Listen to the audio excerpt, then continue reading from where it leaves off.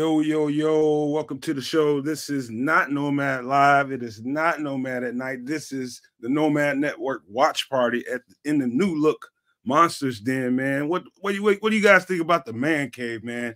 Sorry about being a little bit tardy. Sorry about being a little bit tardy. We'll be all right, man. But got a new look man cave going on for the show, man. Watching some crazy endings in the NFL right now. Shout out to everybody in the show. And super shout out to Marlon Johnson for becoming our newest member. But I got a feeling this is going to be a good game today. And I can't wait to watch it, man. It's some super, I mean, we got stuff going down to the wire right now. I'm still looking at coverage right now. We should be looking at Bears pregame stuff, but the Ravens and the Cleveland Browns are having at it right now. Jameis Winston is out there dealing. Man, now Lamar Jackson has the ball with 44 seconds left. In case you guys haven't been looking, man, but wow, some good football going on today. But before I get carried away talking about all that stuff, let me pass it on to the Canuck for some pleasantries before we get going. Yo, what's popping, all y'all Nomaniacs out there and the Super Nomaniacs? Big love to all you guys. Yeah, blame Canada. We were a little bit late. It's my fault. I will take all the heat on this one today. In any event, we got a football game to get hyped up about, so let's do a little bit of that. But before we do, show a little bit of love to those who show us love. Yo, Black Diamond's in the building. What it do, Black Diamond? Shout out to you as always. Liberty's Outlook. Haven't seen you in a little bit, Liberty. What's cracking? Juku off the dub, just jumped in. What's poppin', Juku? Joseph Archer, Super Nomaniac Joseph Archer. What's poppin'? Our guy, the Nod, Super Nomaniac, the Nod, is in the house with us as per normal. Always good to have you, my brother. And big shout out to Marlon Johnson for becoming the newest Super Nomaniac. As folks start to sort of trickle into the chat, we'll keep things live as we move forward. But some of these 1 o'clock games are starting to wind down and things are looking a little bit funky and weird. Like right now, we got a Green Bay and Jacksonville game that's all locked up and tied. And I have a strange feeling Jordan Love isn't playing right now either. So just putting some stuff out there. Looks like there's, oh man, game's over, y'all. Which one? Packers and Jaguars, down to 2 seconds left in the game. I'm not sure what's going on, if there's going to be a kick to end this game or if they're going right into overtime. Meanwhile, oh my Lord. Oh no. Meanwhile, Lamar Jackson just making people look foolish out there in the world.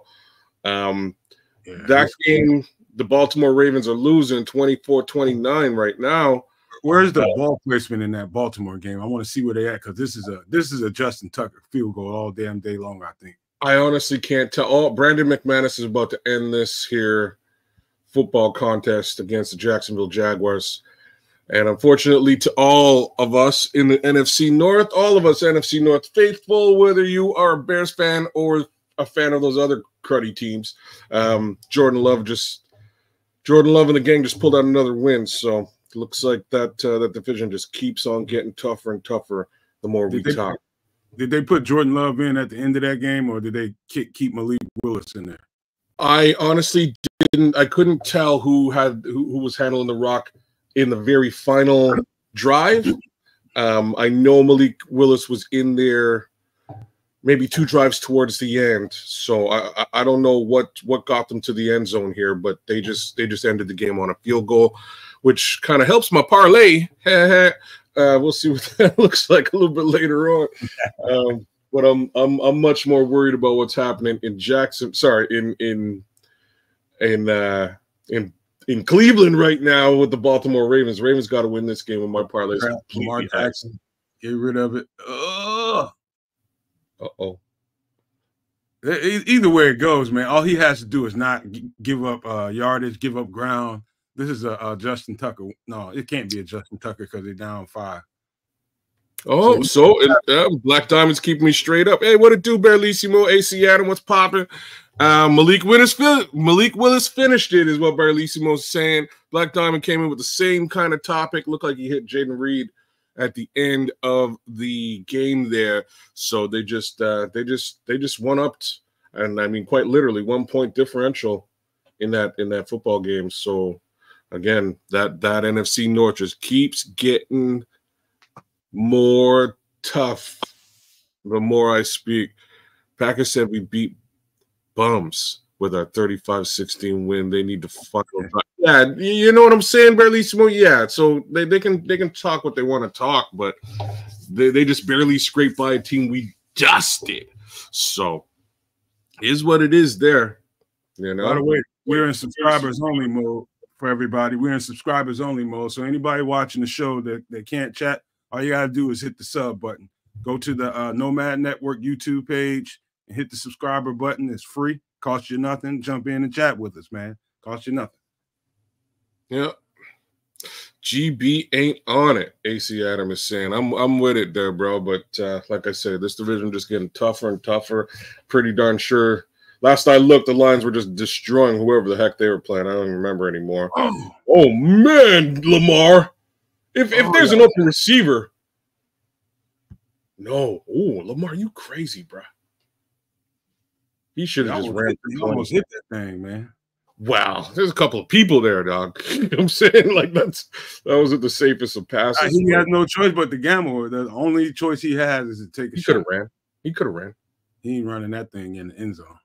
No, we probably wouldn't have made it in the end zone, but he could have got a first down. Oh man, here go these Colts now. There's only a 3-point game. There go Anthony Richardson. Like, okay. You got an answer for this question? Is it better to Is it better for you guys to follow the game on YouTube or Twitter? I don't know. It's hard for us to say it because we're doing the show. Yeah, so we're literally watching. We're literally watching the games as we speak. So we're not watching on YouTube. We are performing on YouTube, if you will, giving you commentary and play-by-play as the game actually goes. I just got the phone call that's changed my world for the better, guys. What you got going on, Barlissimo? What's popping? What's popping? You moving to the United States? You coming to Chicago? Bro, well, I don't know what it is. You need to give us some real meat on that bone. But Barlissimo, whatever it is, congratulations, dog. Regardless, congratulations. You probably will be about 5 minutes ahead of us. Let that thing go, Lamar. Let it go. Oh, you crazy, bro? Look at this man. Oh, look at this man. Just make foolish people look foolish. And he puts. Oh, wow. If you catch that, Barlissimo is going to be a Gramps. Oh my goodness! Congratulations, sir! Congratulations to your son and or daughter. Congratulations, bro. Congrats, man. Best part about being a grandpa is you can give them kids back. Right? Everybody shout out Barlissimo, man. That's probably. Is it your first time, Barlissimo? Oh, it's got to be. Yeah, he's happy. I could tell by his type. He never really does that. Well, I'm just saying, me and him got to be real close in age. You can't be that much. Your daughter, congratulations to her, man. Congrats. And you and the family and the missus as well. That's a whole development, bro. And like I say, best part is at the end of the day, he's handing the kid back. Wow. I haven't quite got there yet, man. And I'm super stoked that I haven't. It will eventually happen. And like I say, we will spoil the ever-loving heck out of that kid. But when it's bedtime, I'm sending him back home. Hey, like my mom always tells my sister, hey, I'm just going to give him sugar and send him back to you. Mm-hmm. Oh, yeah, my mom tried that stuff too, but yeah. Oh man, that's congratulations again, Barlissimo, man. That's a night. What a wonder right there, man. Those new babies, man. That new baby smell, man. I haven't smelled that in a long time. That's just fun, man. That's just fun. Just babies and puppies. How you gonna do that? That's it, Barlissimo. Get her Bears gear already. Get the kid. Get the youngster Bears gear. A Bears onesie. All that fun jazz, man. You get her all decked out, brother. Gotta indoctrinate them early, he says. So he's bringing the baby right into the Bears fold. That's beautiful. I love that. But, wow. That's special, man. That's special. Pretty special. I decided not to do that thing with my kids. That's for sure, man. No chance. All right, we'll be a couple minutes out before the game. Let's talk about it a little bit, because all week long, you know, the talk was, you know, is Jayden Daniels going to play? I think it's pretty clear now, unless something changed in the last. I'm just going to double check on the interwebs as you're speaking, but keep going. No, I really don't. I need you to do that because I'm doing it, bro. I'm doing it. I think from the last thing I heard, he's going to play. I don't know how smart a move that is. However, I'm glad to be able to play against him, you know, just for the fanfare aspect of it, being a fan wanting to see the number 1 versus the number 2. And the second thing, probably the most biggest thing to me, is after we do what we do to them, I don't want no excuses. None. I don't want to hear no excuses.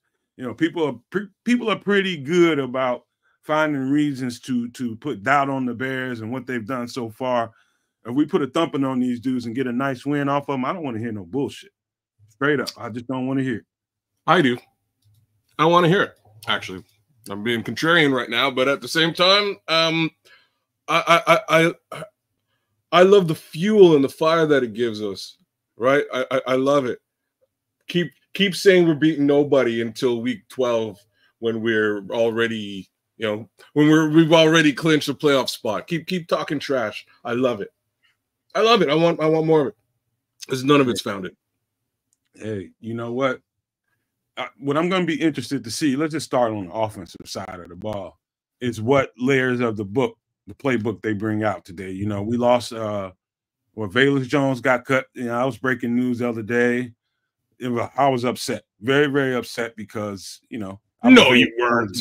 Very upset.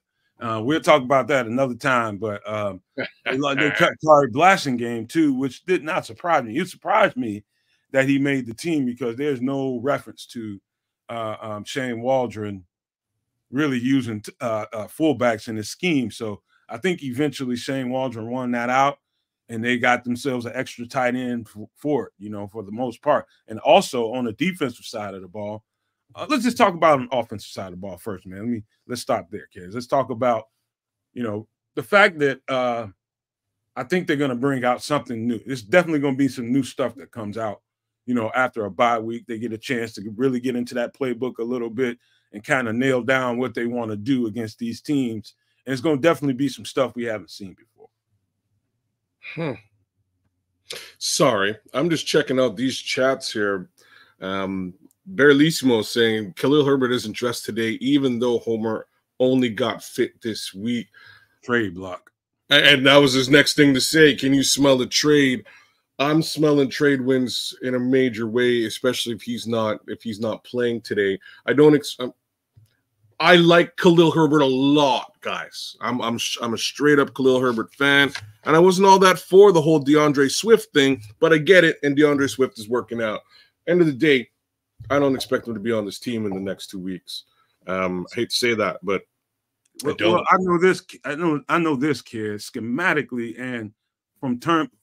We're talking about depth now. If Khalil Herbert isn't on this team, we're going to have to go and get another back from somewhere, whether it be in a trade, find a guy somewhere on some practice squad, something. You ain't going to be – you need a fourth runner. You need a fourth runner because one of these guys go down, you're down to 2 guys. So you realize – Jones isn't there no more. So they're going to have to replace that. No, but Homer came back. Yeah, but still. I'm with you. You still have 3 guys. I don't think Homer really fits the bill there either. Again, this free agent. If we're talking about the running back position, which next to linebacker, it's one of the positions where they can likely find an undrafted free agent floating about that they can log in there to get some time. But I kind of doubt it. I doubt they really even address the position as we move forward. I think they're just moving pieces and moving off the guys who unfortunately have been riding the pine here, like I've been saying the last couple of weeks, just getting them out of the out of the organization so that they can do a bigger thing.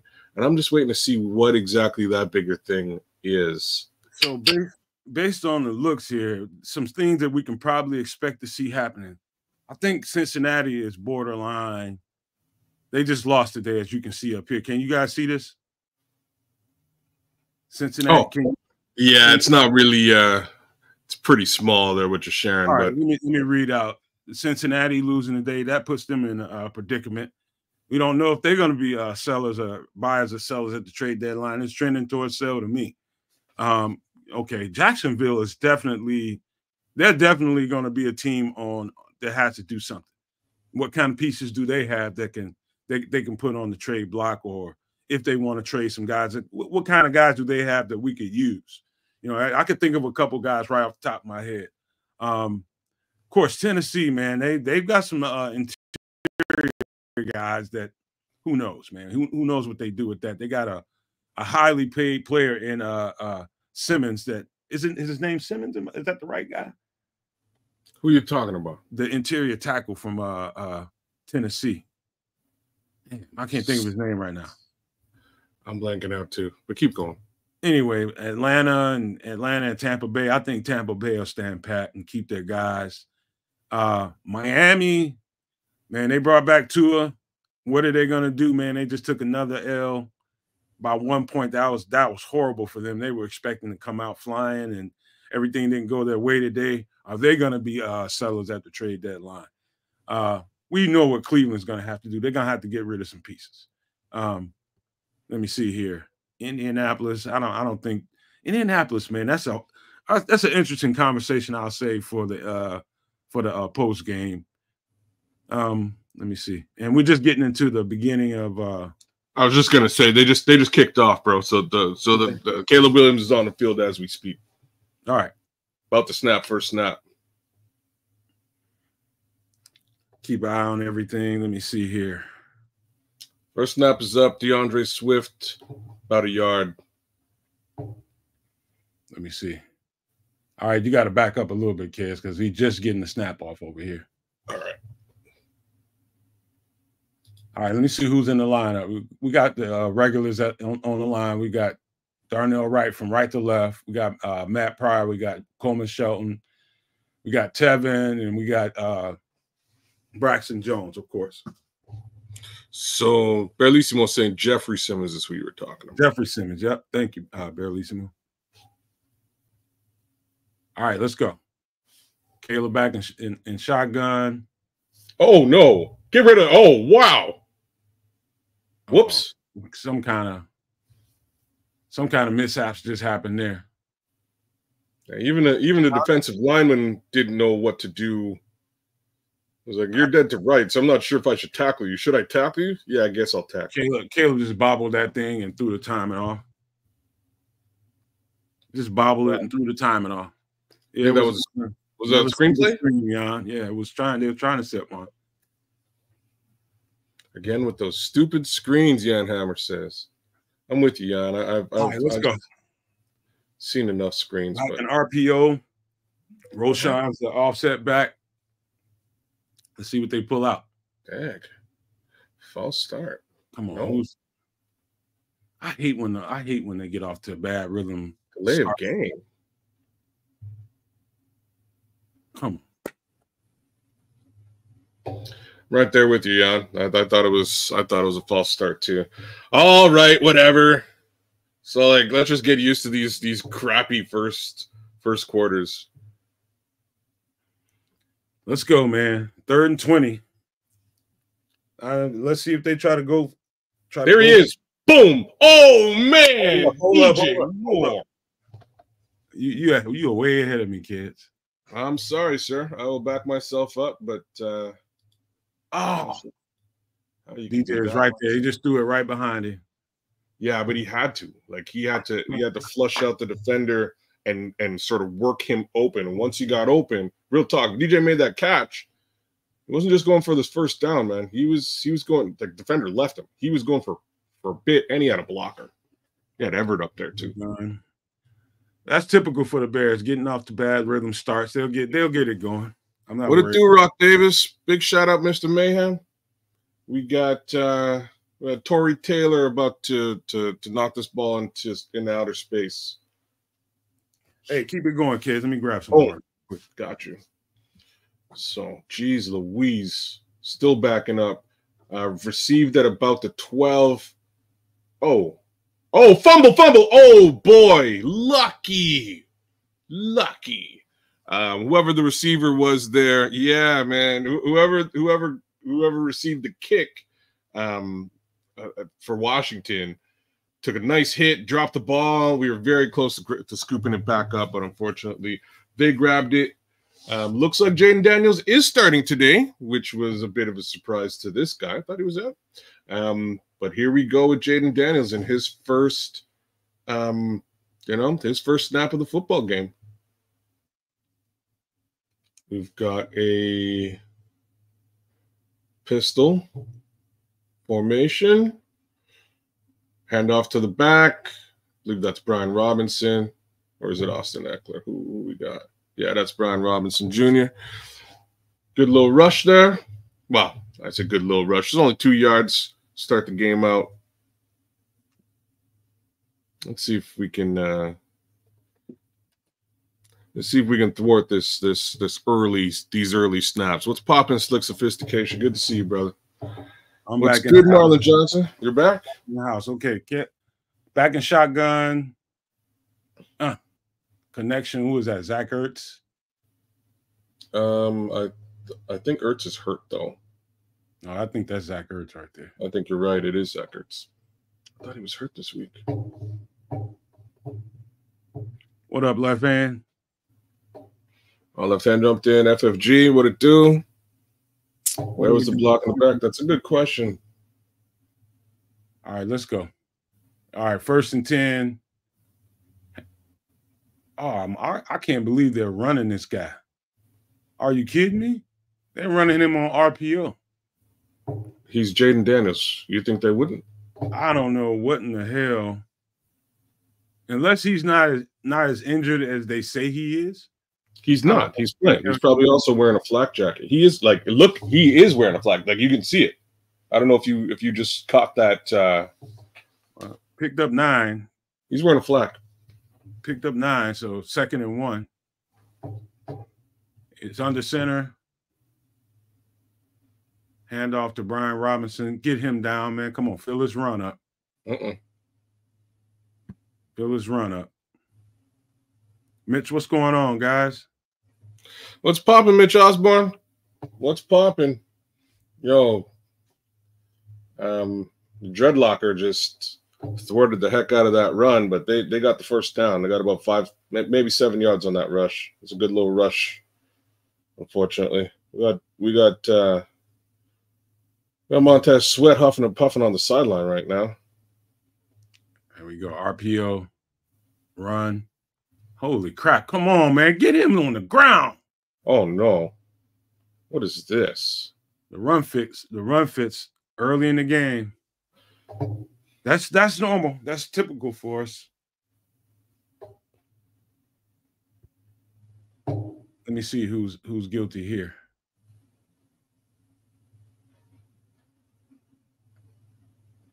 Oh, that's TJ. Come on, get this guy on the ground, man. He's still moving? Damn. He's having his way out there. Still moving. Come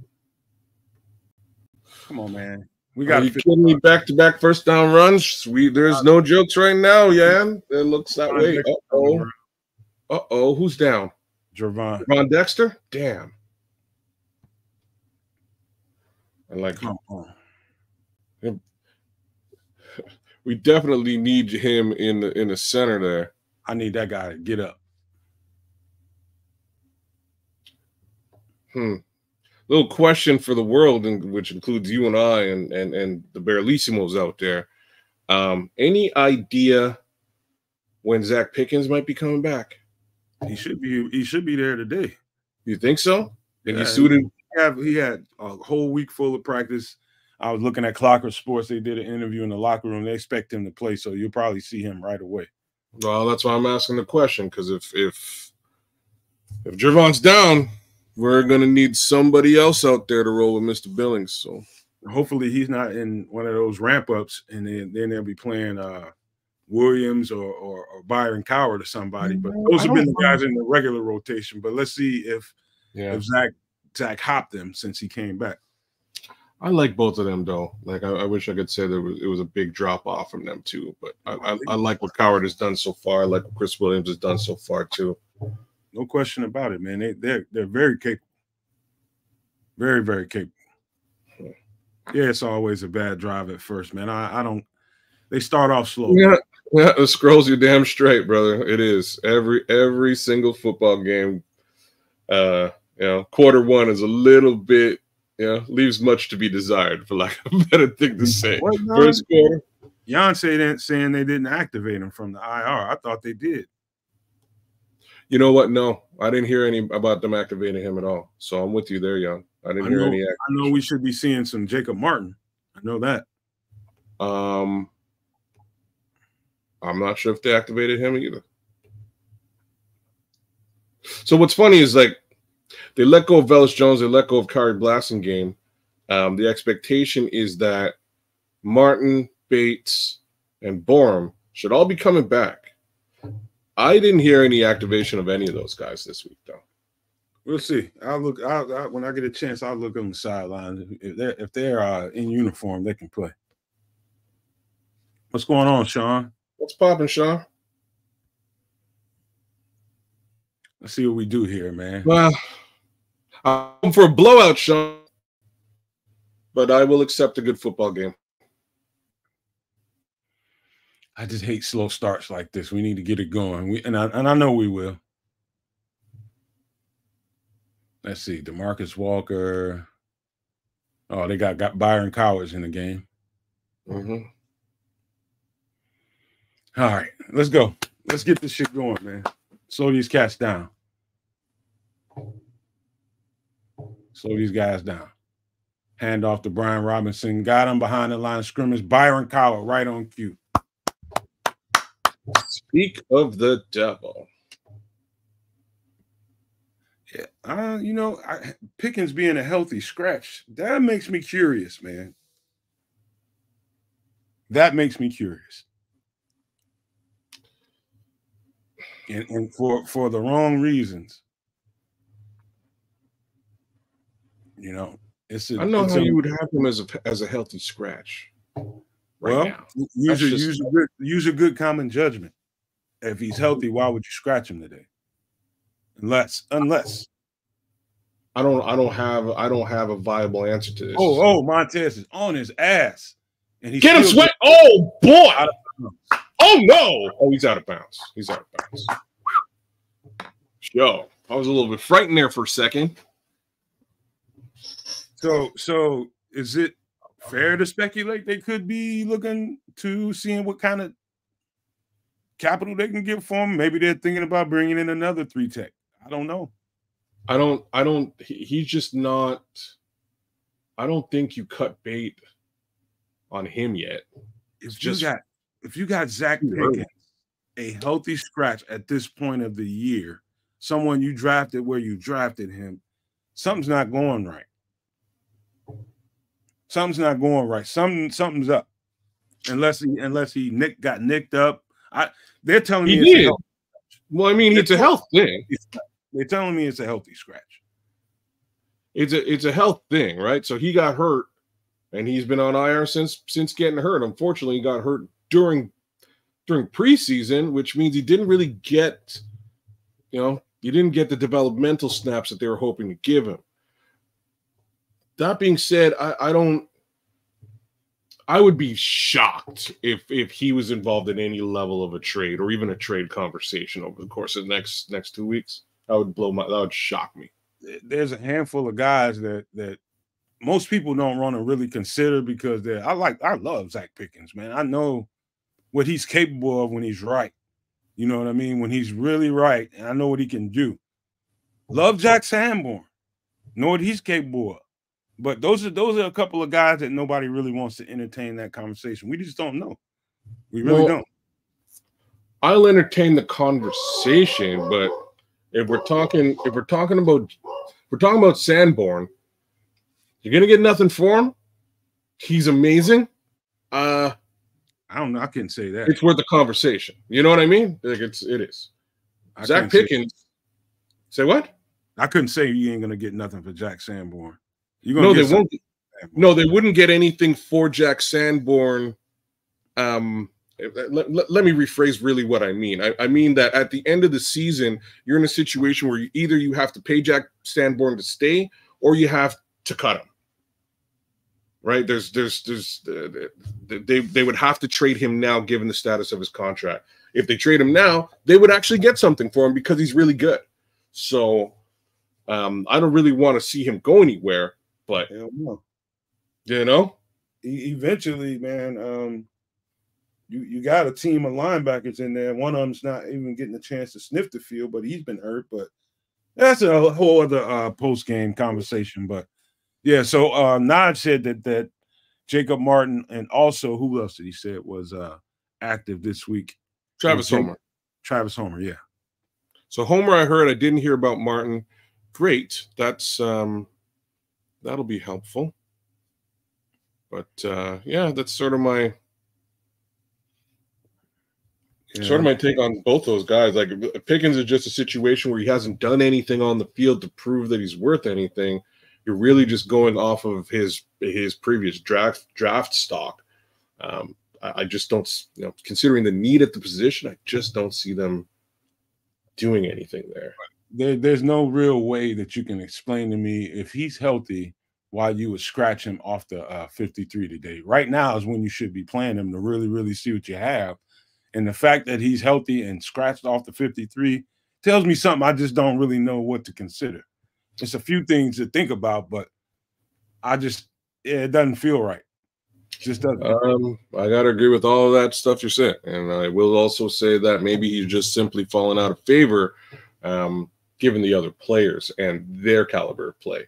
And it might have a lot to do with, again, whatever injury he's been managing over the course of the last few months. So, yeah. What the hell are they doing? See, this is why we do a show like this, Jan. Forget Tony Romo. All right, here we go. 1st and 10, Caleb's in RPO. Oh, look at them. They're already wrapping this. Yo, Montez Sweat needs to crush that boy. Hold up. 1st and 10, Caleb's back to throw. Oh, he's off target, a little bit behind, way behind Romo Dunze. Come on. Yeah, he does need to calm down. Jan said, talking about Tony Romo. Okay, Caleb. Okay. All right, here we go. 2nd and 10. Caleb back. Oh, he's running it. Getting some good yardage out of it, too. 1st down. Yeah, nice little nice wheels on Caleb Williams there. Didn't see what he wanted. They were in nice cover 4. Sitting back in cover 4, sitting pretty. He ain't like it. He ain't like the passing lanes. All right, here we go. Caleb's back in RPO again. Swift is an offset back. Let's go.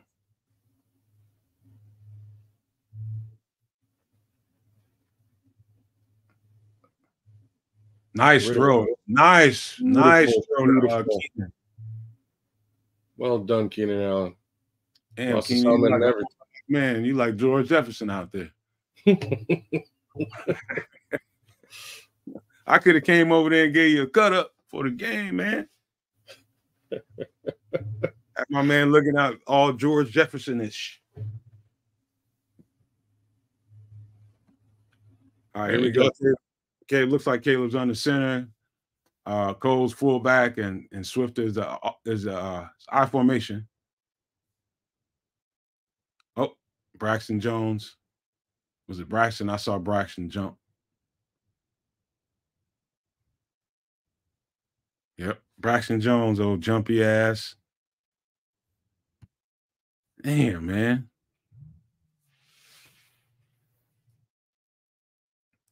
You know, I'm looking at Keenan with that hole in his dome, man. That's not a good look when you want a new contract. Talking about a 3-year contract or something like that. That's not a good look. I think Kedz froze up on me, so I'm gonna be doing a little bit of talking. Caleb back in shotgun. Offset back is DeAndre Swift. 1st and 15. Boom. Sprint draw to DeAndre Swift. Yep. Kedz popped out for a minute. I'm sure he'll be back. He's probably resetting his internet. 2nd and 10. 2nd and 10. We kind of getting into a sugar huddle. There's a little tempo going. Trying to get him warmed up a little bit. He's calling something hot at the line of scrimmage. See what we got. 2nd and 10. They were looking for a bubble screen, not a bubble screen, but a screen out to Keenan Allen. It was wide open at first. Caleb had a little hiccup there.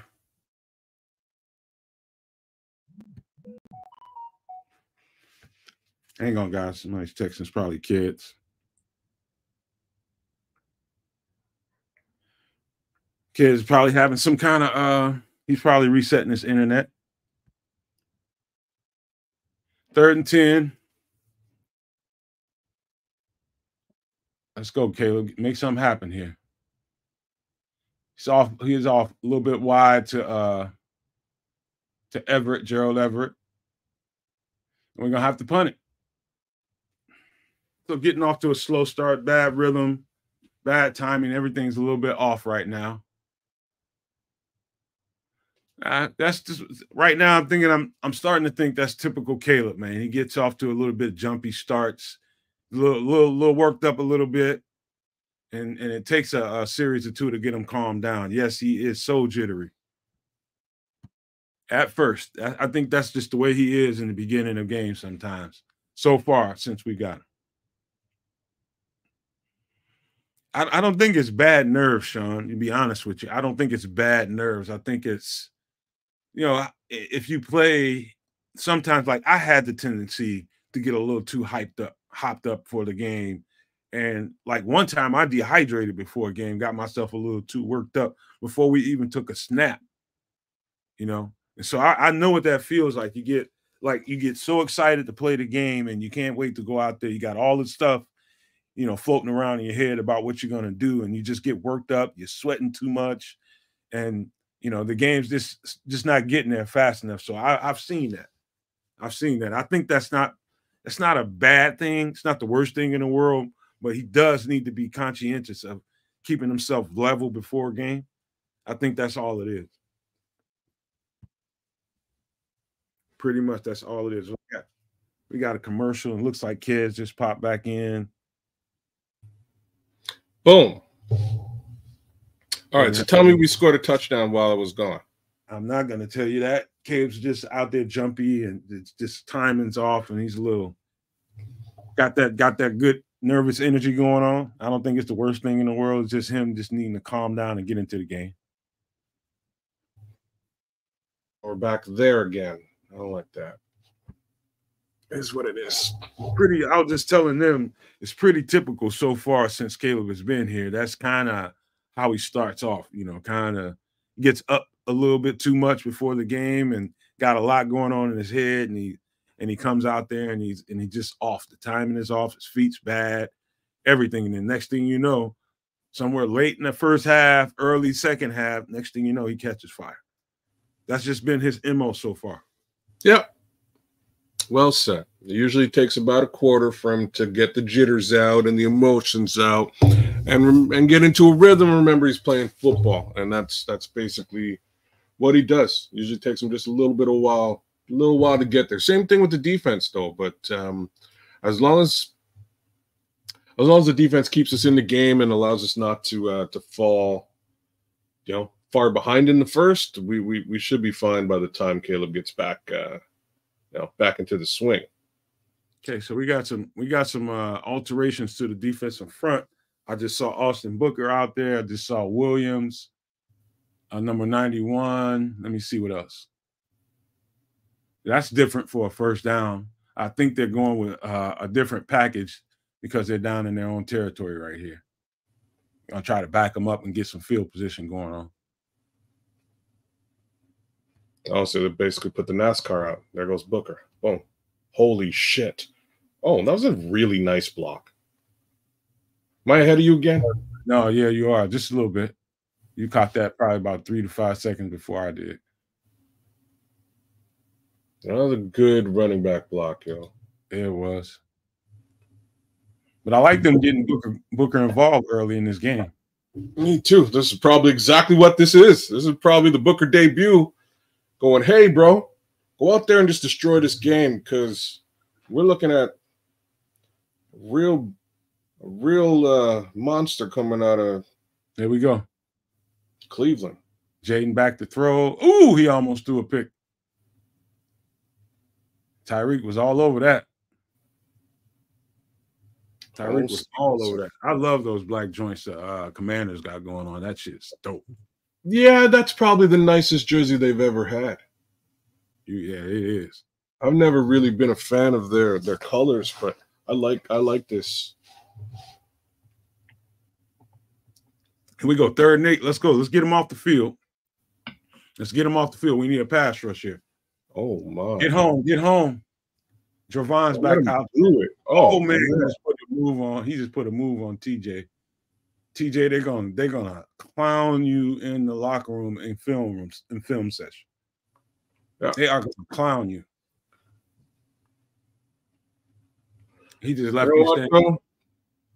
Like mistake by TJ, but I can't even hold him to account for it because my guy gets every tackle under normal pretenses. So.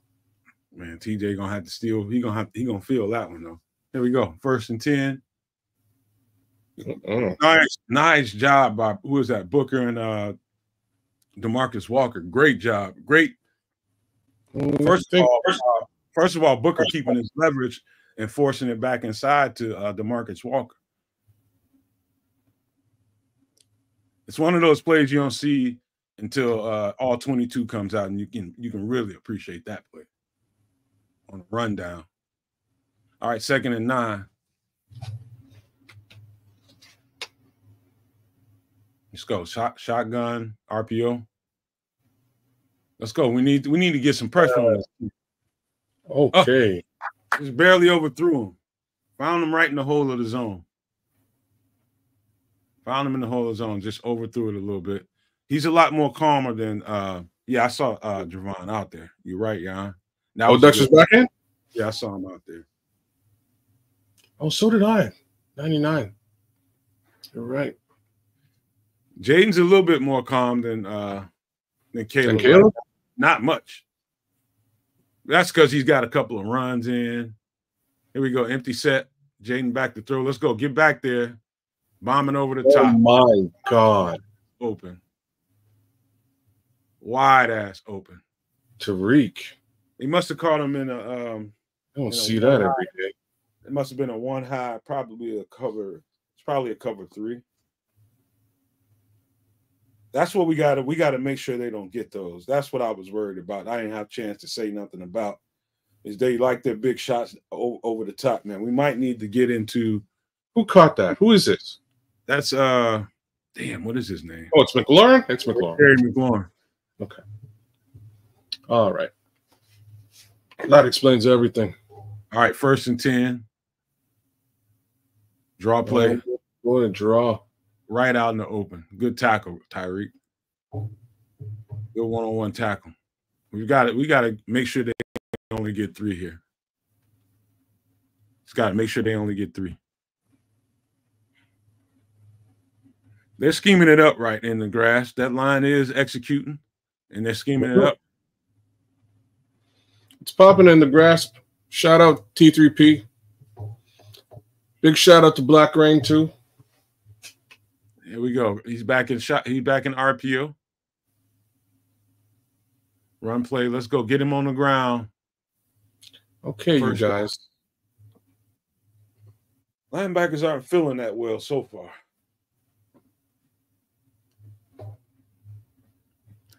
You know what, Jan? I want to see what coverage that was. I got a feeling it was cover 3, and if it was cover 3, then Kevin Byard lost his leverage over the top. It should have been him over the top. I'd have to see that play again to really be able to tell what happened there. But if it was one-on-one, Tyreek got cooked. But I got a feeling it was cover 3 because it was only one safety back. Okay. It's a flag down on the play. Probably something against the offense. Yeah, it's got to be a false start here. You're looking at Byron Cowher.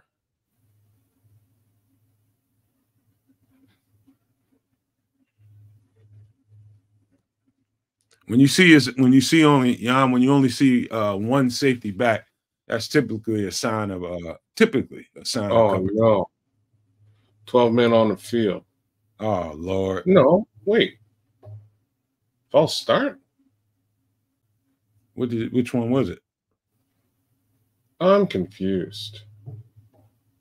I'm only reading lips right now. It must have been 12 men on the field because they got a first down. Oh, he's going to challenge it. So they called false start. There was 12 men on the field. They didn't catch it. Is he going to challenge? He's going to challenge it. It's like, yeah, that's BS. It is actually a BS situation. Oh, he put it back in his pocket. This is a good measuring stick, man, because Washington is a lot better than anybody would have expected them to be because their quarterback has come along pretty briskly. And, and that afforded them to have a pretty decent record. They got a good run game. Offensive line is performing. Defensive line is all right. They're not, they can kind of score points with anybody. So we're going to see. We're going to see when this game gets done shaking out, man, we're going to see, whether either one of these two teams are serious. Wow.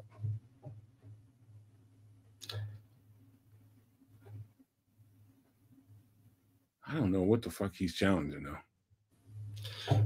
Well, I can tell you what.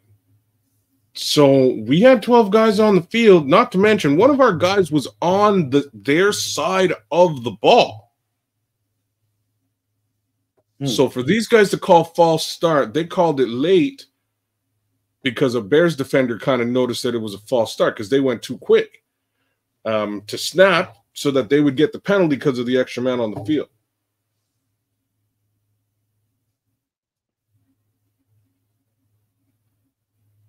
I'm only reading lips. Well, I ain't trained in that, so I don't know what the heck he said. Error by the refs didn't allow the substitution by the Bears, so a bit difficult. What they're gonna do? Just replay it down? That's probably I think that's exactly what's happening here now. All right, so Jayden's under center. Hand off to nice job, Cowher. Oh, it's beef, y'all. Andrew Billy, let's go, Big Bill. What's that all about? He's like, what you trying to do, man? No, homeboy was just laying on top of him and rolling on top of him so he couldn't get up. And Bill had enough of it. Bill was about to get up and show him what's popping, man. You don't know if he has a pregame meal. Kind of hungry. Here we go, second and goal. Let's go. Let's see that pass rush get home. I see Big Bill chasing. Big Bill on the chase. Threw it away out of bounds. Pressure by Darrell Taylor.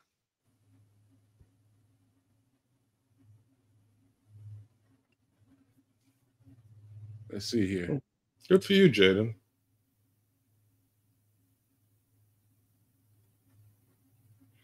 They've got that run stop set in the game right now. So they got that run stop defensive front out there. I wouldn't mind seeing Booker get back in this game right here. Looks like they're gonna rush with 3. Get on him. That's Jacob Martin. Jacob Martin with that pressure. I saw him. That's 55 right there. I told you when he gets in this game, people are gonna feel him.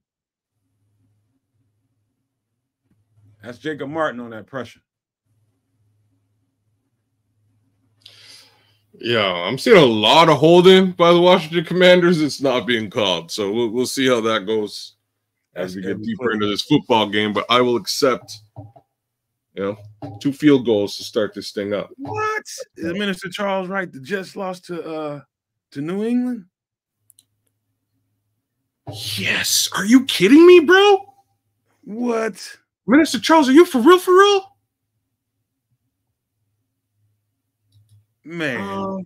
Now I got to check my parlays now because it's time for him to start doing some Rogaine commercials or something. Because that's starting to sound a lot like my parlay. It's over. If that's the case, it's over for him. Minister Charles says 22-25.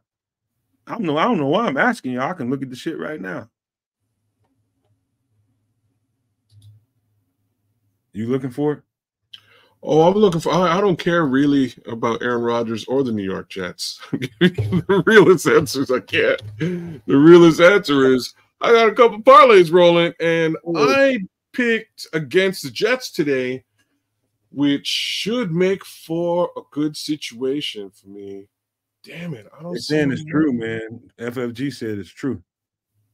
Hey, you know these maniacs. These Bears fans can't wait to piss on his grave. It's an ongoing urination. Let me just look at this here. Like that. Piss on his grave. How could I have possibly lost? Where did I lose? Yeah, it's some crazy ass games. I was watching all this shit before we got on the show. There's some crazy stuff going on. Browns beating the Ravens. That's crazy. But see, knowing the history between those two teams kind of helps you understand why they're competitive against each other. And no matter what the record is, you know, it's like the Jets and the freaking Patriots every time. The Jets and the Patriots, man, it's for whatever reason, those two teams go after each other, man. That's that divisional stuff, man. Man, Baltimore ruined everything for me. It's all Baltimore's fault. Green lights all. Oh no! I won crazy. No, I'm gonna be real mad later on. Damn you, Lamar. Let's go. We're gonna get it going in this drive, man. I feel it coming. We're gonna get it going. That's right, man. He's gonna wake up. You just need to get him some rhythm stuff. Probably need to get him on the center a little bit, get that run game going just a little bit. See how that opens up everything. Like to see a little bit more of that. Get him on the center. See if we can open up that run game, do some pulls and trap blocking or something just to get that run game going on, get some rhythm going. But it was a whole lot of RPO those first few drives, man.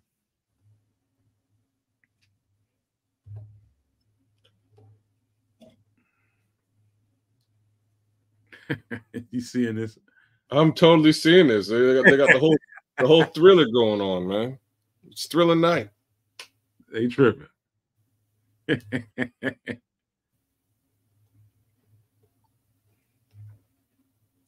All right, Caleb. Let's get this thing moving now. Yeah, them graphics was crazy, man. That was a mistake. But looky here. Okay. Don't say nothing, kid. Let me look at it. Yeah, missed it. Cross right. Decent run. They're trying to get this run game going. Yep. Jans, he's saying he blamed Hamilton and not Lamar. I saw that interception drop. That was pretty much it. If he'd have got that interception. I'm just saying I got a parlay that's all green right now. All green. With the exception of a Lamar Jackson, of a Ravens win. He was calling some shit at the line, 2nd and 5. Hand off to the left side to Swift. He picked up about 3. Maybe 4. Looks like it's about 3rd and 2. This is what you want. This is regular football shit right here. Yeah. You know, get down to the 3rd and short. And you kind of got the team at your mercy because it's hard to call a defense on a play like that, on a down and distance like this on 3rd and 2. You expect a run, but if he does a play action here, they're in trouble because I see man-to-man across the board. So went to timeout. We'll see what they come out of the huddle with. We shall see. It ain't so bad, Jan. It's just timing's off. Young quarterback, got a little case of the jitters, and it was mostly Caleb, I would say, other than the at the end of the first quarter, right? I would say mostly Caleb, 99% of it. And then you got to give Braxton Jones that other percentage for getting that false start. His ass is jumpy. So it's just him being off timing, and yeah, it's pretty normal stuff. It'd be nice to see him get over that hurdle right there of getting off the slow starts like that, getting off the bad timing, bad rhythm starts like that, and kind of get going like right away. I love to see that be his next phase. You know what I mean? You see, I almost don't mind it because it's early in the game, and what's been happening is the defense has been keeping the game in check, right? Just sort of giving them the time to get comfortable and get into rhythm. So that's kind of what I expect to see, and I don't mind if that's the case. I don't want him sort of losing focus later in games, and we haven't seen anything like that so far. So, yeah. By the way, Smitty Q is about to hit the road. I think Smitty's a trucker. He said he's just enjoying being able to watch some football, right at home. You know what I mean? Being able to watch it before he hits the road, man. So shout out to Smitty, man, taking care of his business. Him and his dog about to hit that road. All right, Smitty Q, hold it down, brother. Be safe out there, and enjoy what you can of this football game for sure. Yeah, you're right, Smitty. He is just a young rookie, man. You know, that stability is gonna come, man. That stability, that poise and calm, it seems to come to him mid to late game. But what I was saying is I'd just like to see it early. But understanding the fact that he's a rookie, he's got a lot on his plate, a lot in his head. I get it. You know what I mean? I definitely get it. I don't know. Jan, let me see. What's the score line between the Saints and the Chargers? 2-3. Been some time since I've seen some old school storyline. Let me take a look. We about to get back into the game. I was gonna take a look for you, Jan. Oh.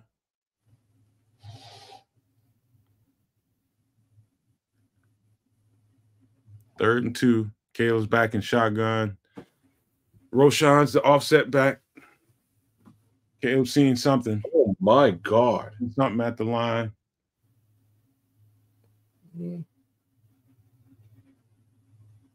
Get rid of that ball, son. Probably could have got the first down there, man. You slid down a little too early. Man, Roshan got blown up on this block, but at least he held it. Oh, he's so fast. He got smoke. Who is that? That's Bobby. That's Bobby Wagner. It was Bobby Wagner. Well, Bobby Wagner's gonna do most. He's gonna do that to most dudes. Most running backs are gonna, unless you Derrick Henry, he's gonna smoke your ass like that if you get a running start towards you. They punting again. 4th and 1. Can we get some trip back at the 8? And he's down at the 13. Good punt. That's what that guy comes in handy, man. He does, doesn't he? As much as I care less about a kicker, he does a great job, man. Things ain't going your way early in the game. He gets you a nice field position and play some defense, man. Give you a chance to get up out of there 3 and out. You just got to play some defense here, man. I think they're starting to get a read on him. I can tell by some of the actions and some of the way things are playing out. That last series, I can tell that the Bears are starting to get a beat on them on defense. Let's see if that translates to this next series. I'm just confused about Sky Moore's State Farm, his job at State Farm. I assume that's going to get canceled real soon. All right, here we go. 1st and 10. I'm starting to feel like they're getting a beat on them. Start to fit the run a little bit better that last series. Let's see how it plays out now.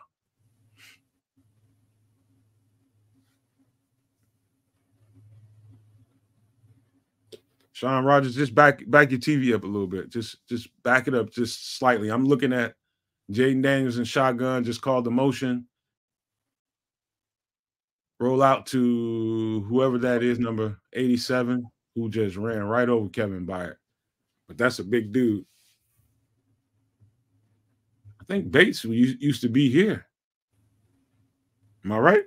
Isn't that Bates that used to be here? I don't remember Bates. I remember Carlson. Brendan Bates or something? Oh, maybe there was a Brendan Bates. Yeah, that is Brendan Bates. Just trucked him.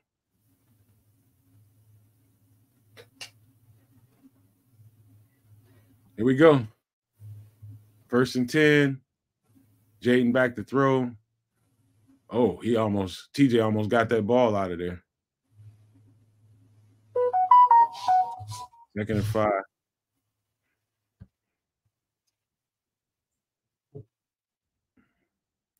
You saw Booker in zone coverage.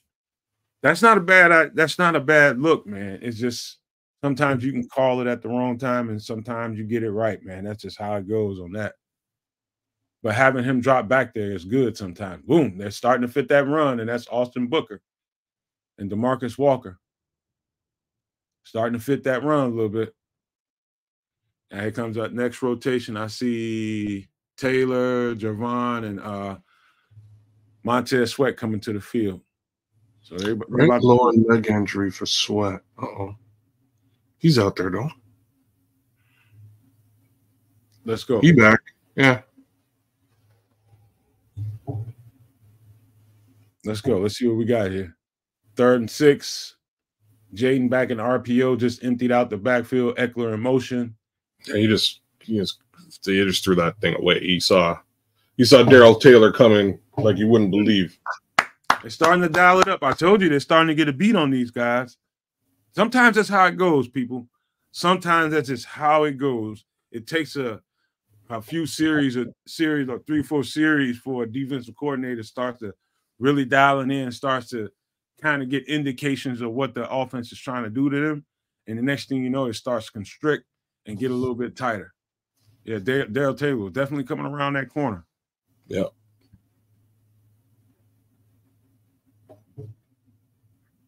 They had Jan said there's a NASCAR package out there with a different look. Martin instead of Walker as a 3-tech. I didn't even notice that, man. Good eyes, Jan. I didn't see Martin out there at all. Guess when you're doing a podcast, you can't really pay attention to all that shit. What number is Martin? Anybody know? Do you know? 55. 55. Okay. Who's banged up but playing? Montez Sweat he's talking about. See, Montez a little bit hurt. Gotcha, Mitch. I know, Minister Charles. All I can do is ask you guys to back it up a little bit just to be in phase with what we're doing. That's the only thing I can do. Other than that, because I'm doing YouTube TV. I don't have basic cable. I got rid of my cable a while ago. All right, I'm starting to love what I'm seeing on defense. They're starting to get a read on what Washington is wanting to do. So I'm telling you right now, Cliff Kingsbury is going in, probably about to go in his bag, try to pull out some trickery to loosen that defense up, because I'm definitely feeling like Flus and Eric Washington is getting a beat on this team.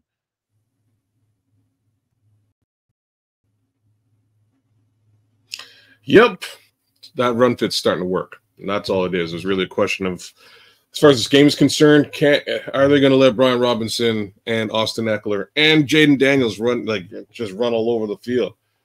So far, the first little bit kind of looked that way, but it's starting to tighten up.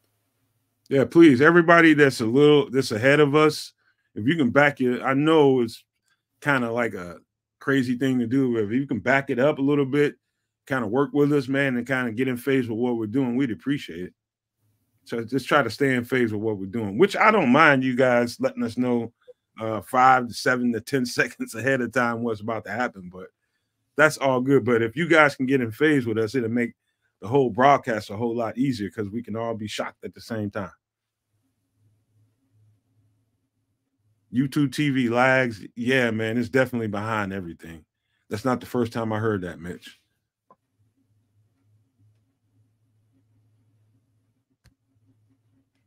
Good looking out, Sean. Yeah. See you.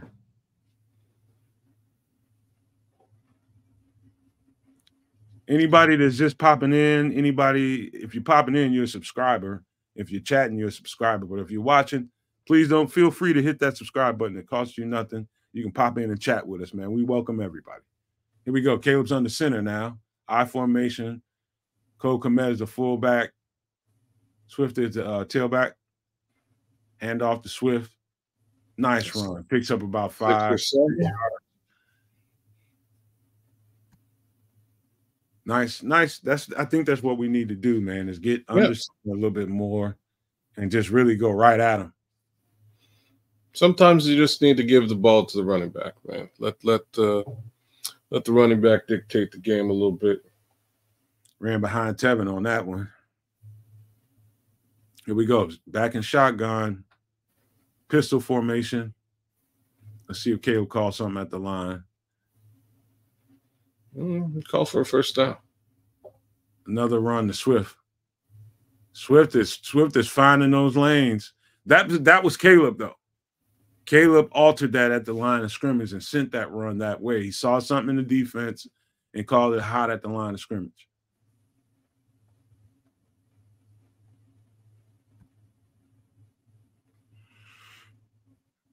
That was all Caleb right there. Caleb's calling. He's seeing something else, and he's audible in the call to it. Damn. Let's go. Who was that? Who's 96? 96 beat the shit out of somebody.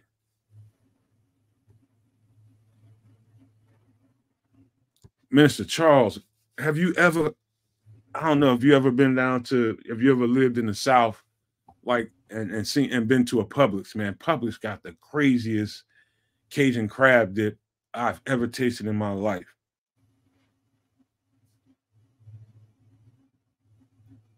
Here we go. 2nd and 15. Caleb's back in RPO. Cut. Oh, get the block. Oh, you're a madman, son. Ooh, Caleb.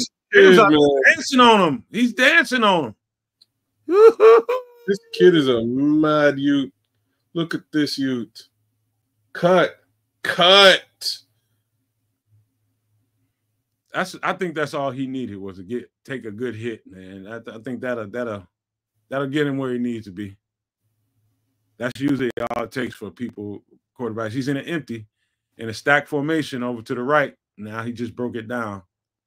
That's some new shit right there. That's some shit they just pulled out of their behinds right there. Oh, he's just short. Damn. And off to DeAndre Swift, just short of the first down. Wouldn't be surprised to see him go for it here.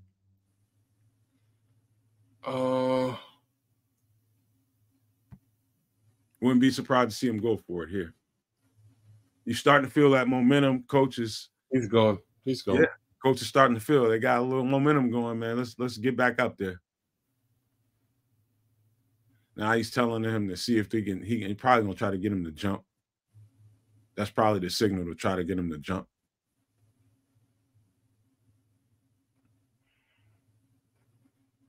Let's see how they play this. Nope, they went for it. DJ. Why do you run a screen on this? I don't like that, man. It was a little bit cute, but this homie just grabbed the helmet. There's no foul against that. I guess not, eh? You can grab the helmet, you just can't grab the face, man. I have to tell whether he didn't.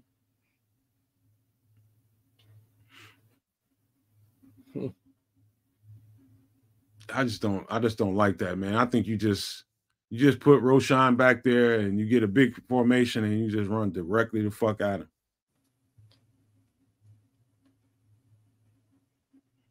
All right, here we go. Now we're gonna see. Boom!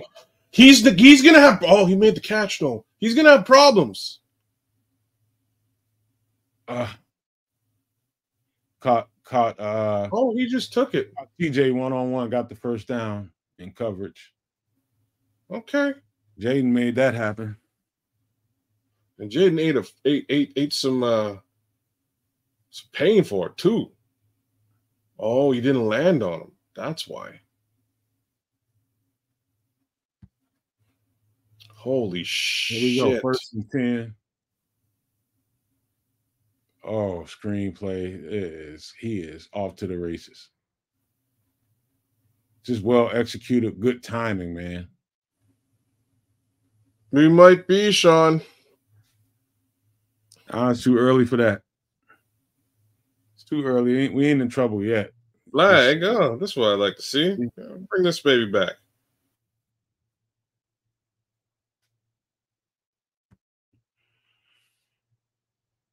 Illegal man downfield, huh?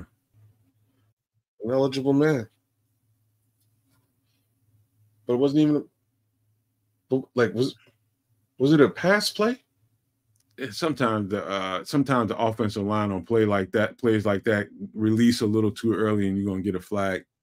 It's like when they play like that set up, you got to stay where you are for a certain amount of time, and I think until the receiver touches the ball and then you release or something like that. I can't remember exactly how that goes, but it's easy to get a flag on that play if you're not disciplined. Oh, yo, hold on. Jayden Daniels back to throw. Nah, that was on the ground. Damn, it looked like it was going to be a pick. Oh.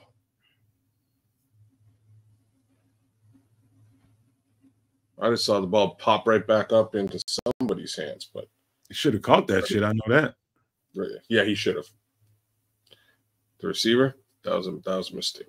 Because it's Coach Floofs. That's why, Minister. He's anti-aggressiveness early in the game, man. But that's part of the problem.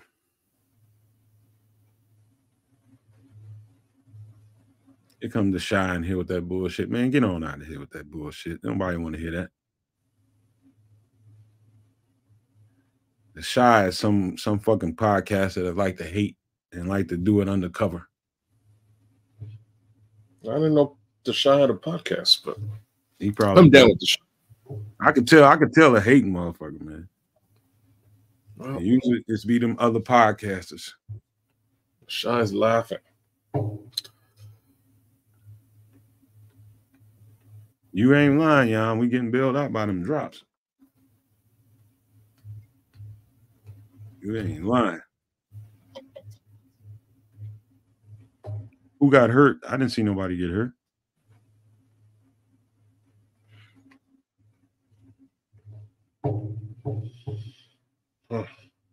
Well, be nice to start this football game anytime. You know what I'm saying? Like, this offense got to start playing football, man. Shy, why you always coming in here with that craziness, man? Ain't nobody talking about trading nobody.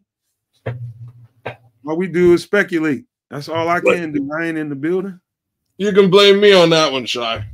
I would definitely trade some draft capital for any one of them monsters on that other side, man. I would.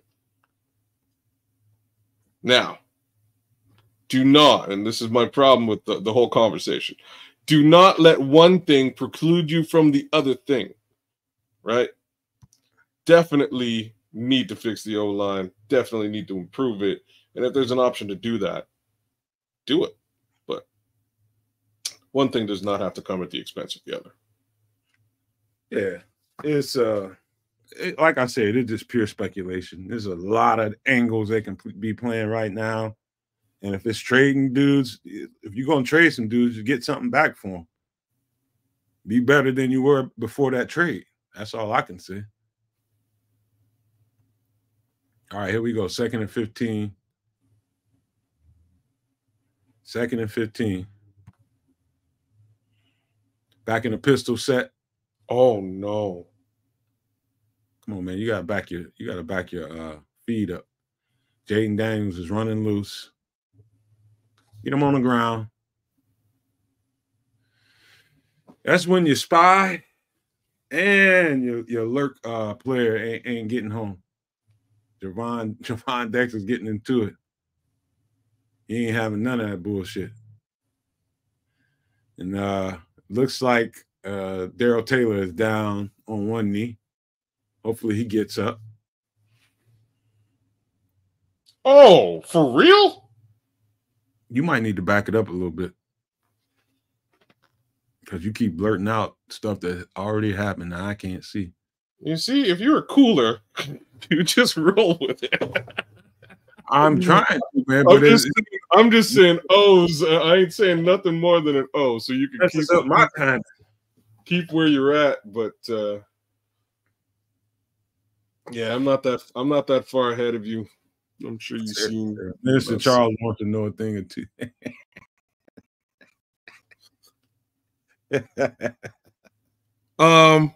I'm right around there. I'm like 2 hours away from there, Minister Charles, and most definitely, yeah. I probably know most of them, actually. Strangely enough. Let's go get him on the ground. Nice tackle by Tremaine. Got to fit that run. Ain't nothing really popping over there, Minister Charles. That whole spot is a jail, right? It's a jail and a university. So that's that whole town. My city's 2 hours away, and it's very large. Most of those guys come from my city and move over there. It's kind of how it works. All right, here we go. Here we go. 2nd and 8. Boom. Oh, nice. Who was that? Javon? No, that's Williams. That could have spilled out for a touchdown. He does.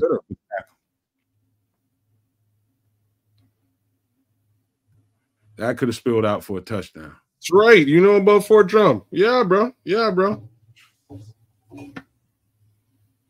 That's where all our oh, Minister Charles, man, one of these days, man, you got to chop it up, bro. Straight up. Here we go. We got to chop it up, Minister Charles. 3rd and 4. Back in shotgun. Jayden back to throw. Boom, touchdown. Oh, in it. Incomplete. Oh, it's out. Who is that? Well, whoever it is, he's a hustler. Tyreek Stevenson. I know his ass is hurting, man. His ass has got to be hurting. He went down hard.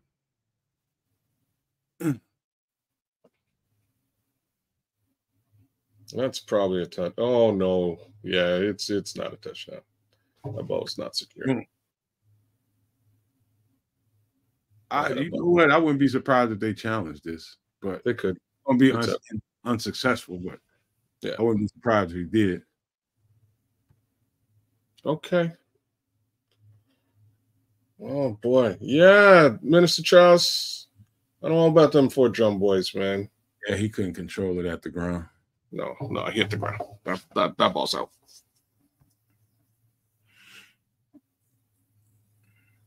Tyreek's a gamer, man. As long as we keep him in the field goals, this could be a disaster. First half. Yeah, it could be, man. Like, let's be real. It is a disaster, but if we're coming out of a disaster with a 9-point deficit, it's a disaster we can mitigate, preferably. It's not a disaster when they only got 3 field goals, man. I'm good with that. I'm just like, hell, it could be 21-zip shit. Yeah, that's what I'm saying. Three field goals, 9 points. They can climb their way out of this issue. Man, yeah, man. It's so Minister Charles, man. Anyways, sorry, bro. Like, I know so many chicks used to roll up there just to connect with y'all Fort Drum guys, man. It was so funny. We used to just razz these girls, and these girls would just get abused and kind of left. I don't know what else to say, man, but hey, you know. Remember, first time hearing about it, these couple girls came back like, "Oh, we met these men from Fort Drum. We're going back to Kingston." I was like, "Oh no, it's over." Get just tore up, and that's basically how it works. Fort Drum, huh? Nigerian ambassador to BC. Damn. That's interesting. Did you know that when you were dating her, or you found that out later, Minister Charles? Because if you did know that and you let her go, man, you got to stand in the corner for the next 2-3 days on one leg. One thing's for certain, like them diplomats over here, it's a crazy. I don't know if it's quite the same. I assume it's pretty much the same in your country, but Jan is saying Braxton is on his way to the locker room. Are we getting beat up out there? That might be interesting to see what they do. Because I don't know that they even elevated Larry Bourne. I don't think they elevated him to the roster. I don't think he's on the roster right now. He's probably going to be another Matt Pryor to the left tackle spot, and Bill Murray coming up and playing his spot. More than likely. That's probably what'll happen, unless Karan is slightly ready to go, but even that's doubtful. You know what? I'm going to be. My eyes are peeled to see what they do here. There we go. 4th and 4, field goal. Field goal's good. That's fine. I can live with that. This could be bad right now, man. But thank God, man, they only got 3 field goals out of this. Thank God. That's a testament to this defense. It truly is. There's a lot of things not going right for Chicago right now, but great way to bide some time and get yourself right back into the game. Minister Charles. Jesus Murphy.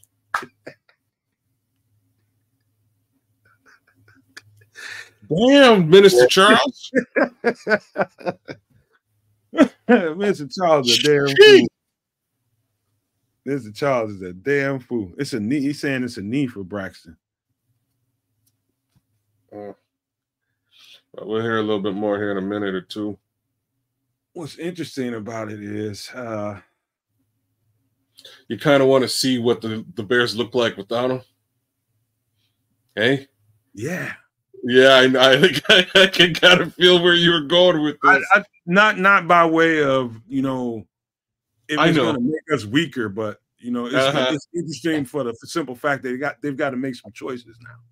What's the drop off really look like without him? So yeah, I mean, we're gonna find out what we really need to do. We got the trade deadline coming up. We got the draft after the year.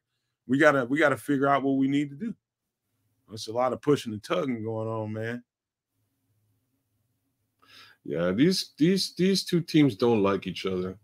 He's like, hey man, keep your hands off me now. I'll slap you in the mouth. That thing's going. I love it. I love it, Illinois. I love it. Oh, Minister Charles, man. I love this guy. He's too much. He's being serious as hell, man. He is. Like why I'm saying he is because all the stuff he's put down here, I can corroborate. I know about Fort Drum. I know about Kingston. Like I do. All right, here we I go. Can corroborate all these things, man. I bet. I can. 1st and 10. Hand off to Swift. Oh. 95. Probably picked up 1, 2. 1 or 2 yards there. And then, Karan is left tackle. Jan's paying attention. Wow. Amagaji's in the game, y'all. Amagaji's in at left tackle. Wow. So that means we're running the ball. And they probably just don't know. Oh, he passing. Get out of there, Caleb.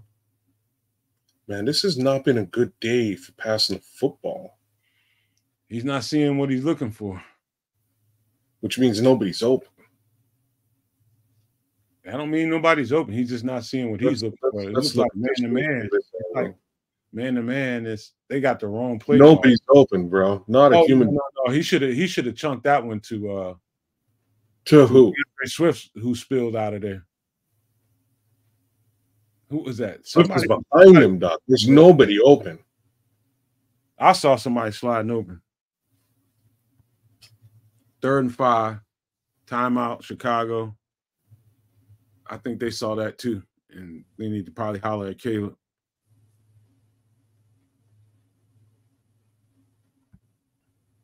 They need to holler at him.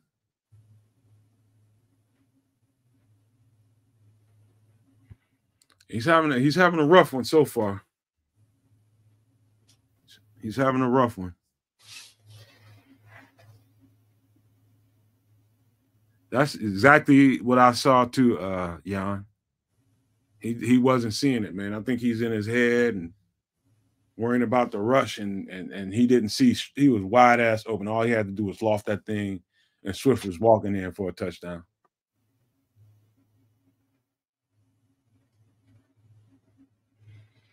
Third and 5.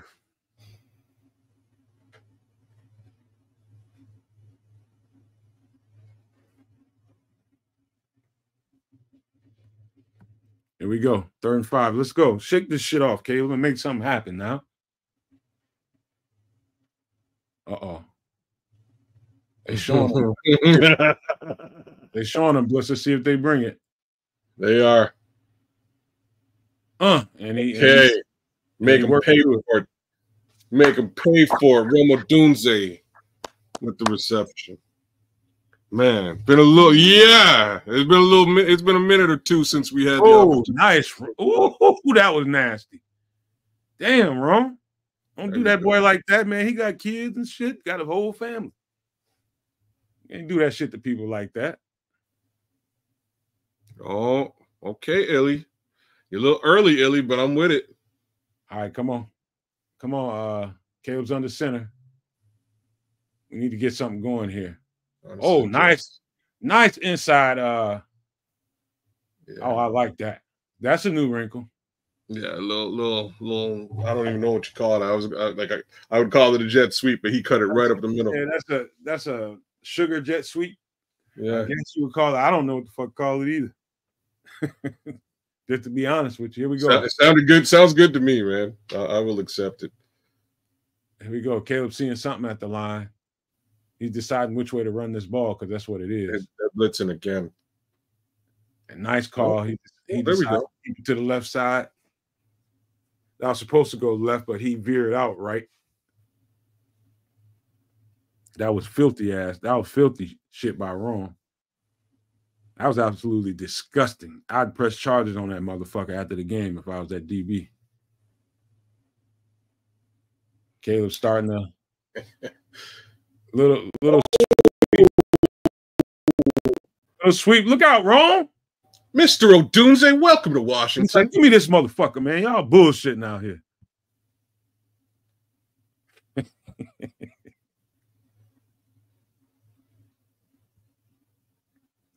Let's go. 2nd and 1. Let's see if they go sugar huddle. Yep, sugar huddle, empty formation. Let's see if this breaks Caleb out, man. Let's see if this is the. Let's go. Get rid of that. Get out of there, dude. Oh, no. Nice. And the flag. Come on with the flag. Get the flag. Get the flag. Get the flag. The goddamn flag. Straight up. Somebody needs to slap that fool. Slap that man. That was some bullshit. You'll find 20 later and slap him. Wow. Caleb Williams. That shit was magical right there. That's some magical pocket presence right there. He should have been. You need to yell at that ref, Caleb. Yell at that ref, bro. That motherfucker should have been sacked. Wow, that was crazy. That should Smitty Q. That should totally be a flag. I can't believe how that's not a flag is straight up garbage. That's some. Aaron Rodgers should be a flag. That was Patrick Mahomes in another uniform. Patrick Mahomes is the only quarterback, and probably Lamar Jackson. Those are the only two dudes I see being able to wiggle out of that much. I got to throw Justin Fields in there too, but that was crazy. That was pretty crazy. It's a good Pat Mahomes comparison just because he doesn't have – he's not the other two guys. He's not Lamar. He's not Justin. Those two guys have a level of acceleration after the move that, that is second to none. Caleb there, though, that's just pure pocket presence and knowing where you are and knowing how fast you are versus the guy who's coming at you. It's beautiful maneuvering today. That's the kind of shit that opens up everything, man. Kind of sparks your team. You get that. And then he ended it getting a late hit on him and got the whole team pissed off and fired up. Watch that. Watch and see who got the momentum after this play. Okay, somebody is at my door. I'll be right back, bro. All right. Yeah, I don't understand it. Yeah, it should have been 2 flags after the play. Pushing. Yeah, I agree with you. Smitty Q. And FFG, I don't know why we don't ever get those calls. To be frank here, at least Caleb has gotten 1 or 2 of them since the season has started, whereas Justin Fields basically went his entire career without getting even 1 here in Chicago, which is just crazy. I don't understand it. Doesn't make any sense. And honestly, the ref should be straight up ashamed of himself. That's a shame. Quarterback goes down sliding and takes the hit. There's no reason for that, man. Absolutely no reason for that. They should totally they should totally throw the flag for that. And I don't know why. No reason. Just straight up Bears tax, man. That's all. But I think the Bears offense is about to implement some taxation of their own here in a minute. Yeah, baby. But yeah, Minister Charles, I didn't know you had all kinds of Canadian adventures, man. One of these days we'll chop it up for sure, because a very similar upbringing. Here we go. Caleb Williams under center. Pistol formation, bunch to the right.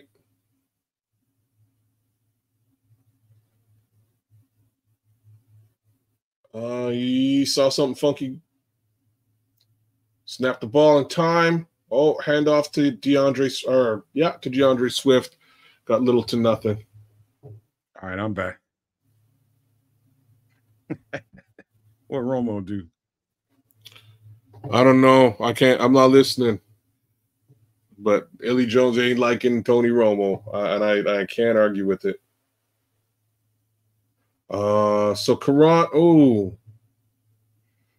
ain't getting the job done, though. I think that's what's happening right now. It's probably not smart to be pushing the run behind him right at this moment, which is why they ran him out to the flat. He got a nice pass pro on that. Oh, way overthrew that. You got to give but that. He had a nice pass pro on that. Yeah.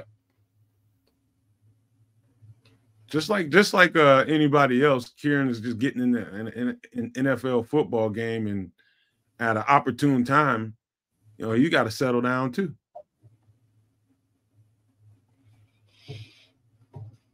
Yeah, he definitely missed that ball. He's got to give Keenan a chance here. He way overshot that.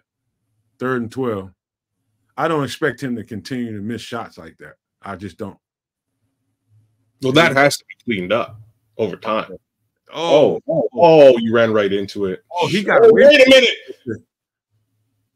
Oh, it turned into probably the loss. He probably got us out of field goal position too.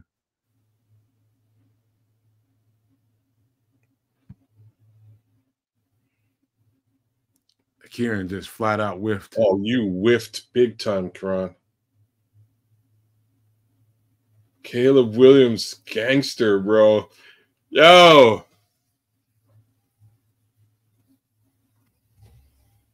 Kieran, he just flat out whiffed on that. Yeah. He didn't even get a hand on the man. Man ran right past him. They see those rookie left tackles come in the game, man, and they start licking their fucking chops. You would too. Shit. I know I would. Yeah. It's all right, young man. It's okay.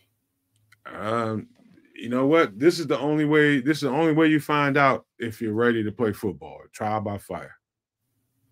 You know what? If he's not good enough to play right now, then you take him out. But if you take him out now, given the situation, what do you do to his confidence? Man, that's 22, bro. It really is. Well, listen, I used to take them punter snaps off, and we could talk about stuff. I don't. He's really good. I hate the fact that the punter is awesome because I actually pay attention to special teams and punting now. Something I would totally ignore. But I don't know if you're paying attention. He just soft kicked that one. And you could see him. He had extra time to place it. He just placed that right where he needed to put it. Put these guys in the 10, don't put it in the end zone. Nice touch, you know. You don't see stuff like that every day, and I don't like. I'll be completely real about it. I never paid any attention to it at all. Yeah, perfect would have been inside the 5. You're right. You're right. You are right. But again, I'm impressed. I agree with this slick sophistication. There needs to be a bit more of a plan coming into this particular situation. I don't know why.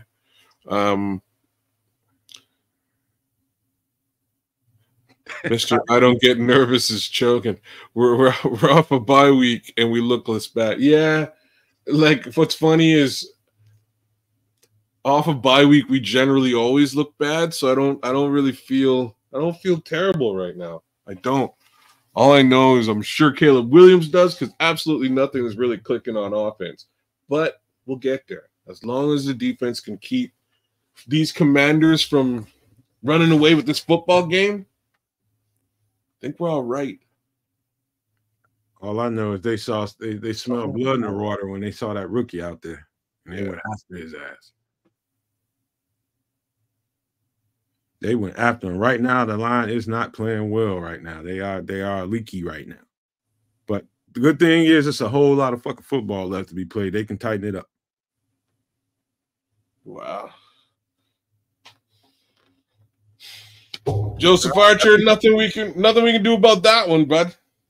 I think we ought to just calm everybody, settle down, just be cool. Be cool.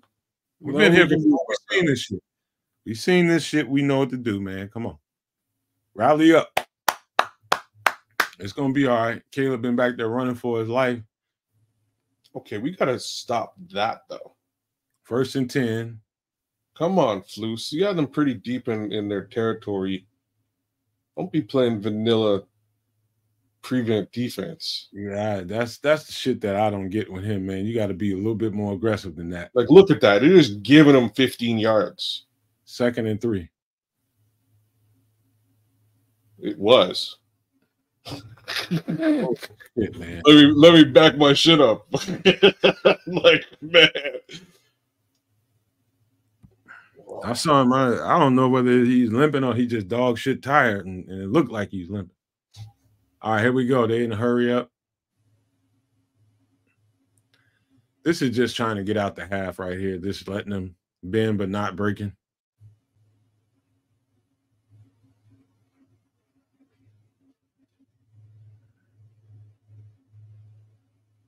There go Illy. Illy coming with the good luck. Illy, you better. He's coming with the good luck. They ain't gonna give up nothing for this. They ain't gonna give up no points. Wow. And even if they do, it's only gonna be 3. I ain't worried about no 12-point lead. Well, they better not let them march up for 3. That's crazy. They shouldn't. I don't know how good this dude's leg is, but they need about 10, 15 yards. About 15 yards at least.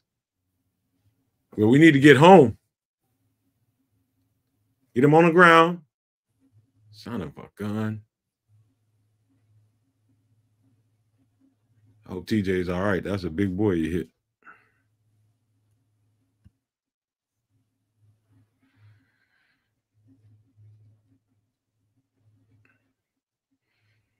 Washington's out there playing with house money right now.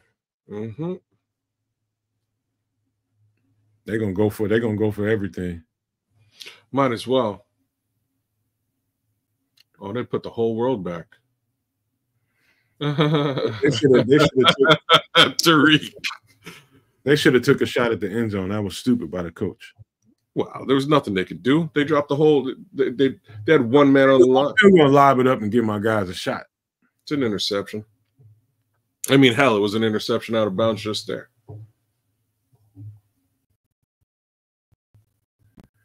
It's gonna be all right, fellas. We're gonna be all right. Ladies and gentlemen, we will be all right. Get this motherfucker on the ground. Oh, skunt. Golly. Wow. That's gonna inflate the numbers and make it look like we had a bad, horrible run defense. I was hoping somehow I ended up against Brian Robinson today because fantasy football be like that. Illinois, that tale of two halves, man. We've been, if we are not the poster child of tale of two halves, have you ever seen one? Yeah, it's got to be this team because Zero Burger ain't cutting it today, and that's not what it's gonna be. Like, oh, look at happy smiling Floose. I wish I was listening. Actually, I don't at all. They played terrible, and we still only 12. I mean, we only 9 points behind. That's exactly why I said happy smiling Floose because I don't. Hold up, Don. I ain't seen you in a while. My fault, kid. That's all right. I ain't trying to give Don no love. They just beat the brakes off of whoever they played today. No love, Don. No love, bro. Y'all won today. Good for you. We're still trying to get things up. I love the way this team makes second half adjustments. I love it. Like, so far, this team is really good making halftime adjustments. They dial into what the fuck went wrong in the first half, key in on who made some of that shit happen, and they fix it. And so I expect a different. Now, you know, Caleb is going to have to understand that, well, not only are they going to have to dial up stuff, whether it's the original play that comes in or whether he audibles it at something at the line, he's got to understand that they're going to ramp up the pressure on him. They're going to come at him even more. So he's just got to know that coming out in the second half and be ready to deliver whatever he needs to deliver, knowing that. So you got to know these motherfuckers are going to really come after you second half. Well, what it do, Skylark? Good to see you, bro. Yeah, that's how they have to sort of come out. They got to figure out what to do with that line right now. If Braxton is hurt, where we are, like, you know, you asked the question a little bit earlier on. We are seeing the drop off right off the bat with Karan.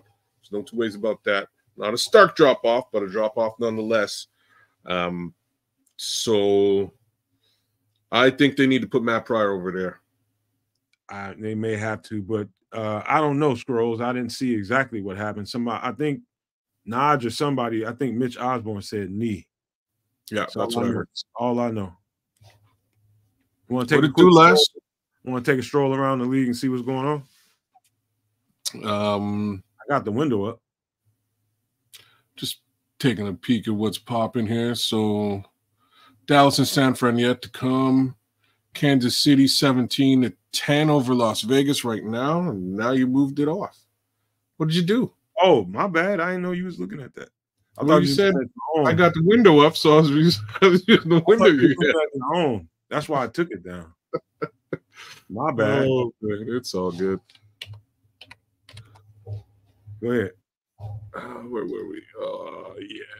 So Carolina losing to Denver as was promised, 21-7. Whole lot of couple of the wide receivers are out for Carolina. It'll be a hard game for them.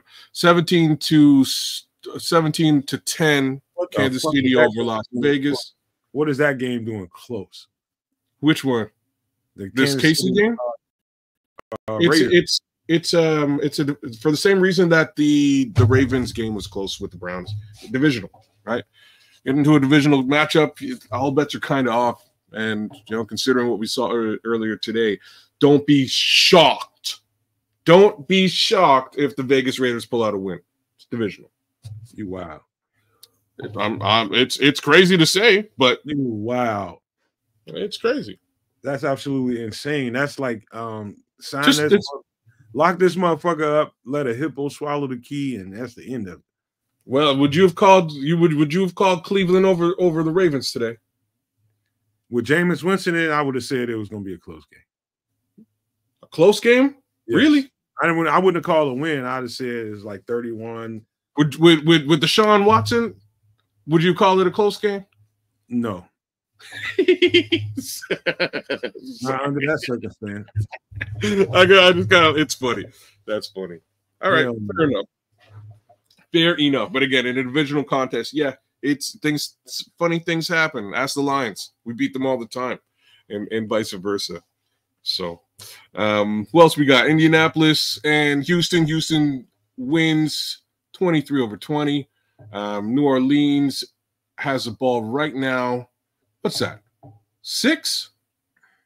What you looking at? To the Chargers 9? That's just weird. Those are weird football numbers. Is that 5 or 6? I'm not. I mean, let me look at it. That's hold on. New Orleans and the Chargers. That's crazy. New Orleans, hold on. I need to go back. I'm looking at the wrong shit. That's let me see. Yeah, that's 5-9. 5-9, dude. That's a baseball score. Fucking I was just gonna say, like that's not this is football? That's wild. Okay. 5 that is points. wild. So field goal and a safety. A little bit off, but holy crap, man. Caleb Williams is only 3 for 8 for 33 yards, man. You see down there? I don't even want to look at that. Like normally I'd be rolling. I got stats on this game right now. Might as well roll through the stats. So total, geez, y'all don't even want to hear this. So total yards, 90 yards, Chicago Bears to 267, Washington. Passing yards, 13-154, Washington. Rushing yards, 77-113. At least we're running the ball semi-decent. Yards per play, 3.2 to 7.6, Washington. They've got 13 first downs to our 6. Man, just all around terrible situation. Not a good outing for the Bears on offense at present. Right now, it's the Rome Odunze show. He's the only guy who's really done anything. But I'm getting this off the screen. It just makes my stomach hurt. Yeah, it absolutely makes my stomach hurt because it's indicative of just lack of poise and not being in sync offensively, man. But being that bad offensively and only being down 9 points is a good fucking thing, whether you see it that way or not. I wish I could argue with that. 2 touchdowns and you're back in the football game. So there's that. And quite frankly, we could potentially get that on defense. But, yeah, that salad did look fire, the scrolls. you saw the salad too? Yeah, man, it did. It looked fire, bro. You fat motherfuckers. Quit looking at the goddamn salad, man. Call us fat. We talking about salad. This is the first and last time you're going to hear me talk about salad, period. But it did. It looked fun. I love salad, man, but I didn't even notice it, man. No, it was a big old salad. Like, what was funny to me is that the company with the meat, though, they're all over Europe.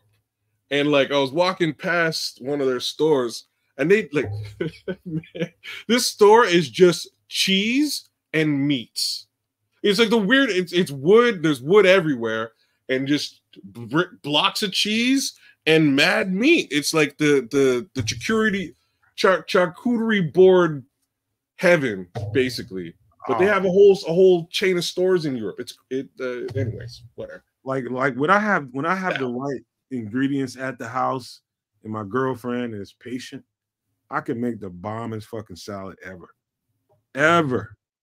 You know, I gotta have some chopped ham, some chopped crispy bacon, shit like that. Maybe some turkey if you got some cube up some turkey around there. Put some good cucumbers and cheese in there with some tomatoes, dude. And a little egg. You gotta have some egg in there. I don't know if you guys in Canada do too much of that, but here it's like I'm an egg person in my salad. I'm not. I hate salad. I'll tell anybody who's asking. I'm not a big salad guy, but I've learned the salads I like, and strangely, they tend to have fruit in them. I like salad with apple. I like salad with raspberries. You got to put you kind of just if you put egg and bacon, I'm in, right? So egg, bacon, and some kind of fruit. Odds are I'm eating the salad, but I'm not really a salad guy, man. I'll go. You know, I will walk a long ways to not eat salad. I will if I can avoid salad, bro. I'll definitely. I'm in to avoid salad. Hey man, you know? Salad is the food of the gods, man. I disagree.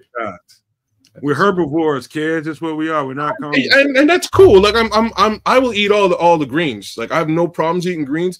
I just hate when people are like, here's just like a whole pile of greens. Just eat that. It makes me mad.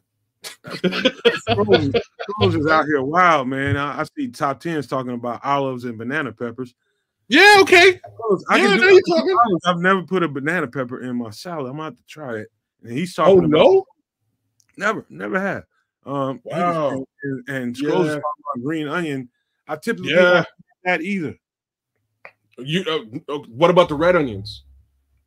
Depending on what I'm eating. If it's enough meat in it, and because that red onion is so goddamn strong, it overwhelms I love it, bro. Taste of the salad. I don't know why the fuck we talking about salads, but taste of the salad. Salad just tastes like water. It's lettuce. So you need to have some kind. That's like all the stuff we're talking about is flavor, right? It's the ham, the turkey, banana peppers. Oh, you're actually getting flavor outside of just eating straight up leaves. I found something, man. It's something I started fucking around with recently. Is zesty Italian dressing with and pause on the zesty and some ranch. That mixture with everything you just got through talking about, your cube turkey, your crispy bacon, and your ham cubes and shit like that. Eggs, cheese, telling you, your life's gonna start all over right then and there. Yeah, that mixture right there.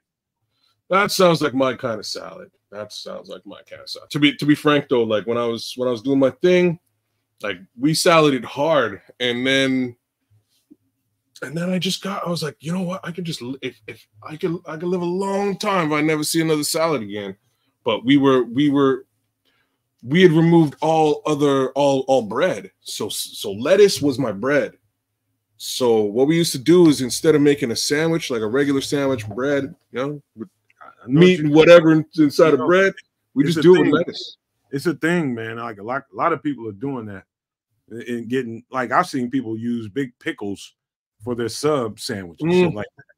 Just cut it, like hollow it out a little bit and put your stuff in.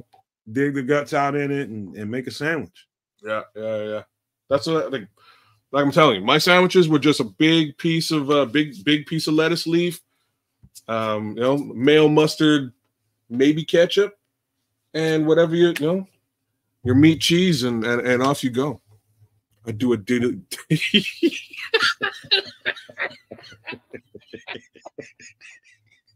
Oh no, the Scrolls. Girls, you gotta fucking become a member, man. So you can come into the.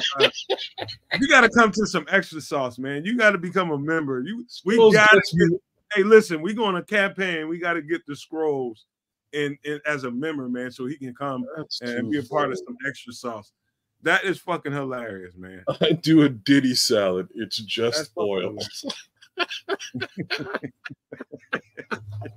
Oh man, Scroll, you get me at least once a show, man. Shout out to you. That was too funny. Cantaloupes, grapes, pineapples. See, like that's what I'm talking about. The grass is a he likes sweets and fruit. No, I like my salad a little zesty, tangy, and salty. And I don't like sweet shit in my salad. All right, here we go. Kick off. So deep in the end zone, Washington starts with the ball. But yeah, no, I've cranberries and all that shit. I don't want that.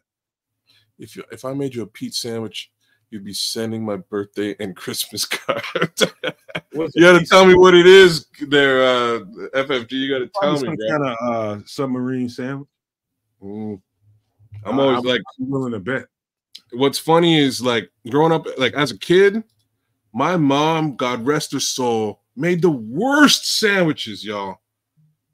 The worst. So like basically all my wife really had to do was be good at making sandwiches, and I'm in. Like that was it. She makes a killer sandwich. We got action. We got action. Second down. They just picked up about 6 or 7. Yeah, quick bubble.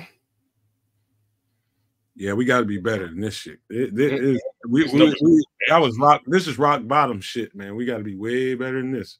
Yeah, we can't do nothing but go up from here. All we can do is go up. We just got to settle down. I think all of that shit is due to being unsettled. All right, here we go. 2nd and 4. Jayden Daniels back to throw. Why? Jalen Johnson didn't break on that one. He just played that one back and decided not to break on it. He didn't think he could hit it and just made sure he got the tackle. Well, he had another coverage assignment and came back. So I get where he was in a 2. He was in a cover 2. Yeah, I get where he was on the play. 1st and 10. Washington's been getting what they want. Let's go. Let's get after this motherfucker. There's the pressure. I see Javon. Yeah, way to put Javon. There's the pressure. Javon got off and beat his guy, got chipped, and he still got home. Yeah. Here we go, 2nd and 10. We just got to get some more of that. Just got to get some more of that. They got their run front out there. Get him on the grid. Get off the track. It didn't help any. He still pulled 8 yards out of that. Billings looked like the Kool-Aid man out there. You got to get off your tackle, man. I mean, you got to get off your block. Shed that block. Just his jump cut alone is leaving Billings in the dust. That's because we're playing a very vanilla defense, man, and we should be kind of crowding that front right now. For sure. Like playing too vanilla right now. Now they want to play some man-to-man. Let's see if they can get home. Ooh, get him. Get him down. Oh, we still got it. Oh, let's see where they mark him. He got it. Sure did. Fucking DeMarcus Walker had him dead to rights. And Taylor missed him. That's a slippery little motherfucker if I ever see one. Josh Blackwell missed him. Why Josh Blackwell out there? Because Kyler's hurting. Oh. Is Brisker out too? Yeah, he's out. Oh, this explains many things. Come on. Y'all don't get discouraged, man. We all right.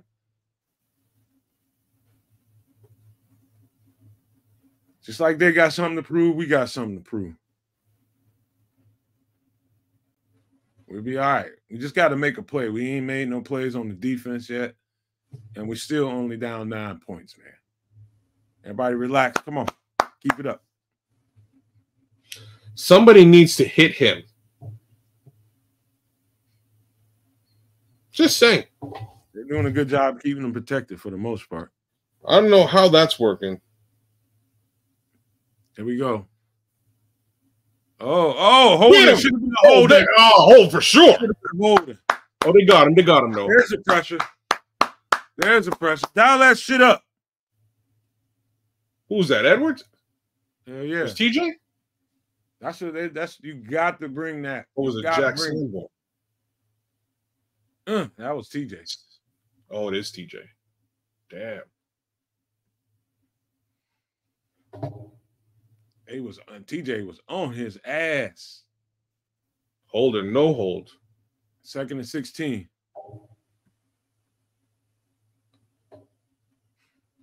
Second and 16. Let's go. Let's back him up a little bit more. Hand off. Get him on the ground, Daryl Taylor.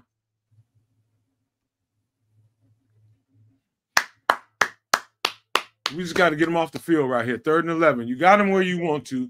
Get him the fuck off the field. Get him off the field.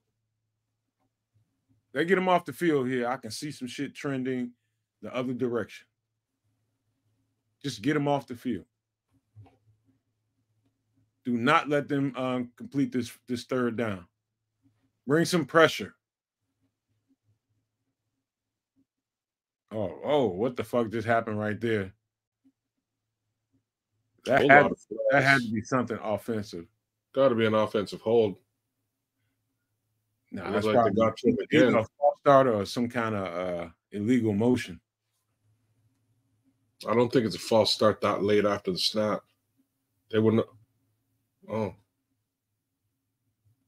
illegal motion. It's declined for sure. Okay. Let's see what Washington does here. They might feel like they got a chance to put their foot on our throats. Wow, they're kicking the ball. They went to some trickery right there. And that shit they're real tricky and screw everything up. Oh man, FFG, I haven't eaten dinner, bro, and we got a ways to go. You fucking with me with all this.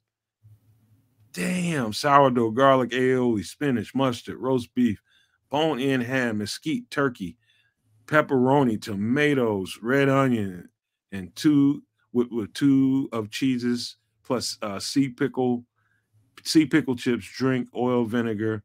Oh, he's talking about that sandwich. Mm-hmm. I know what he's talking about.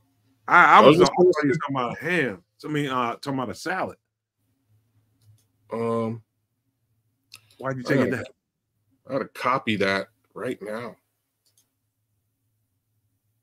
That did look good. When you copy it, save it and text it to me when we get done. That did. Right. You know what? I'm gonna throw it in the chat. What do you call it? A Peter sandwich or some shit? A Peter sandwich. That's what he called it. Pause. Funny.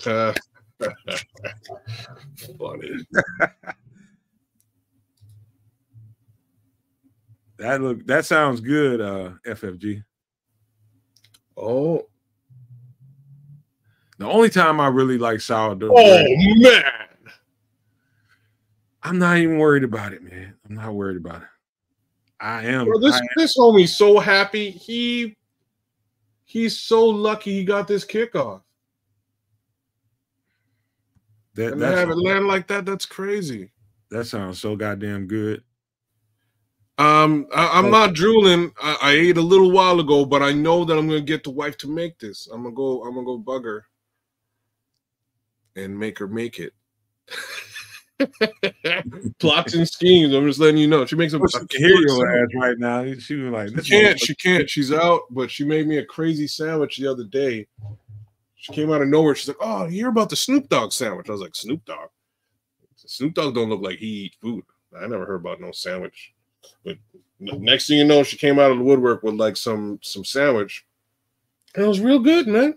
It was like just a bologna and cheese, grilled cheese with mustard and barbecue chips on it.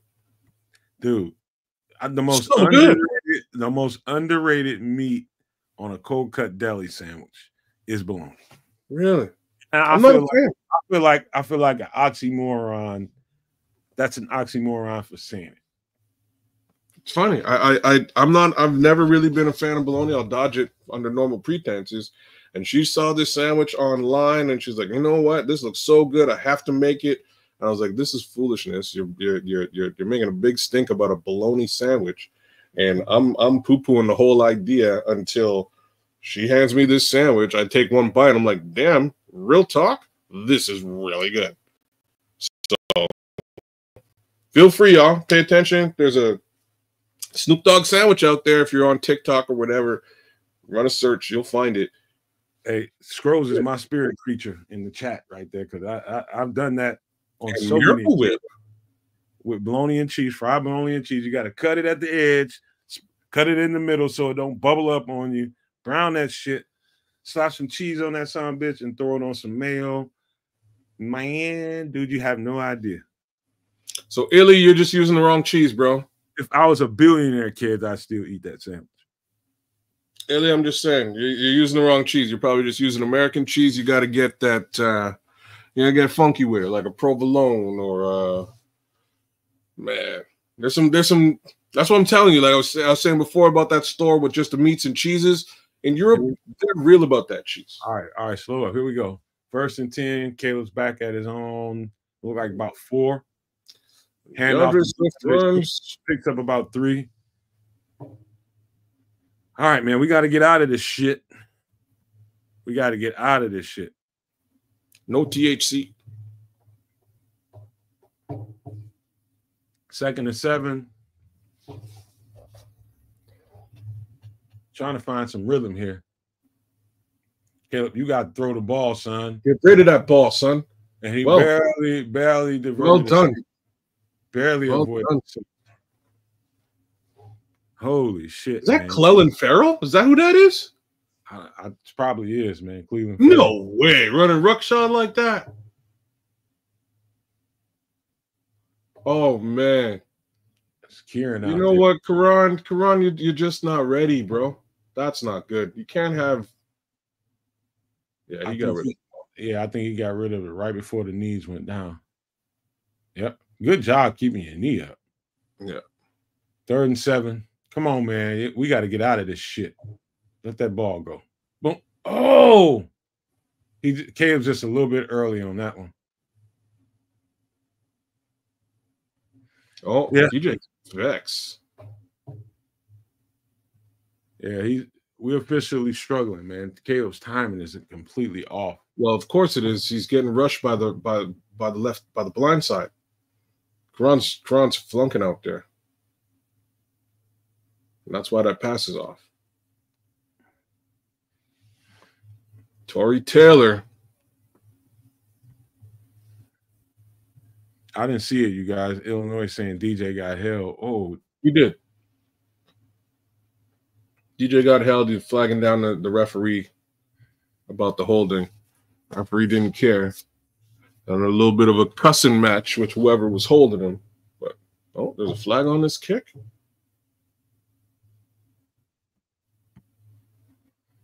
This is I was gonna say this right now. This is not a good football game for the Bears. You're gonna flag on a kick. It's not a good football game for Caleb right now. He just hasn't been able to get a rhythm.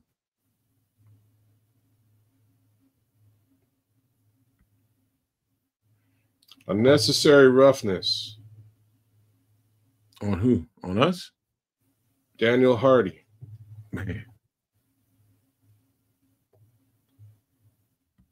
That's really that's going to cost us 7 points. Top 10 isn't you're not far off here. That's a great way to put it. He's not seeing what he's supposed to be seeing, and that is a mental thing and not being really checked in like he's supposed to be. But you can't blame it all on him. Can't blame it all on him. No, you can't. He has no blind. It's his blind side. There's human beings coming screaming, from that part of the field. I don't know what to tell you. That's going to throw his clock off as it is. Let's also add that these receivers haven't been getting very open today, but there have been a couple of opportunities where he just didn't hit them. He's just yeah. Now you're talking FFG. That's what I'm talking with. So that's cheese. All right, hold on, man. We need to talk some football for a second. I want to talk sandwiches, and we kind of. Bro, I'm moving to sandwiches. Sorry, because this is not a good football game, bro. I'm trying to I'm trying to stay positive and not poo poo on the game we're watching. But it's to me, it's explainable, man. Caleb is he's a little early, and not even there. Sometimes he's not seeing. I think they're doing a good job disguising. And it's fucking with his timing. The line, I can't say that Kieran was a problem on that series because I didn't notice it. But I did. Football stuff, Caleb is really not centered where he needs to be right now, and the other quarterback is. So he's just not poised, he's not relaxed back there, and you're starting to see the difference between the two.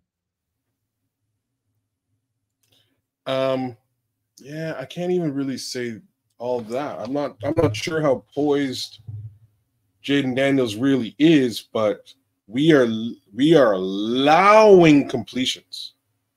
Like the completions he's making, there's a receiver for the most part wide open in his zone.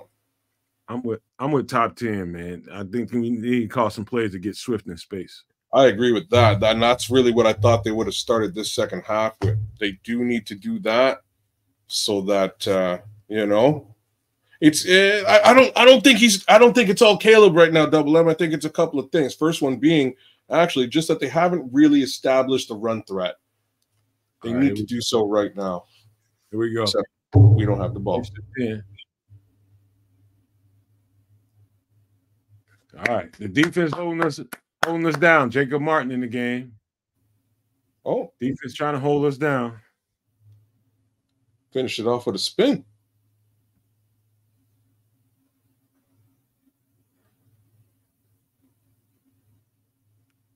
If that's what they call some shit on. Oh. Come on, man. I can't believe they call that bullshit. 2nd and 14. Let's go. Get home. Woo! Oh, how did he slip out of that? Oh, how no. Did he slip out of there? That motherfucker slippery as wet-ass spaghetti. Olive oil on it. I mean, they had him dead to rights. He's just tough to deal with.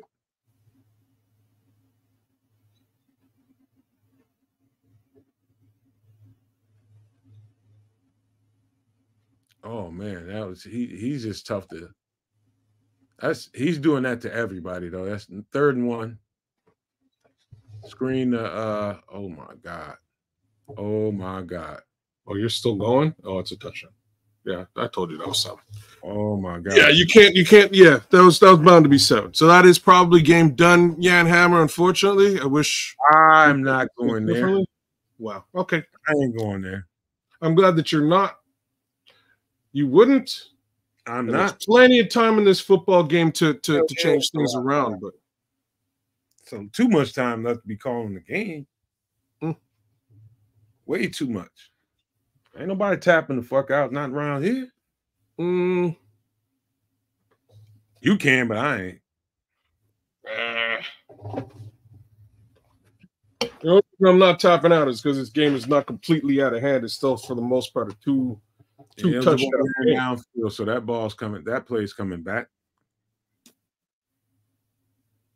Oh, are you for real? Yep. So y'all ready to tap the mat? Calm down, man. Calm down. Who was the guy who was upfield? All right, here we go. Third and 6. Yeah. 3rd and 6. All right. Get him, T. Ah, 1st down. Fuck. Wow. Good, just a good throw. Good throw on 3rd down. The blitz was on. Everybody's man to man. Good coverage by Hicks. You just made the play. That's just nobody got that wrong. They just Jayden Daniels just made the play. That's the bottom line. 1st and 10.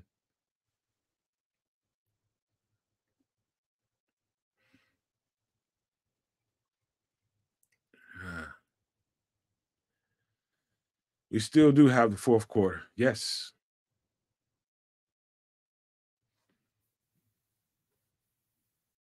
This is not looking good so far.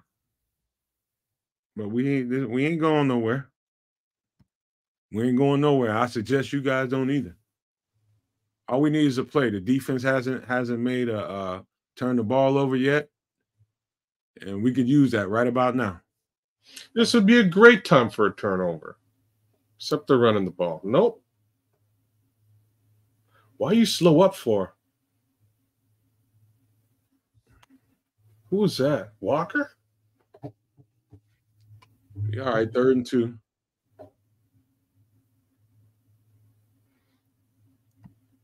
We haven't had a turnover yet, man. We do. We got one coming sooner or later. Now their left tackle is going off the field.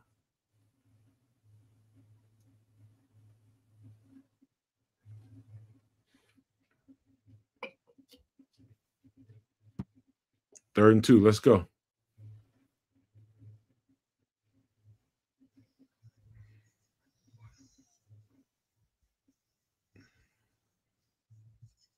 Did they get a delay on that? Oh, they got a time. They had to call a timeout.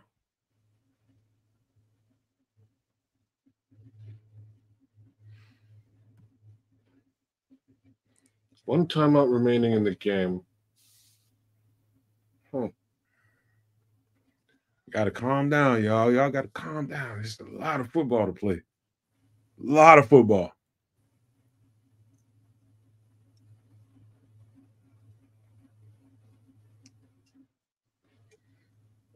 It's a whole lot of football yet to play. Well, I'm here for a win. Let's go. And Giovanni Giorgio, welcome to the show. And be quiet. 3rd and 2. Let's go. Let's see what they do here. I don't think you try to run it right now, but we'll see what they do. 3rd and 2. Why wouldn't you run it? Of course you run it. Run game on his ass. Don't do anything but bring him to the ground. Well done, Montez. That's a momentum play. Well done, That's Montez. a momentum play. Perfect timing. Montez closed on his ass. Oh, my God. That's a monster play right there. Look at that close. Woo! Yeah, 3 men on him, too, man. How we got through them 3 guys, I don't even know.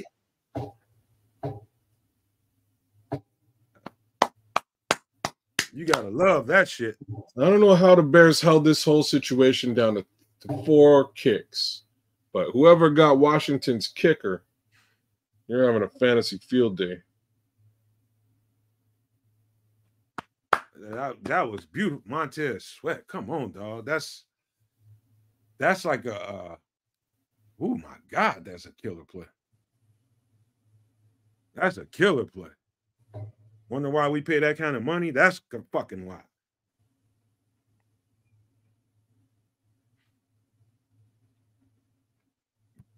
You got to have that. All we need is for them to call up the right shit. I love Top 10 Sports saying that we need to call some plays getting DeAndre Swift into space. I think that's the right answer right now to kind of pop this thing loose, get everything loosened up, and get some rhythm going on. I think that's exactly the right thing to do. Well, I don't care how they do it. Like I'm lost. I'm at a loss of words for how it should be done, but they need to clean this bloody thing up right now. There needs to be points on the board right now, right? We're getting deep into the 3rd here with a 0 burger. We need to make a stark change, and if that's through DeAndre Swift, establish the run, do it. Yeah, FFG style. Where is Cole Kmet? They're probably not going to use him in a pass game right now. As long as Kieran is still in there, they're going to probably use him as to help in protection. So I wouldn't count on, if they get Kmet, it'll be a miracle. I think they're going to need him to help protect back there with Kieran. Got a rookie left tackle in there, so Cole Kmet probably ain't the guy you would want to be paying attention to.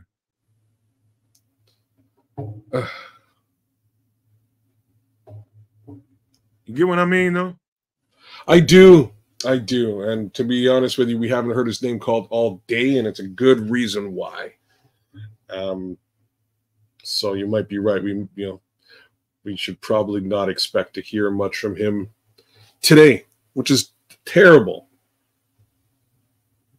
Man, I hear you guys in the chat, man. I see it. I see everything, man.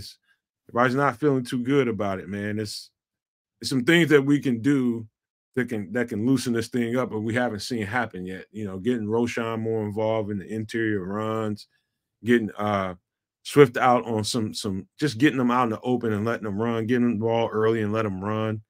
Some things that we haven't seen yet. Hopefully, the offensive coordinator can see that too, and we start to see some of that. But Cole Kmet, I'm almost certain is just back there to kind of help protect the quarterback right now, to keep him clean, to try to give him some rhythm. In the passing game, I just don't see it. It is go time. Well, we just went with a pretty decent return from DeAndre Carter. I think they're ending around the 30 now.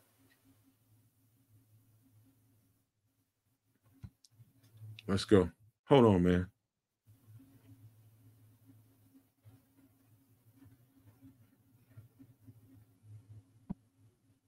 Fucking cats out there just being a terrorist right now.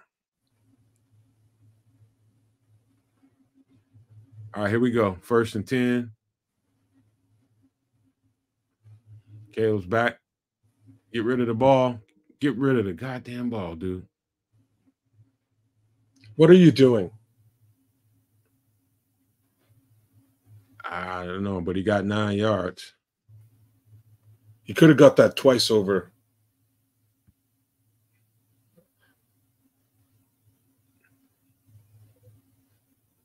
Ooh. Seeing that replay? Oh, right. No. Here we go. 2nd and 3. Wow. What a fantasy football kick in the shins for me today. Let's leave that alone. Start motion. All right, 1st down. Some rhythm plays. I feel you, Shane Waldron. I feel you, Shane. You see what that was, though? What? It was basically it was the same motion as the double pump fake the other day. Except they went with the first read straight to Roma Dunze. Last time it was Keenan Allen on the motion. Here we go. 1st and 10. I hear you, kids. I didn't notice that. Yeah, I noticed it right away. Same motion, except instead of the pump fake, they went with it, and they got decent yardage with it. Pass left to DeAndre Swift. Get upfield. Picked up about another 6 or 7. Fire tackle. Let's go. This ain't. We ain't going nowhere, y'all guys. Do not leave. Thank you, Nudge.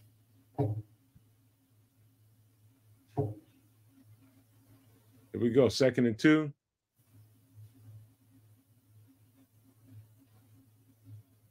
Oh, Caleb takes a shot and is way off.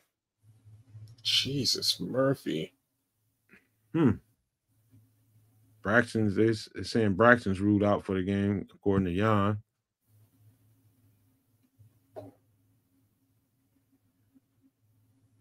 Right now, see, he's late with that ball. He's late with that ball. Way late with that ball. Well, late or not, super inaccurate, bro.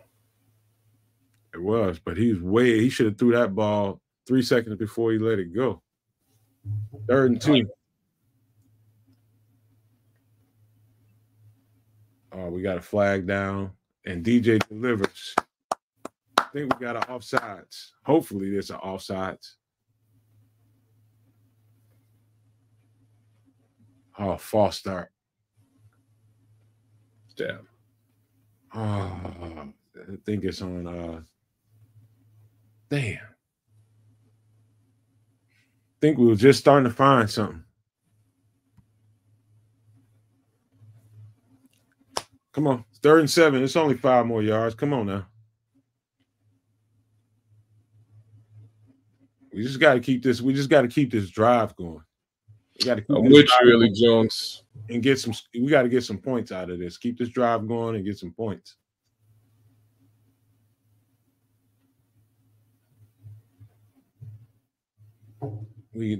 Tell me we didn't get another false start. Oh my God. Yeah. And that time it's Tevin.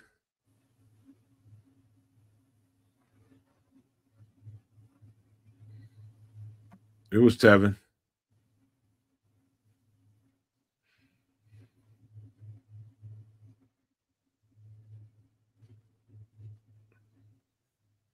You can't be hollering at nobody right now, dude. You can't be hollering at nobody. You got to deliver. Your team needs you right now. 3rd and 12.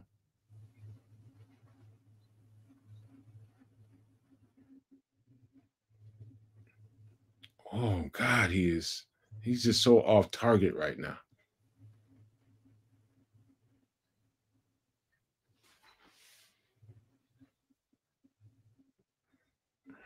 He's off target.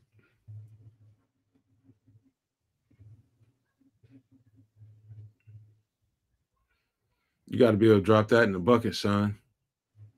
It's late, and you overthrew it. It's late, and he overthrew that ball. Sick of saying this. Ooh, good ass kick. Well, unfortunately, man, listen. Wow.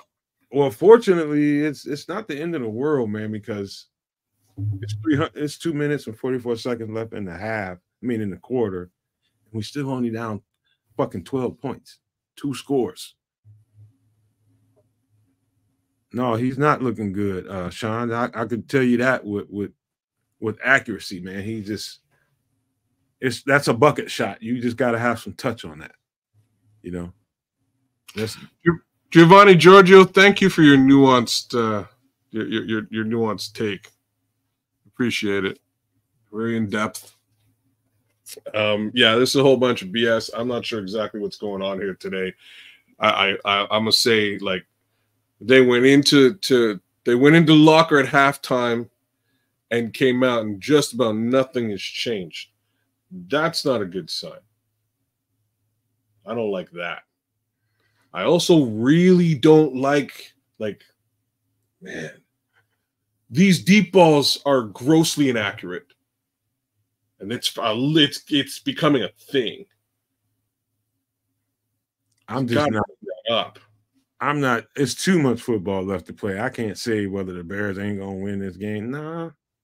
I'm just Kevin Scott. I'm just saying it like I'm saying it. Things need to be said. They're being said. Ricky Leahy, my guy. What's popping, brother?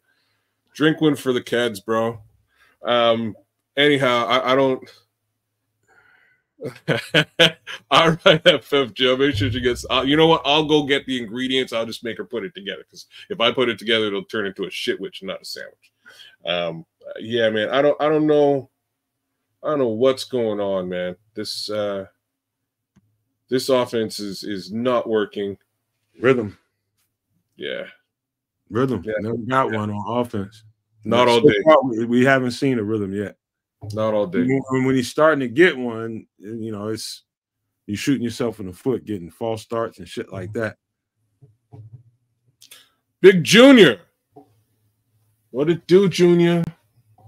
What up, June?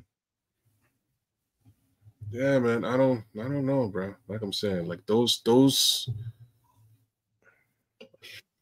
deep balls are starting to worry me, man. I don't like that. It's not time to worry yet. We're not there yet. We're not there. I can't tell you when it's time to worry, but I'm not there yet. Get him on the ground. Picked up about 5 or 6. Man, he's a good back, this kid, man. Ricky Leahy. I drink because of the Bears. I'm with you, Ricky. Missed you too, Junior, man. I had to take a staycation with my girlfriend, man. I didn't have no choice but to sit the fuck down. Let's get him on the ground. Way to go, Tyreek. Way to go.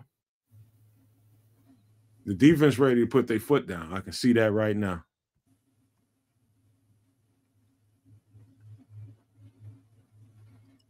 They ready to put their foot down. Come on, defense. Pick 6, y'all. That would require a throw first, but let's go. 3rd and 3. Gotta get off this field. Ooh-wee.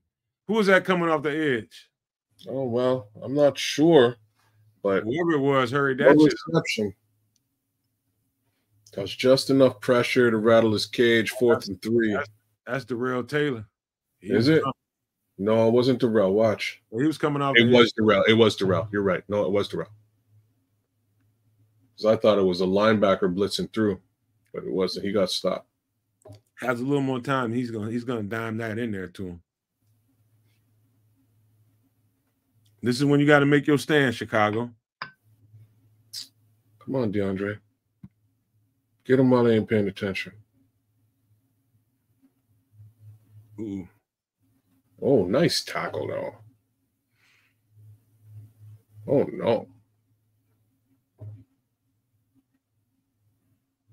Yo, it's beef out there.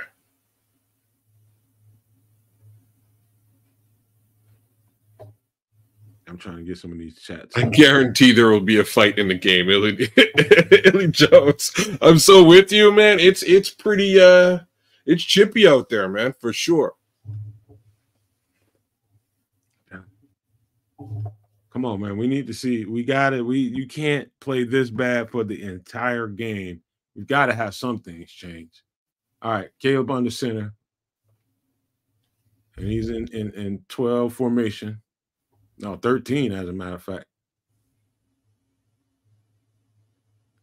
13 personnel, picked up about 5 or 6. Quick pass to Gerald Everett. Finally got introduced to the offense. First time I've seen 13 personnel.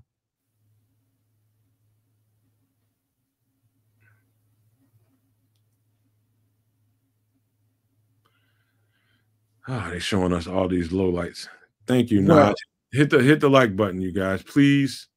And it's free. We're nice people. Okay, Sean Rogers. Okay in the grasp. Okay in the grasp. Hand off to DeAndre Swift. Whoop, whoop, whoop, whoop. This is what I need. Oh, tell me he ain't going to the house. Did he just go to the house? Get home. Thank you. Did he just house that? He got home. God. My fantasy team thanks you, DeAndre Swift. Did he just house that? Did he just house that? Yeah, he housed it. He says quiet, though, because there's more things to come. He says quiet. Oh, my God. Quiet on the Western Front.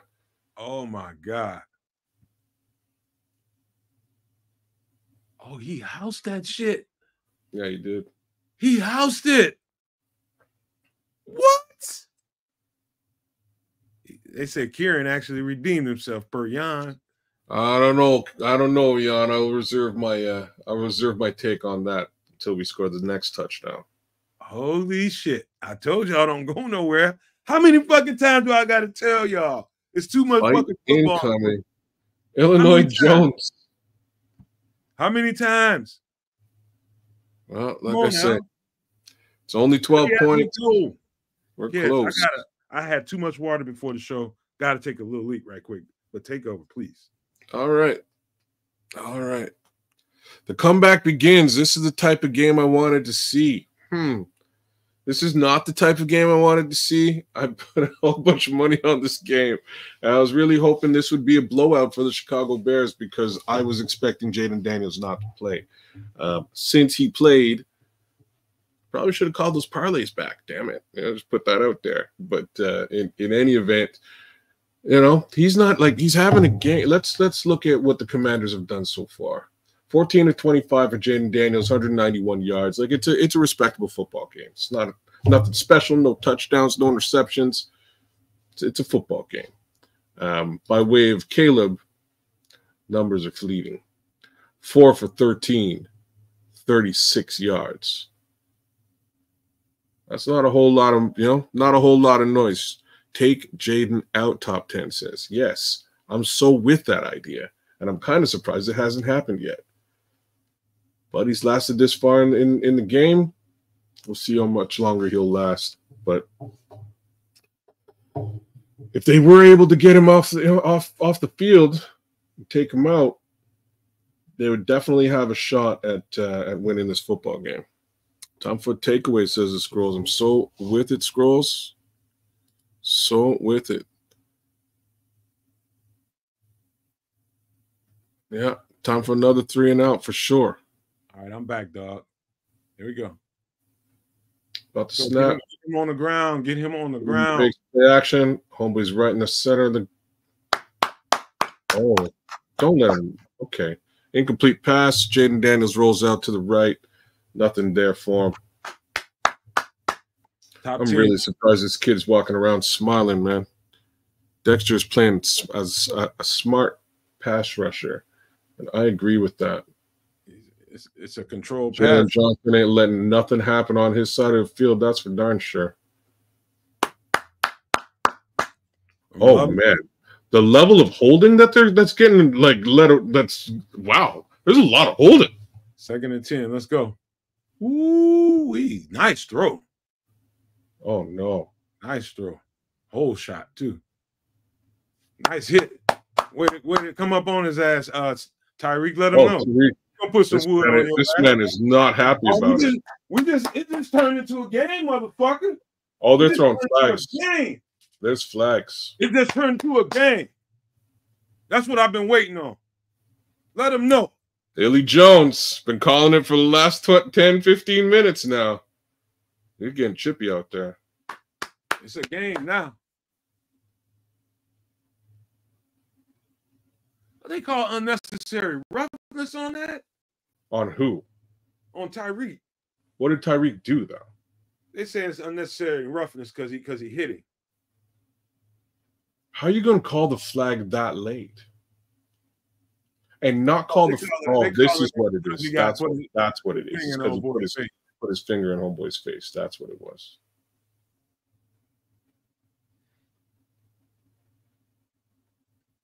That's some punk shit right there. I didn't like that. I ain't digging that shit at all. You gotta let some of that shit play out, ref. With that bullshit, man. Well, that's just bullshit. If you're gonna call late stuff like that and let and let the quarterback slide and not call, you know what I mean, and not call the hit, man, dude, that is not. Listen, there is a certain amount of shit the refs need to stay the fuck away from. Back off and let it play out. They're not throwing hands. They're not hitting late. Like, leave that fucking shit alone. Just because you hear or see a little bit of finger pointing and a little bit of language don't mean you need to throw a flag. Leave that shit alone. God damn, I hate that shit. That was real when I was playing. Like, you shouldn't be hearing all this shit, bro. Back the fuck up. God. Excuse me, man. I just had a flashback, dog. I'm sorry. Golly, man. It's just football, dog. You right, AC. They're going to talk shit. They're going to point at each other. They ain't spitting. They ain't kicking. And they ain't hitting late. Don't fucking throw the flag. God. Joseph Archer didn't miss nothing, but we did score a touchdown, so there's an upside there. I don't know why, like, no, they're not calling penalties on the home team. Like, I'll just straight up agree with you. They're not, and something you kind of get used to when the Bears go traveling, but it's just an unnecessary call right there. You just called a flag on a motherfucker for putting a finger in somebody's face. Think about that for a second. You just threw a fucking flag at a pivotal point in the game against a team for someone pointing a finger in somebody's face. Stop the nonsense, man. Yeah, the Scrolls, I'm so with you, bro. No flag. Damn. It's not just that the league is soft, Marlon. It's that it's Bears tax a little bit though. Like all these soft BS calls always seem to rear their ugly head when it's a Bears football game playing. I don't know who else. Like, I'm not even putting it on the hat. I think it's just the refs are too involved, and the over involvement makes them call shit. There's this normal football banter and shit that goes on during a regular flow of a game that you need to stay the fuck out of. You there to officiate the game, not be the fucking moral police. Get the fuck back. Mind your business. The play is over. God damn, that's fucking aggravating, man. I think I played too much football because this shit is way aggravating me. I know that was unnecessary, man. Well, real talk, Tariq Stevenson knows better than that, man. Let's go. Make up for it, y'all. Ooh.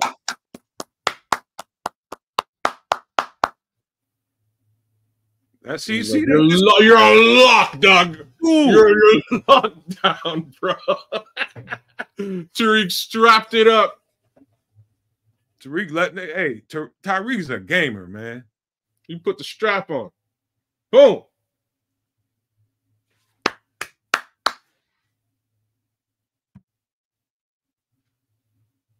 Let's go 2nd and 10. Tarek McLaurin.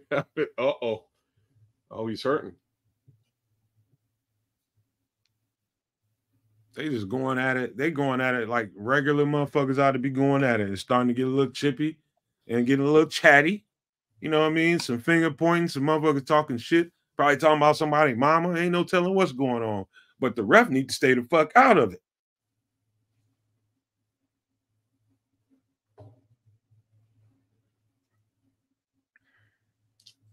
False start.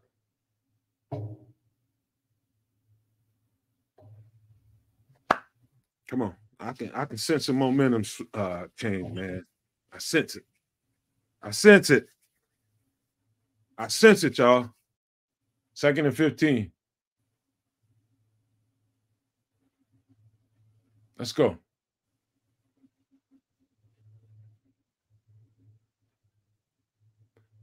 Stop hitting and tackle, y'all. That's you, Josh Blackwell. Stop hitting and tackle. Shit's too pivotal. You can't be out here trying to go for the big hit. Get this motherfucker on the ground.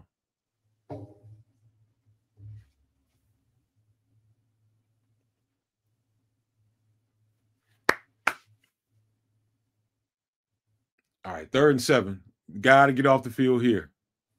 You got to get off the field right here. Got to get off the field. This is where you get paid, edge rushers. Somebody get home. That's what I'm talking about. Get their ass off the field. Get off. Get off. I told y'all don't go no fucking where.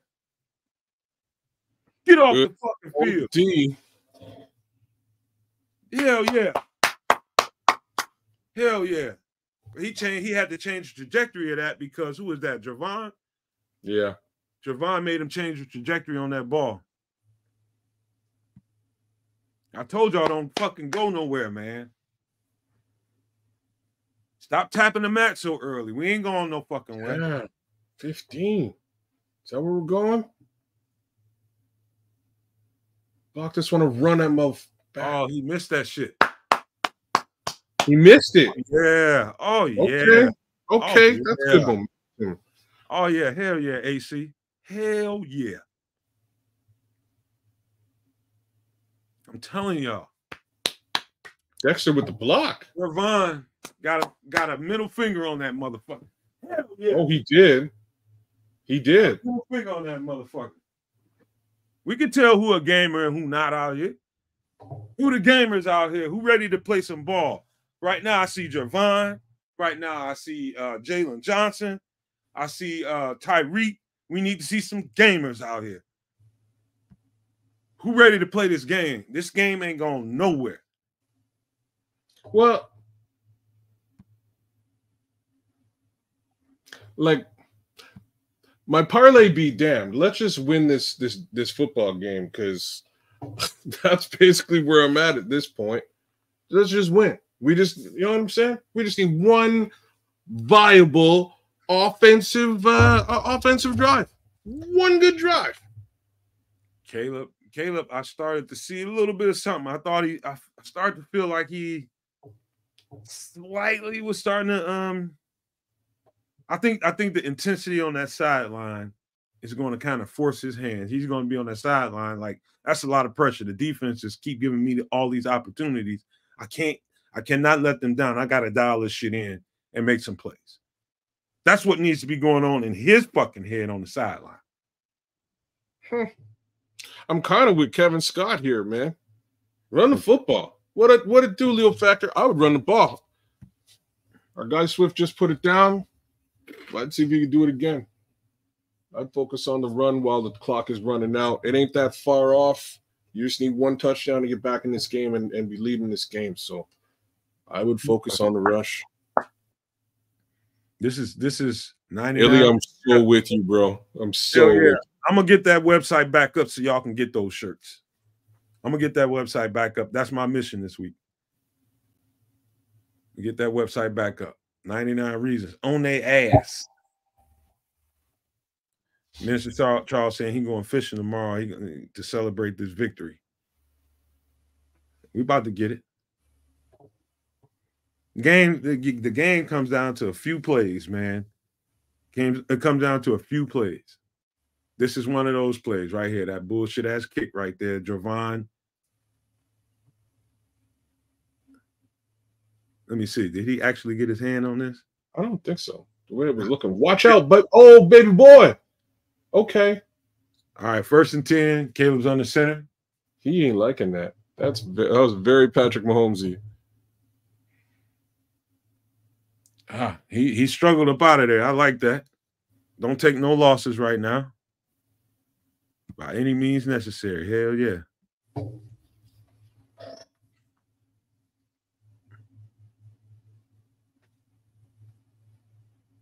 Well, they dialing up the pressure on Caleb. Now we need to adjust to that.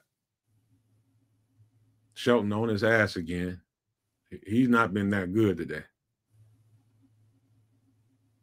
Yep. See, they brought it back again. 2nd and 10. They tried it again. This time they had to dirt the ball, throw it up. He's going to call. Oh, they're calling this intentional grounding. That wasn't no intentional grounding. Get rid of the ball. Intentional grounding. Keenan over there. Yeah, he was over there. They got to pick that flag up. Yeah, they're picking the flag up. No? Oh, declined penalty? Ineligible man. They're really about this ineligible man business today. A lot of ineligible men. Or do you say pause? No, I didn't say shit. I said good Lord. Sorry. Come on, 3rd and 10, man. You cannot let your team down right here. You got to make a play. If you don't see it, you need to get out of that backfield fast and make a play with your feet. Don't let your team down right here. Here comes the blitz too. Here comes the blitz. Let it go. Oh, like holy shit! What the?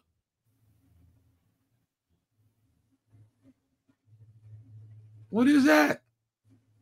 Okay, I'm glad you said that because I'm a little bit early. And I was going to say that, and I stopped myself from saying it because I'm a little early. I don't know what the hell that was. I'm trying to make it make sense to me. Nah, they either had a miscommunication. Caleb ain't seeing that field, man. Tevin Jenkins down.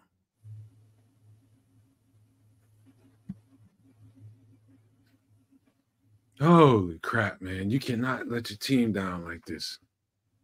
Talking about Caleb, man. He's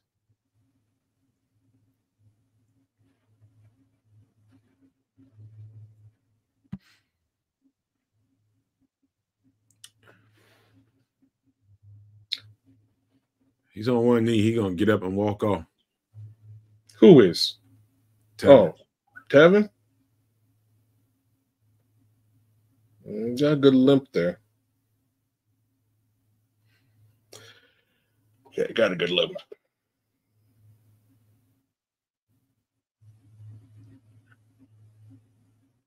Strong as that big motherfucker is, he'll be all right.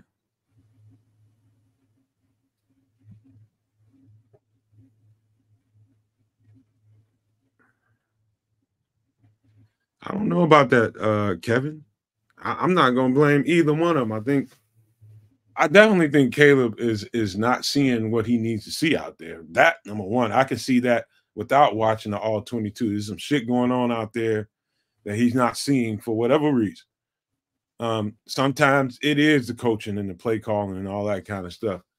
But I'm not getting ready to sit out here and put Caleb in effigy, man. He's just not seeing what he needs to see so far. No, they just got a false start on a punt. I ain't never seen that before. Your shit ain't working. Oh my God, the punter is a gangster though.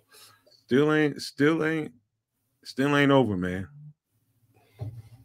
God damn. I know, Illinois Jones. I know, bro. The shit out that motherfucker, man. What kind of crazy punt is that? Golly, this just keep giving them opportunity after opportunity. They're getting into it again, probably. If the Bears win this game, you know the game ball should go to. God. I say this without a shadow of a doubt. Torrey Taylor gets the game ball. If somehow Matt Eberflus doesn't give him the game ball, somebody should slap the shit out of Matt Eberflus. Saying these things out loud. Hard to argue with that. Hard to argue with it. My guy put on the performance of the day. Oh, man. Yeah, they need to do a little bit more of that running the ball, Kevin. Toss right. Let's go. Get him on the ground. Minimal game.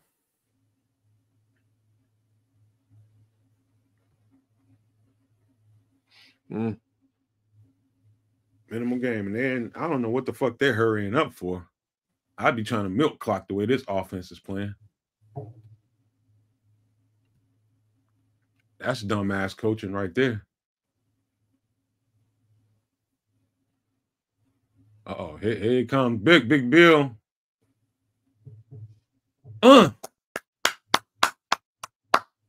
Third and 6.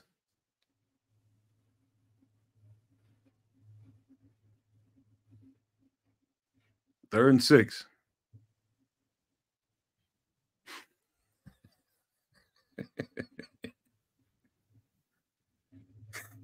No, I have a few more, but that is today's reason.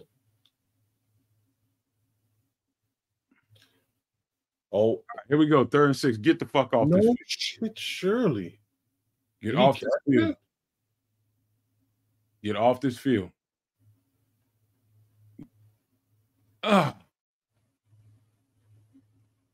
see. They call this a completion. Okay, so there's reason like Minister Charles, there's reason number 2. Reason number 2 is that he should have challenged his catch. And he didn't. Oh my God, he didn't challenge that. He let them hurry up, snap the ball, and call the next play. And that's not a catch. Matt Eberflus, bro. No, they weren't going to overturn this. The ball's on the ground. They weren't going to overturn that. Yeah, they were. Ball's on the ground. Now you got to get in some tighter coverage, man. Coaching matters, Kevin Scott. You're damn straight, bro. You're damn straight. 1,000,000,000%.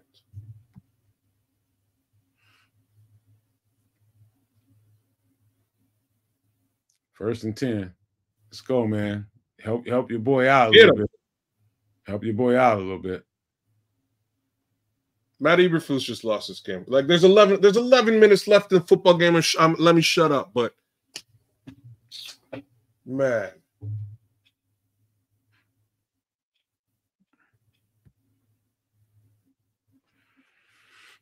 get this fool. Hit him. Oh my goodness.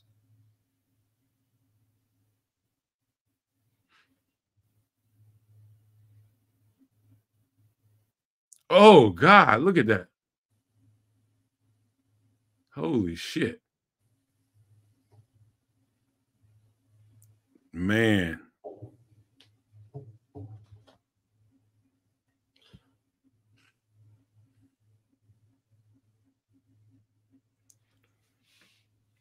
Come on. We just need to make a play here. We just need to make a play. Fucking Jayden Daniels is magical feeling shit around him, man. Oh, kill that shot. Come on. Yeah. Come on. Oh, that can't feel good. Woo! Woo! Jacob Martin. Jacob Martin. Jacob Martin, right when you need him to show up. He's wincing. 2 more of those, Jake.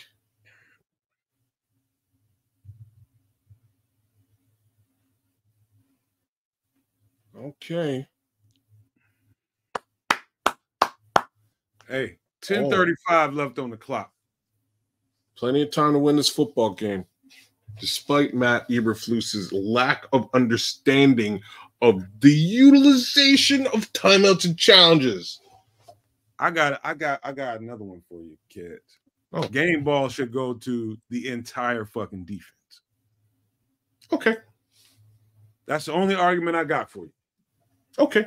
The entire fucking defense, as bad as we played, to be only down to what is it, 7-12? To be only down 5 fucking points? As bad as this shit's look. I think Torrey Taylor is a very close second. I still give it to Torrey Taylor first, but yes, I agree with you that the entire defense does deserve a game ball because they've kept this football contest in a capacity where they are not out of the game. They can still win this football game. Not out of the question. I still think it becomes a close second to the defense. The defense has controlled the game. But my point is offensively, the offense has done nothing but kick the football. And if it wasn't for Torrey putting the ball in the nastiest possible spot, the defense might have had trouble. So, like, here's how I'm going to flip it. The one place where they would have scored a touchdown and the touchdown was recalled. You know what I'm saying? Torrey put the ball where it needed to go, and if it wasn't for a penalty, there wouldn't have been a potential touchdown there. So again, I got to give it to Torrey. He was the most exciting thing for me to watch today by way of offense, with the slight exception of a DeAndre Swift TD. So I'll also give DeAndre Swift his little bit of flowers here. He's got a 100-yard rushing game today. Man, 98 yards. In the grasp is right. It's like right about now, all you got to do is get a drive, sustain a little bit of drive, get a field goal at least, and we can be all right in this game. Can't argue with that. I can't argue with that. Where are all the receivers top 10? I don't know what's going on. And one more time, like there's you know what? I must shut up about where I'm about to go, and I'll save it for after the game. But there's 2 things that have driven me crazy about this football game today. Just two specific things. One I just yelled about. The other one we'll talk about after. Why? Because I need this guy to square up and do his job. Caleb Williams under center. First and 10. Bill Murray's in. Hold on, kid. I'm just now seeing him walk to the line of scrimmage. Man, I have to back up. So Caleb on the center. Hand off to DeAndre Swift. Nice run. Picked up about 7 or 8. Yep. Decent run from DeAndre. Again, pushing forward his 100-yard day.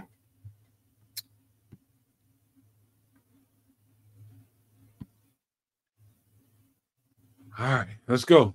2nd and 3. Another handoff to Swift. First down. Woo! All right. Okay. Let's go, Dre. Let's go. Put it on your back there, DeAndre. We got another ball. We got another baller. Play some ball then. That's right. Run that football. Forget the sky. Forget the sky even exists. You run that football. Oh, you play some motherfucking football out here. Ooh, boy. You know somebody got to make a play. You be the player that makes the play. You stick that landing, bro.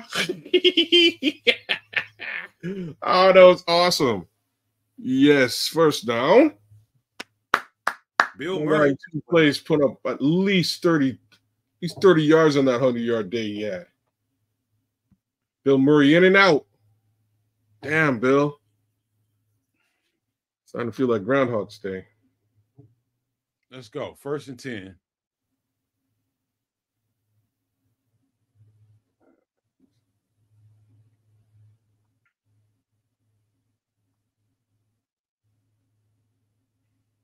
All right. All right, we'll take that. Wrong. Okay. Caleb, you're in the exact situation that suits you. You're in sugar huddle. You're in tempo. Play some fucking USC quarterback for the fucking Chicago Bears, and let's win this shit. 2nd and 1. Get rid of that ball, son. You cannot hold it. Nice shot inside the cold commit. That's what I'm talking about.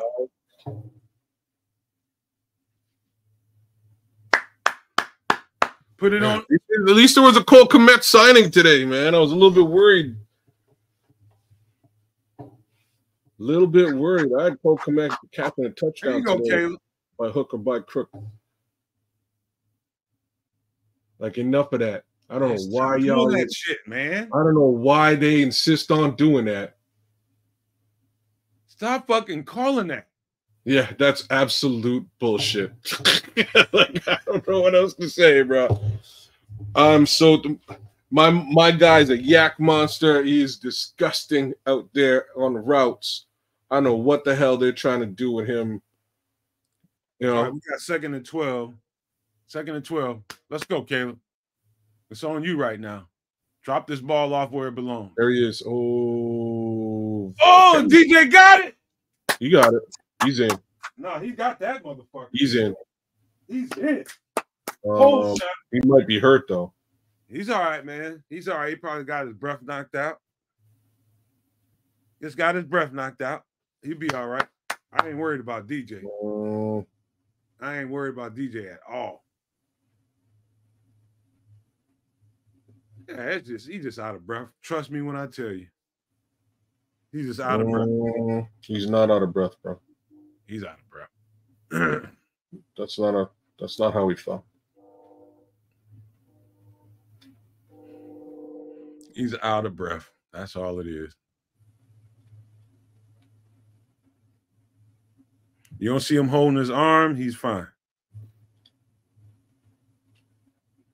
That's what I think he's doing, bro. That's what I'm trying to say. I think he's holding his arm. The way that he fell, it wasn't like on his back or on his chest where you get winded. So I'm thinking some sort of contact. Out of breath, man. He'd be up by now, bro. He's gonna get up. I'm telling you, DJ ain't going no fucking where. So I'd just like to say there probably should have been a roughing the passer call there as well. Yeah, probably not, man. It's just a hit on the quarterback. I don't like. I'm starting to give less of a. You know what I mean? Like I'm trying to be. Yeah, I'm starting to care a little bit less at this point because I've seen every other team in the NFL's quarterback get touched up, just touched up a little bit, and flags fly, laundry's all over the building. Little touch. You know what I'm saying? Like I've seen a situation where a defender, a defensive end, is being blocked and has reached to block the football, tapped a man in the helmet, and laundry. I hear you. I don't understand, man. I don't understand the consistency in NFL refereeing, and it makes me super mad. It really does. Drives me crazy.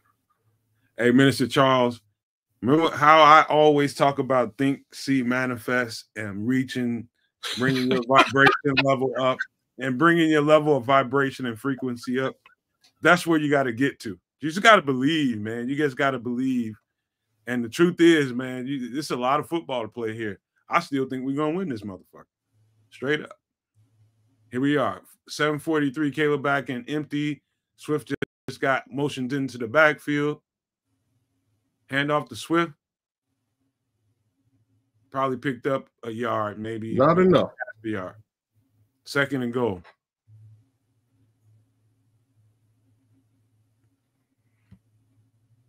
Man, I'm telling you, we ain't going nowhere. I think we're going to win this game.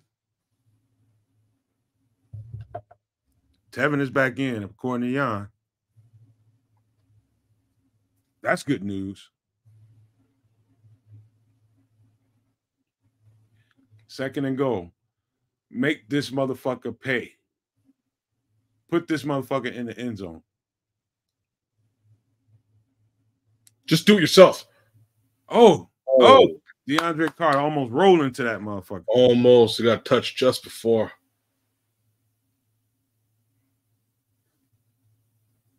Way to get under the ball. That's a wicked-ass throw right there. It is a wicked-ass throw and a wicked-ass reception by DeAndre Carter, like straight up and down. He had no reason to catch that. It was behind him. Jan says, white frizz time. Pritchard Air. And they gave it to him. And he got stopped. He's short. Get the field goal. Oh, they saying they took the ball. Oh, you wish you took the ball. You keep running with that. You big fat. Yeah. You're gonna have to do it in it. They might have, motherfucker. Shit. The clock is not running. The clock been stopped. Yeah, you guys celebrate it up. Get all that wind out of your body so that when we run this one more again, damn. Kramer hurt y'all. Like that wasn't. I didn't see that coming out of it. Oh, it's not Kramer. It's Tevin. Tevin's down.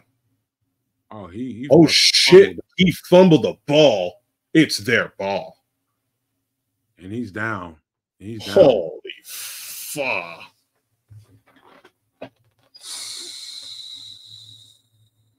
Now we don't even get 3 out of that. That ball shot right out.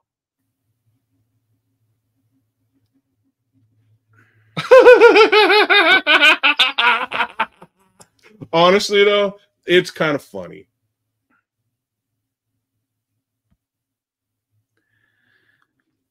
Relax, man. Relax. It's kind of funny, though. That's what happens, you know? You got a little, like, Kevin Scott, yeah, you get cute with it, bro. I don't know why they got cute with it. Should have been a roll shot.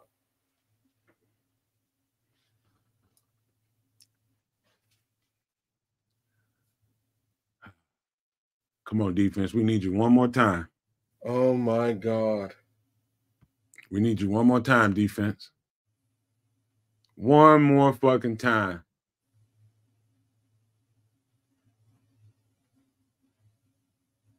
Oh, God. What was that, fellas? Black Rain. I don't know. Honestly, I know one of the worst football performances. If he puts the motherfucker in the end zone, nobody's talking about this shit. If he gets the handoff right and the bitch gets in the end zone, nobody's talking. Nobody. Of course, we're all yelling, we're winning the football game. You're right. Wish I could say you weren't right. Yeah. If they scored. Instead. All right, now we got to get off the field one more time. Now we got to get off the field one more time. Come on, defense. We need y'all motherfuckers right now. Right now. They're just going to be trying to run the ball. That's all they're trying to do. Fill the holes and get these motherfuckers on the ground. Get them on the ground. Get them on the ground. Maybe a yard. You might consider a timeout after this because the offense ain't clicking well enough where you want to let that clock tick down too far.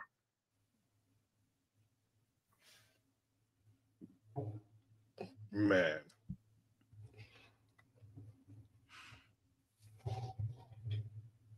Let's go 2nd and 9.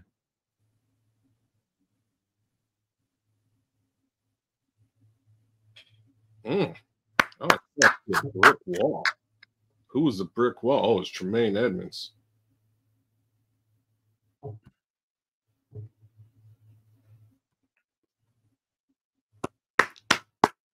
Come on. See, I'm not used to watching from 55 yet. Hey, he's out there. He's flashed the whole game. That's why he's still out there in this critical 3rd and 5. Slick, they're gonna trade Khalil anyways. That's what's bound to happen. Let's go. Get off this field. Get to him. Get him down. Get him down. Shit. Oh. Was he down before? Oh, they marking him short. The first ref marked him short. Yeah, the first ref's marking him way back there. This second ref is like, no, this ref really trying to give it to him, though. Oh, he's a white hat ref, too. Watch it. Down. Down. Right? He's short. He's down. He's short.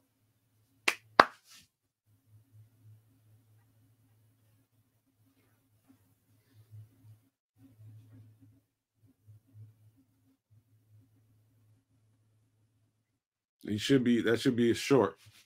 But if it's short. It's definitely short. What you gonna do? Are they gonna go for it? I would. They've been running the ball on us all friggin' night. They don't go for it. That's just coaching malpractice. Too much time left. I wouldn't do that. Put the punt team out there. Huh.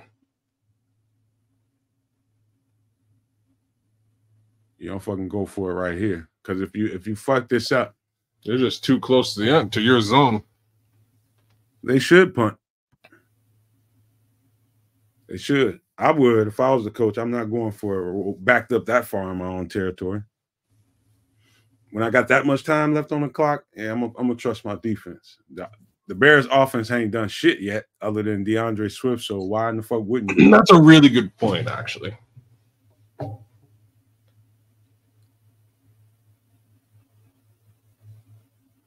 Got a halfway decent punt off, too. It was actually a really good punt. Drake Carter. I love our chances, y'all. I love our chances. I love our chances right now. I know what you're saying, Slick. It's just I didn't agree with what they did with Dave. They should have re-signed Dave, in my opinion. With Khalil, I didn't like. I would agree with this more if they got us, if they really got a huge upgrade at the running back position. I don't feel that they did, but they don't have any choice at this point. There we go. 1st and 10. Let Swift take you to the promised land. DeAndre Swift gets the ball. There he goes. Speak of the devil, and he gets a yard.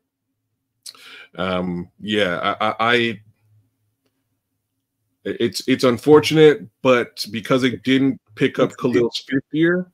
Look at DJ out there. Told you. What about him? He's out there.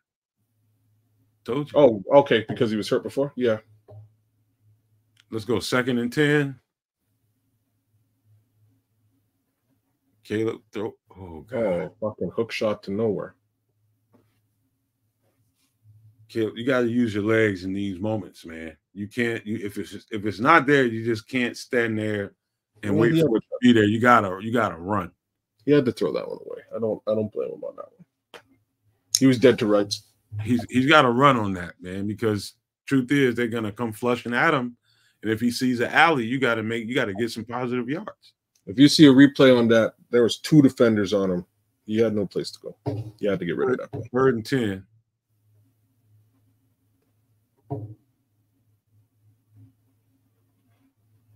Oh, get out of there. Get out of there. Get out of there. Nice shot, Jerome. Rome Odunze. Nice shot.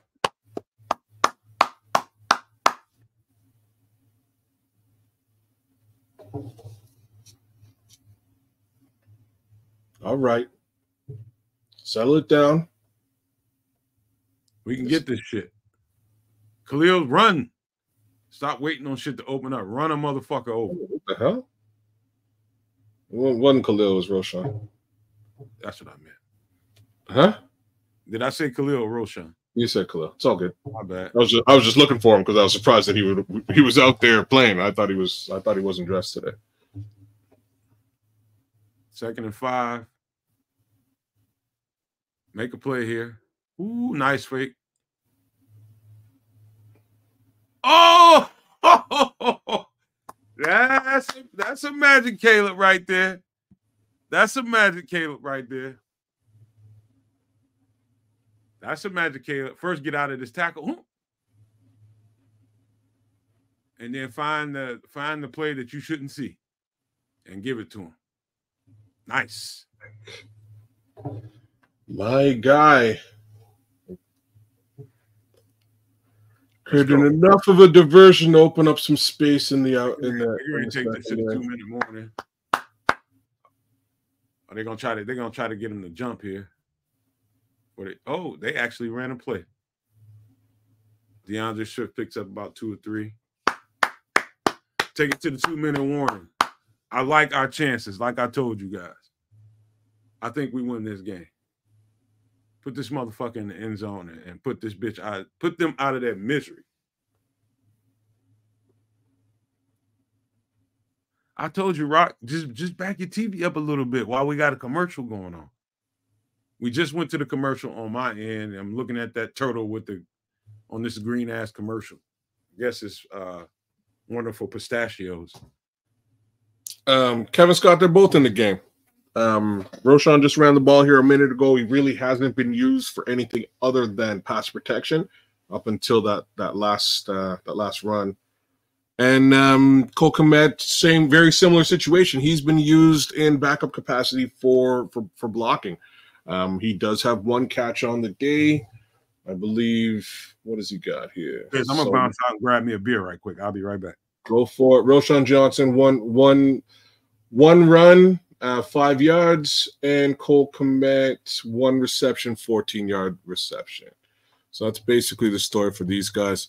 Redskins defense is good, but our offense is better. Focus and fight.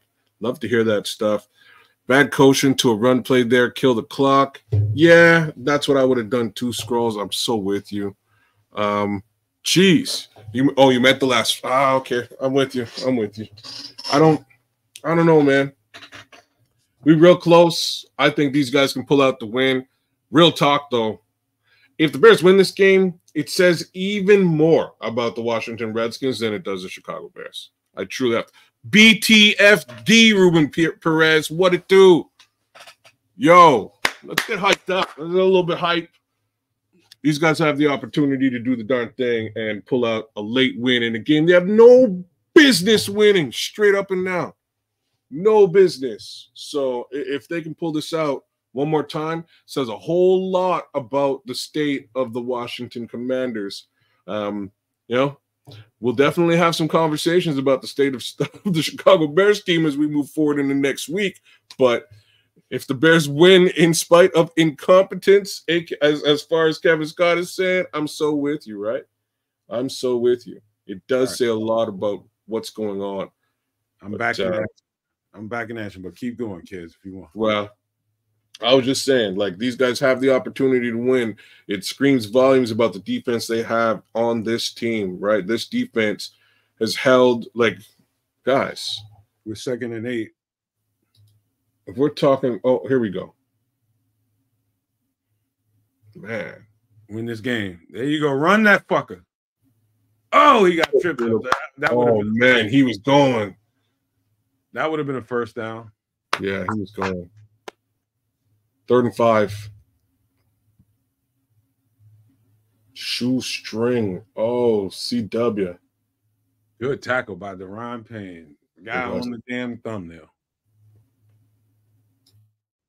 All right, I'm taking this window down. We too close, man. Come on, 3rd and 5. We're in 2-down situation. We got to get this first down first. Let's get this first down and milk some clock. Caleb Williams trying to run the ball. And he picks up about 2. Now we got 4th down.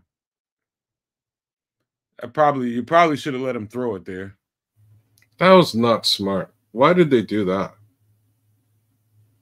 Yeah, I don't get that. For all intents and purposes. Got to give him a chance to throw that ball. They don't have any other recourse now.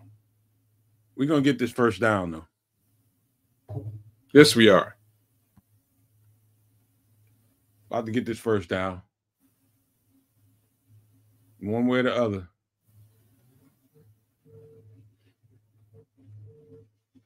Oh, that got to be a flag. Where the goddamn laundry? There's flags on the floor. Hell yeah. It's over. We finna get this touchdown. It's over. It's over. Left in this football game. It's over. We putting this motherfucker in the end zone. That's a game-losing play right there. Keenan, you can't fuck with him down in this area right here. Oh, got caught up, got crossed up, and you got the PI. Perfect call. Perfect call. Nah, it's over. We about to finish these bastards. This motherfucker to DeAndre Swift, and let's finish this bitch up. Some people saying Roshan. I'm saying give it to DeAndre. There's Roshan in the game. Could be another Keenan Allen on play action. What the fuck is that?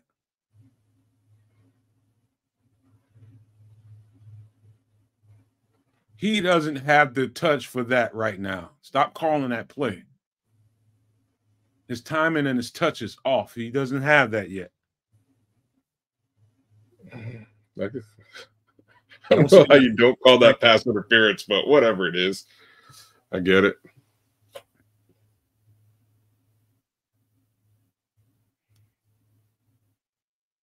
Hand off to Roshan. I don't give a That's shit. That's a tutty. Game over. There we go. There we go. There we go. There we go. I told y'all, do not tap out. Do not leave. Yo, hey, Super Nomaniacs. Thank you. Over. Big ups to all of you for sticking this disgusting football game out with us to the very end to watch these Bears pull it out. Game over. This the makeup of a team right here. Wow. With a little bit of luck.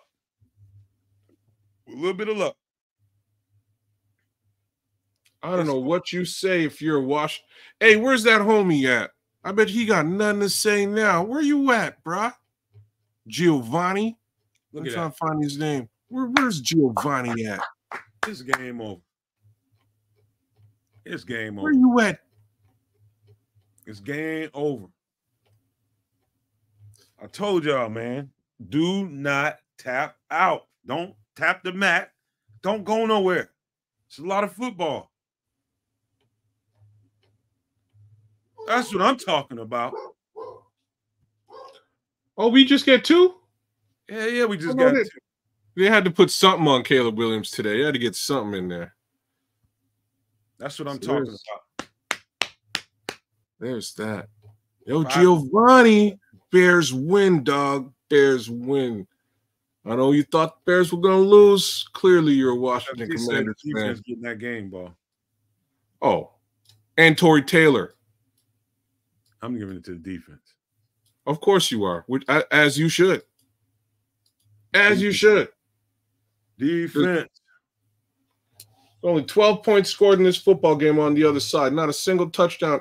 Like, there's no reason why the Bears won this football game. Other than the defense and good old Torrey Taylor. Gio came in here and manned up. He just manned up for you. I was wrong, Gio. You were paying attention, Gio. I'm sorry. You were wrong, Gio. He manned up. I gotta take my hat to that. I respect that, Gio. I do. I respect that, Gio. I respect that, bro. Big ups to you.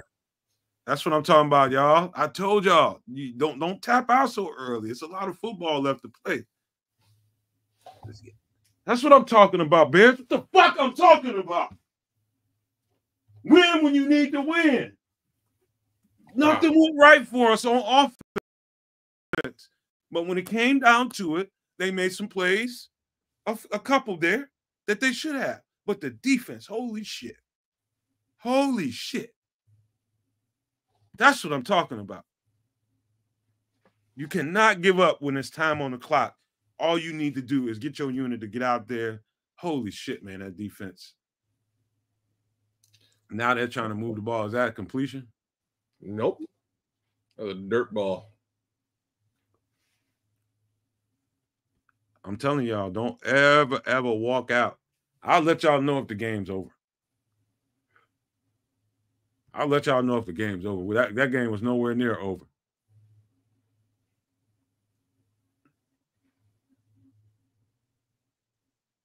That's what I'm talking about.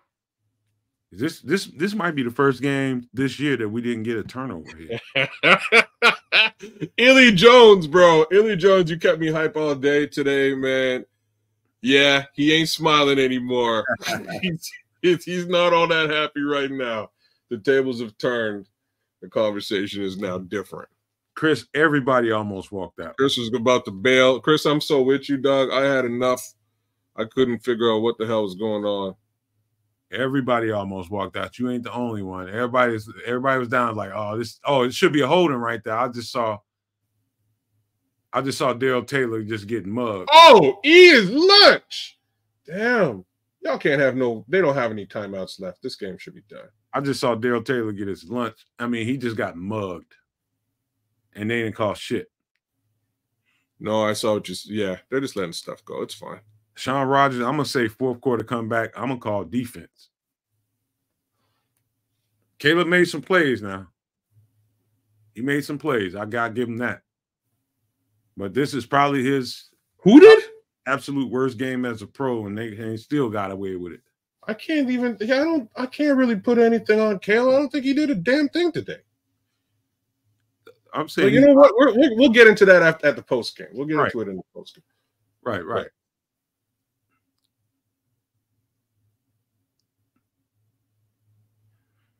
Yeah.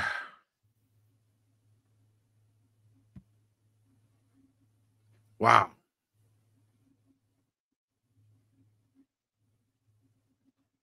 Let me get this intro ready. Hold on a second, kids. Talk for a second. Well, final play of the game. Final play of the game. Clearly a prevent defense situation. Oh, we've got a little bit more than prevent. They're rushing 4. One man hang back. Man, the holding here is a little bit much. These refs are just letting some egregious stuff go. But the game's over. Oh, my fucking God. Touchdown, Washington Commanders. No way. Yep. No way. Yep. No Brown. Touchdown, Washington Commanders. Ain't no fucking way. Hail Mary. Ain't no fucking way.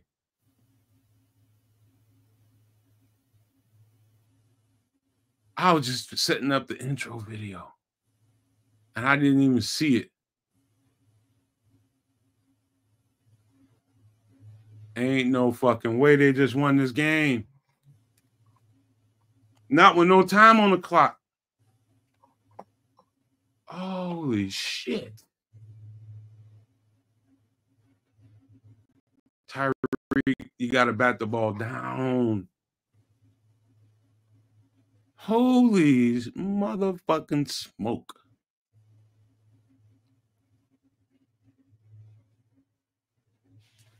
Oh, Giovanni?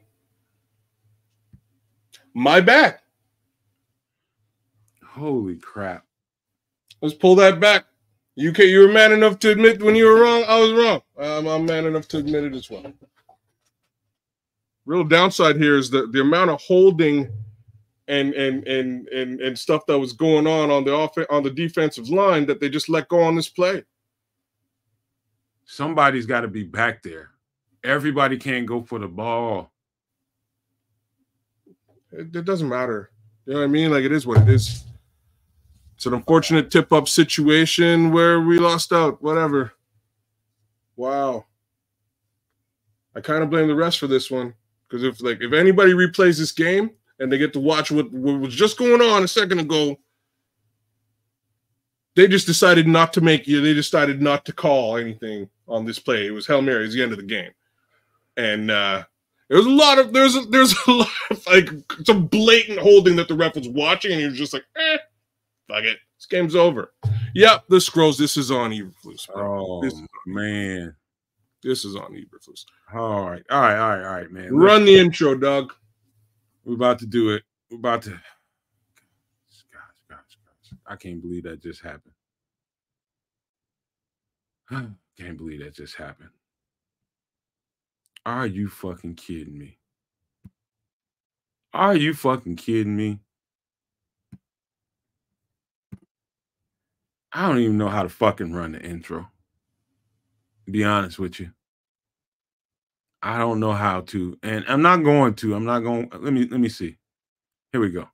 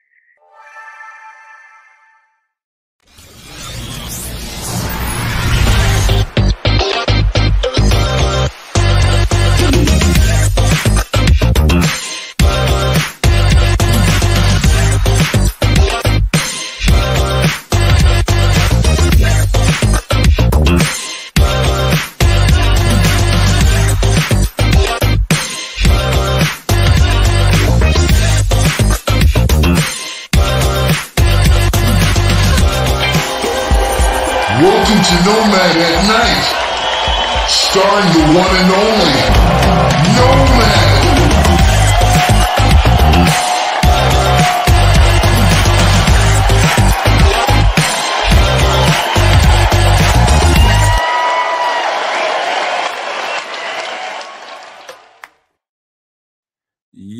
Yo, welcome to the second part of the show.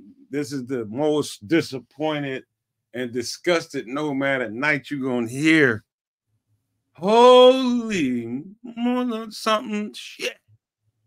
How did I just literally went to pull up the intro for the Nomad at Night for the post game.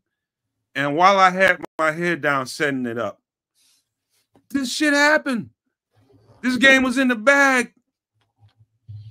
I'm flabbergasted, man. And all I can say to you guys is come on. I know Don's having a ball in the chat right now. He's having an absolute ball. And you know what, man? To be honest with you, Washington, we really didn't deserve this game. We really didn't deserve this game, quite honestly, man. We played poorly on the offensive side of the ball. Played bad, but we had that thing in the bag. Despite that, the defense held us down. And at the end, you know, it's going to be a lot of finger pointing coming, kids, after this, man, because people are going to be like, hey, Flus called the wrong defense. We didn't have the right people back in the back.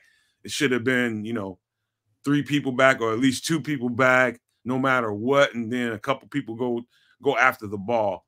But holy crap, it's going to be bad, man. This week is going to be really bad, man. And to the Bears fans that hung around and the No Maniacs that stuck around for us, man, salute to y'all. Salute to y'all, because that should have been a win, man. We should be 5-2 right now, but we're not. They gave that one up, man. And unfortunately, we took an L. But let me pass it to the Canuck, man, before I get real sick and throw up on this.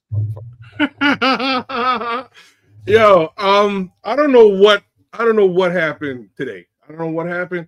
This is one of the worst offensive performances in Chicago Bears history. Got to put that down there. Let's look at some of these numbers right now. Let's just jump right into this shit.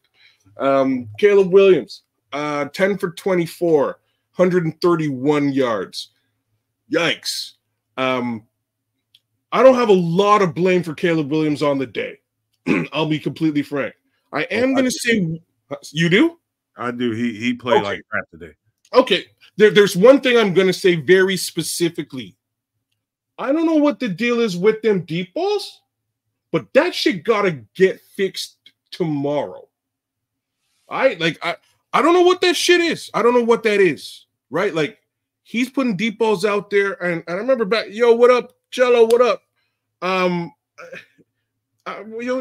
watching Mitch back in the day, and I'm like, damn, his deep ball a little bit ugly, not really accurate. And then you look at Justin, and then sometimes Justin there balls it, and there mails it, and you're like, oh, like, he could be a little bit more accurate. I can't let the kid get a pass for this. His deep balls is nasty, ugly, and I don't know why. It's super weird to me. Just had to get that off my chest. The rest of y'all can sort of think about that and talk about that later on. But I don't have a lot of blame for him. I'm going to sort of put the blame on Shane Waldron today. And the reason that I'm putting the blame on Shane Waldron is that shit wasn't working in the first half. And that was identified. Wasn't working. Things needed to get changed up and switched up. You went into half. Absolutely nothing was changed. Why didn't you shift things up? Why didn't you move guys around on the line? Like, one of the first things I thought that they probably would have done is move Matt Pryor over to the left-hand side as opposed to fitting Karan over there. Although that should be Karan's position, but, you know what I'm saying? I don't know if today was a day you really wanted to test him out and try him out there. If it wasn't working, let Pryor go over there. He had some success the other day. Try things out. Try to stabilize the line so that Caleb can get into a rhythm. None of those things went down. Then we get cute with dumb shit like DJ Moore screens, DJ Moore bubble screens. Enough of that. We don't need to see that. Like, we don't. But like, it's so funny because as soon as it went down, both me and Nomad were like, oh no. Like, if it went for actual yardage, we probably would have reeled it back and been like, yeah, go DJ. But as soon as it went down, we were both like, you know what? Nah, man, I've been seeing enough of this. I don't know what's up with that. You know what I'm saying? But man, go ahead. No, go ahead. Let you finish, man. I thought you were done. I'm just saying, those are my major malfunctions on offense. DeAndre Swift is playing well. Like, I have to put it on Shane because it's your job to fix this thing and make this look like a viable NFL offense. And there was never any rhythm. Something has to give. You got to straighten things out, man. But that was definitely one of the more ugly offensive performances in Chicago Bears history. Have to put it out there. Now, Matt Eberflus, bro, you almost won this game. This game was in reach because of your defense. Now, there's a lot of vanilla defense today where wide receivers were wide open and allowed to catch the football, which I just don't get. I don't understand why that was the stance. But if it's going to result in field goals, I'm not going to bitch and moan about it. All right? I'm just going to be a realist here. I'm not going to cry about that. Field goals, fine. We should be able to stack things back up, get a couple of touchdowns, and win a game like this. And we almost did. My complaint is somebody needs to gift this man some John Madden football so we can play some Madden football and understand what to do with timeouts and challenges. Just get it. Understand it. Well, let me reel it back just a little bit, kids, because all right, first thing I want to address is what just happened at the very end. So there's a when I was in high school, I can't exactly remember what play it was for prevent, what we called it, but I remember what it was, what we called in college. There was prevent tower.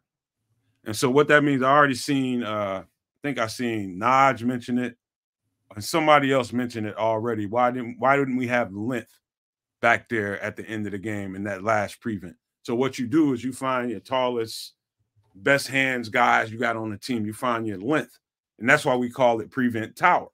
You get the tall guys, right? The long guys, and you put them out there at the very end, and that's what you have. And when we look back at that play, whenever we look back at that play, you're going to see that we didn't have any length out there. Yeah, I saw Kevin Byard, I saw Tyreek Stevenson, and I saw Josh Blackwell. Those are the guys I saw on the screen. And however that played out, I'm telling you right now, that goes back to a coaching That's a coaching error. You need to have something installed where when you have, it was called end of game scenario, and you put in prevent tower.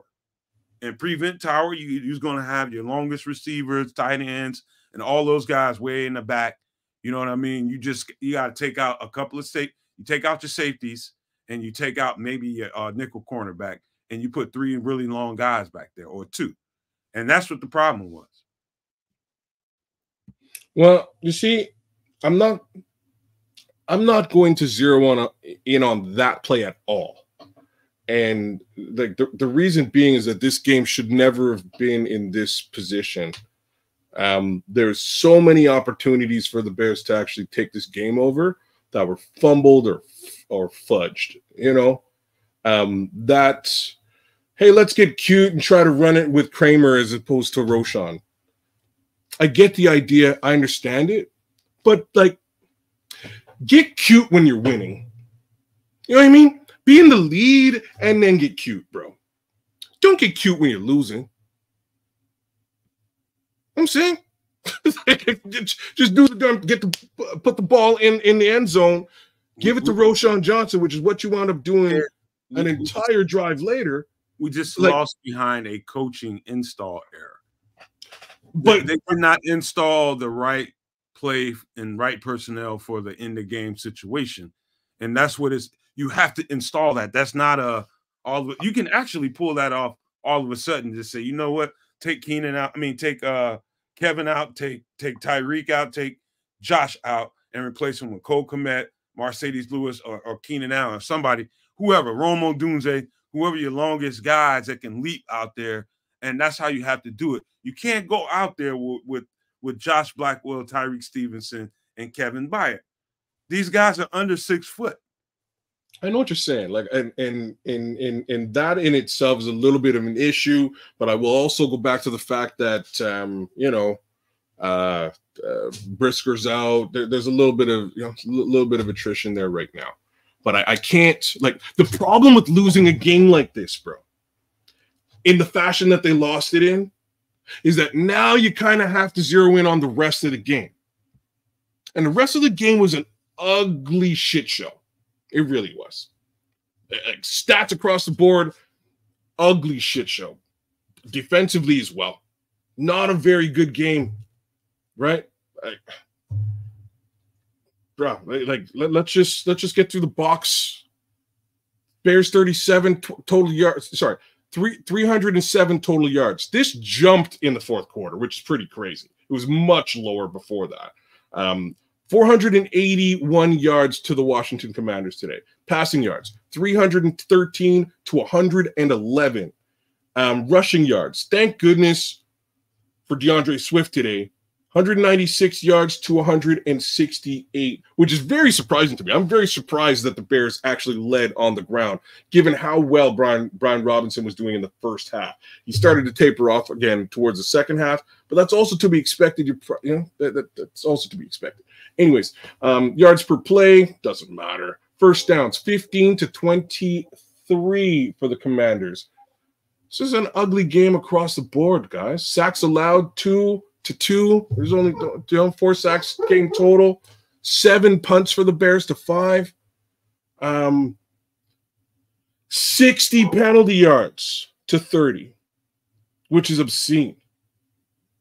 Like, these are things that we like, that in a game like this, you're gonna go back and go, wait a minute, like, this was an ugly football game. Why did you lose? And if the answer is, oh, well, we lost because of a Hail Mary install, no, man. There's a whole lot more. There's a whole lot more that went down today that was bad. That should have been cleaned up. A lot of bad. Well, let me now. We just talked about the end of game play and what they should have had installed and ready for situations like that. That's just I can't get over that, man, because even in high school we had that play. We had that play installed for end of game situations. And if that's their end of game situation and that's their personnel, then that's a mistake. Somebody just mentioned Colin Johnson. Where was he? Is he even dressed, or is he on the active 53 right now? I don't know. But that is a huge mistake by the coaching staff by not having them prepared for a moment like this. This game is over. Number one. Number two, we did not deserve to win that game the way we played on offense. And I have to put that on Caleb Williams, because Caleb, even though Braxton went down and he had some moments where it kind of leaked on the left side with Kieran just getting his first snaps, but Kieran kind of got it together a little bit there towards the end, and he played a little bit better from what I saw. But you've got to get more in rhythm. He missed. I'm telling you, the story of the week, kids, I'm telling you now, it's going to be how many shots he missed, how many opportunities that were out in front of him that they did. I mean, like right in front of him. Right in front of him. He missed a lot of opportunities. He just wasn't poised today. And that was the key to the game. The fact that he wasn't poised and able to deliver when they had some moments to make some plays. That's true. You know, I'm not trying to be overly critical of the kid. You're not. He just wasn't poised and ready to make plays. You're not being overly critical, and I'm going to flip it a little bit and just sort of say that he's a rookie quarterback, and that's bound to happen this season. So the stuff around him has to be in a certain manner. And let's just say that this defense is in that manner, and they did I don't know how much better a defense could do to keep a football team in a game for 4 quarters, right? Like they definitely did their job. I got to point this all back at Flus, man, because I don't even want to say some of the shit that I'm about to say. So at the end of the game, you're about to run the ball in. You decide to hook shot it up with Caleb Williams. See if that'll work. Or do you run the ball and drag the rest of the remaining clock off? Right? Time management is not Matt Eberflus's forte, is really all I'm trying to say. Football time management, brother has no fucking clue. As plain as day as I could say it. He could have ran that ball, cut off 15 seconds off of that clock. He had a full gamut of timeouts. And when I say a full gamut of timeouts, the other part of this timeout conversation is, even if he decided to do the things that he did with Caleb and have him go out there and throw the football when they're about to run the ball in and could eat clock, even if he decided to do that and things fell out the exact same way, he could have called a timeout at the very end and made sure that he had the right personnel that you just described on the field. He had 3 fucking timeouts. I don't know. My guy can coach the hell out of a defense, though. I don't know if he's a head coach of a football team. I really don't know. And I'm still saying it, been saying it, and I'll say it a heck of a lot less if somebody buys the man some Madden and has a couple of games with him and says, see, here's where we press fucking pause. I don't know what else to say. I don't even know what to say. But there's so, in that last little sequence with the amount, Dan Quinn had 1 timeout left. We had a full gamut. We had all 3. How they lost this football game to a Hail Mary doesn't make any fucking sense to me, bro. There I'm at. That's where I'm at. I don't know how you lose a game like this as a coach. I can't help but to think about the rhythm stuff that didn't happen. Think about the timing stuff that didn't happen. You know, some of the snafus on the offense. It was just too many the defense gave the offense too many opportunities for us to not capitalize on them. If you're gonna be honest, you have to call a spade a spade. And all the things you're saying are true, bro. All the stuff you're saying is valid, and we should get a little bit more granular into the failings of the offense. But as a head coach, he had the opportunity to win this as a head coach. He could have won this fucking football game single-handedly today. Matt Eberflus could have won this football game. Matt Eberflus. And he didn't. He fucked it all up again. Straight up. And I said it earlier. I was like, I have one problem with this game, and it was with respect to Matt Eberflus not challenging the clear incomplete pass and allowing Jayden Daniels to go and run a quick get a quick snap off so that they can't review it. You just let that fly. That's not how, like, this is football. You like, what the fuck are you doing over there? If I'm sitting here in Canada and I can clue into what the fuck's going on, what the fuck are you doing? What are you doing? You know what? I was trying to work my way there, but you know how I think I want to start from the last thing that happened, which was the play in the end zone that cost us the game. Start to the offense, and this is just me. I know we all emotional. Everybody's responding that way. Me, you, and everybody in the chat, everybody else. I don't blame you, man. I'm hot. I'm a little bit. I'm in shock, man, because I couldn't believe what I was seeing. I saw number 85 standing in the end zone with the ball in his hands.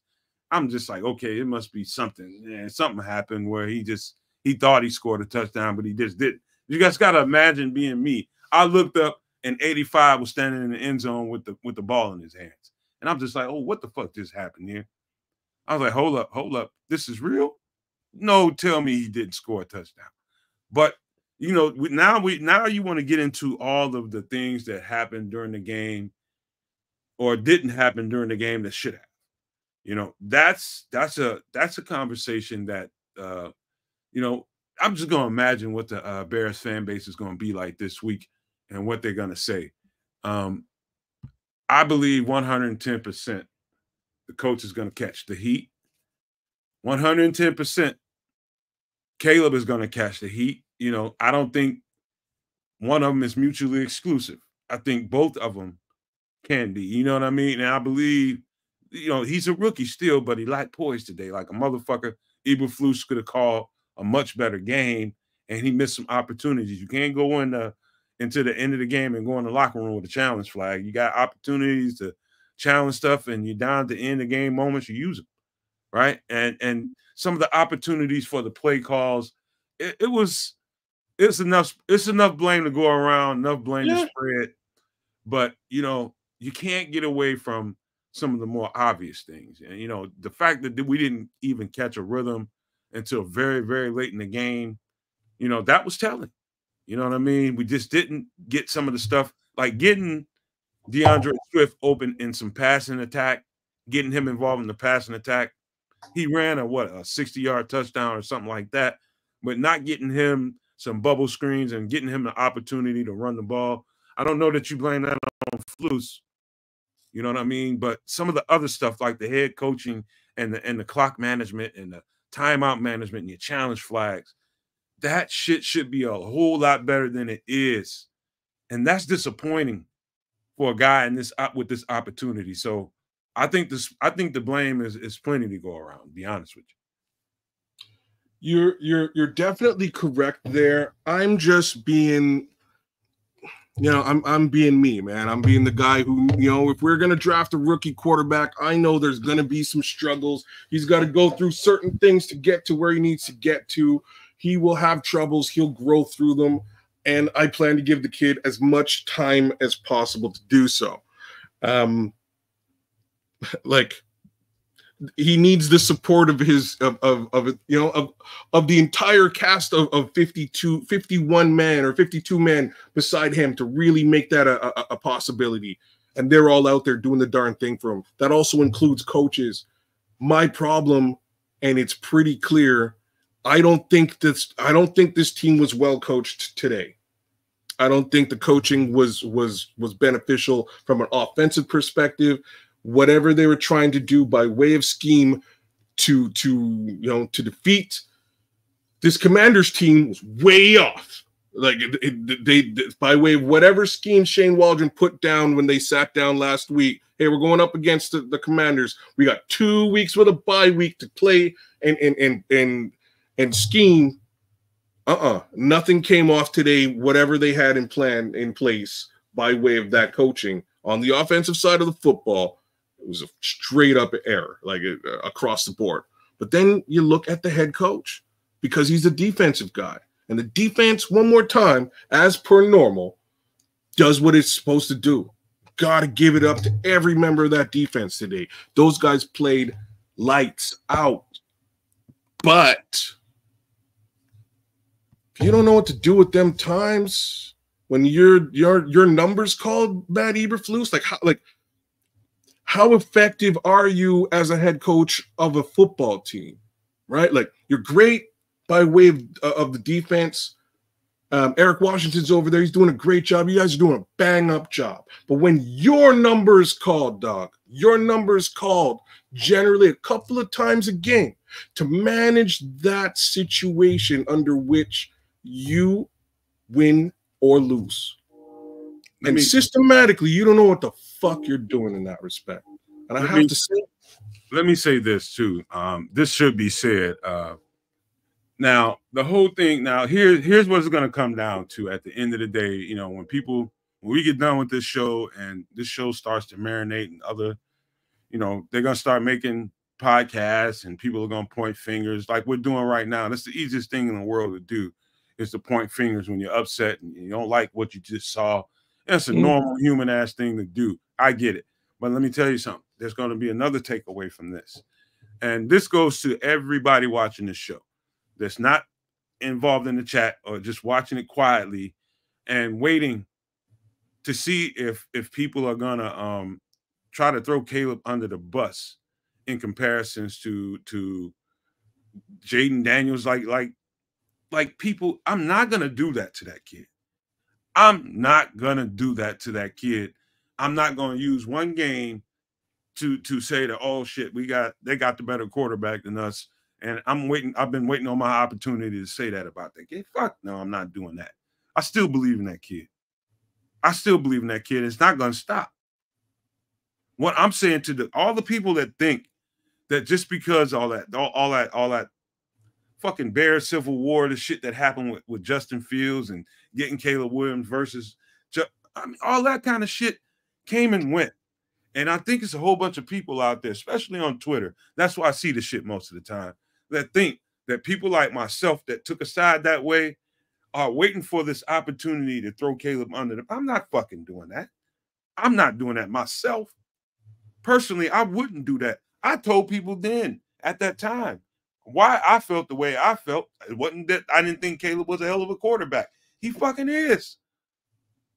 He fucking is. But this ain't that opportunity to say, oh, I'm right and you was wrong. Fuck that shit. He's our fucking quarterback. Don't use this opportunity to really, don't put cement blocks on the kid. It's a game. And he was just not poised today. And that's why I kind of refrain from putting too much on him, right? I'm just saying, for me, with the Caleb Williams situation, one more time, I don't know. He needs to clean up the deep ball situation. Is really it. Other than that, I'm impressed. He's got a ways to go, and he knows it, and he'll grow. Who was the better quarterback today? If I really sit here and say Jayden Daniels, it's really not by much. Like, he was all right today. He made a couple of passes. You know what I mean? He wasn't spectacular. What I can say is that his offensive line they did a really good job of protecting him today, whereas ours was a little bit lackluster, mostly due to injury and Braxton Jones going down, attrition and things along those lines. So I'm not going to go. I'm not going to come down on Caleb really for the better part of this season. He needs at least a season just to sort of start to feel out who he is, and we'll get an understanding of who he is. And away we go. I'm personally not stuck in the past by way of the quarterback. I'm just looking forward and hoping he can do better. Kids, I just really wish that he understands that 1001, 1002, 1003. Start using your motherfucking legs, and you cannot wait like in college for shit to play out. You just gotta take what's get there. If you see an alley, use it. If it's only good for 3-4 yards, fucking take it. Just don't take L's and don't get yourself behind the line of scrimmage. And I think he hasn't learned that yet. I know he's not where he needs to be. The poise ain't there. The uncertainty on the offensive line plays a big factor and all that kind of stuff, because it was really holy. It was holy as Swiss cheese and a Bible today. It was extremely holy. And, for that reason, I really give him a sort of a pardon. And sort of by intentionally. I think there was times when he had time, he had clean pockets, and he just didn't see what he needed to see, and he kind of skirted out a little too early. Yeah, and wasn't looking down the field. That's what happens, though, right? Once you get a little bit rattled behind there and you're not confident in what's happening in front of you, you get flustered and you start to bail. And again, can't blame him. I thought he played admirably. I can't use the word well. He played all right. He chucked the ball away when he needed to chuck the ball away. There's certain things I look for in a quarterback that is a little bit outside of your standard, completion percentage, right? Just me. There's certain things, and he, for the most part, he checks all those boxes. So I'm still interested. I still have your back. I love the kid, and I hope the kid continues to grow and improve. But like I'm saying to you guys, I don't know. Like, Matt Eberflus needs to take a class. I don't know where the class is being held or taught, but somebody needs to teach football clock management. There has to be a football clock management class somewhere. Fuck it. I'll start it, Matt, if you know what I mean? Like, fuck it. I don't, you know what I mean? Somebody needs to start this class and get Matt Eberflus to enroll because he has no idea. And this is not me nitpicking or like pointing fingers. This is an ongoing thing. And I'm sure every Bears fan knows what I'm talking about. If you're watching these games and you're looking at Matt Eberflus and what he's doing on the side, he has no fucking idea, y'all. No clue. He burned timeouts left, right, and center for no good reason and shit. My guy has no idea. He has no clue. And it's driving me crazy. Well, the truth is, seems like the verdict's in, man. I think we're probably about 70-30 or 60-40 between what I'm just looking at the chat, and I'm just gauging what people are saying there, because what they say in this chat on this network and this community ain't far from. Just give me a second. Give me 1 second. Fuck off, Don, for Christ's sakes. Fuck. Sorry. Jesus, Murphy, Don. You know he gonna take his shots, man. Well, of course he's gonna take shots, but Don, watch a football game. I don't watch Lions football unless Bears ain't playing. Maybe I'll watch a Lions game. I know you didn't watch a game today, Don. Did you watch the game today? Did you watch the game?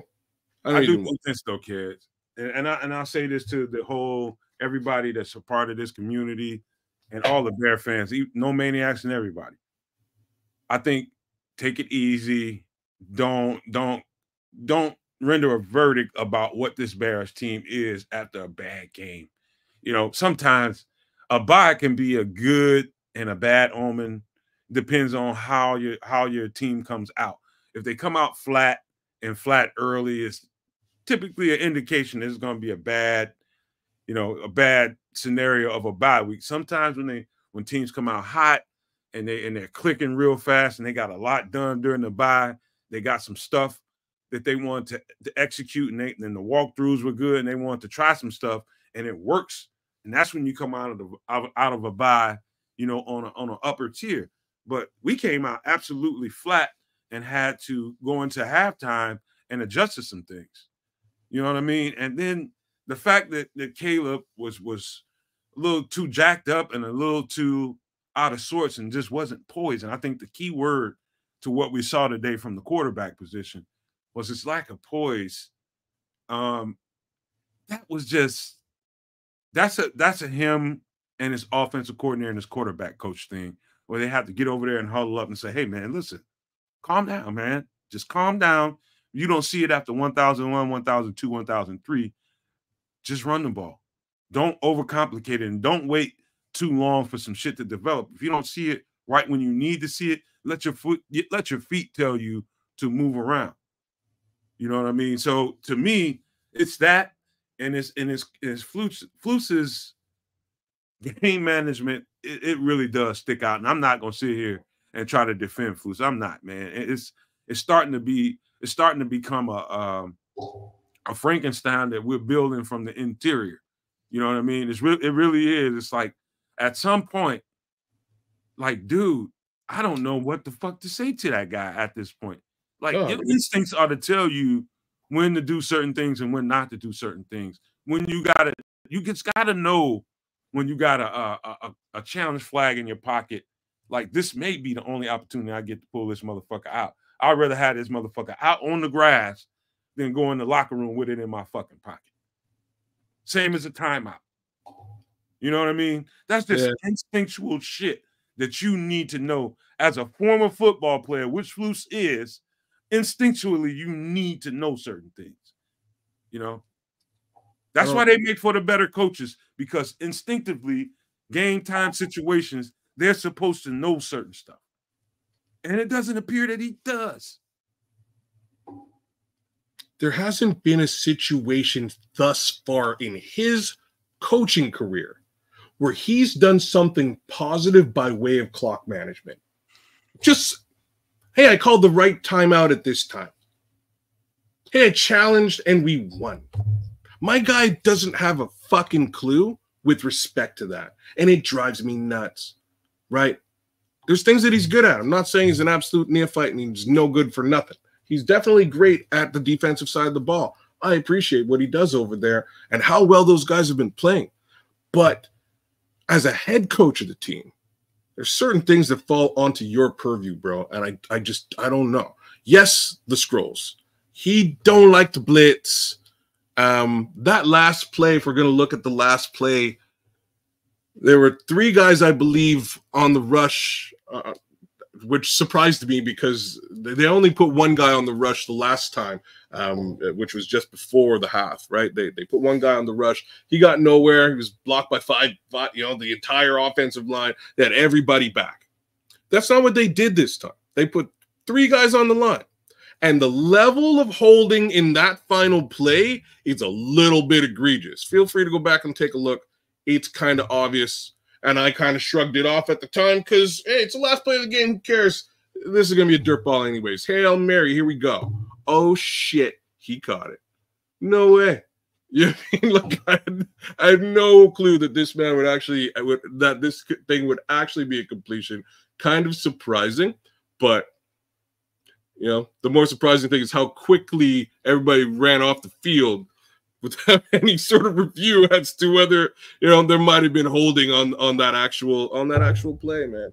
Kids, I gotta say this too, man. Yeah. And this is, you know, and for anybody that's watching the show for the first time or is just not used to hearing me talk, I think of the game from a defensive perspective. I'm a defender. I was a cornerback in school. That's what I played. I know the 4-3 defense like the back of my hand. It's just simple shit to me, man. Simple shit. And I know the flaws in that defense as well. I know it, and I know where the flaws are. And if you sit in it too long, or you sit it in at critical times when you shouldn't be, when you should be bluffing the 4-3 cover 2 zone look, and then morphing into something post snap, Flus is way too comfortable in that fucking defense. Number one. Number 2, it's either that's just his comfort zone. That's just where he finds church and solace, wherever. Either that or the thought of putting extended pressure on this quarterback. Jayden Daniels should have been running for his motherfucking life from start. If he has a so-called rib injury, I'm going to test that right away. I'm sending 5, 6 guys at him right the fuck away. I'm not going to sit back in those zones.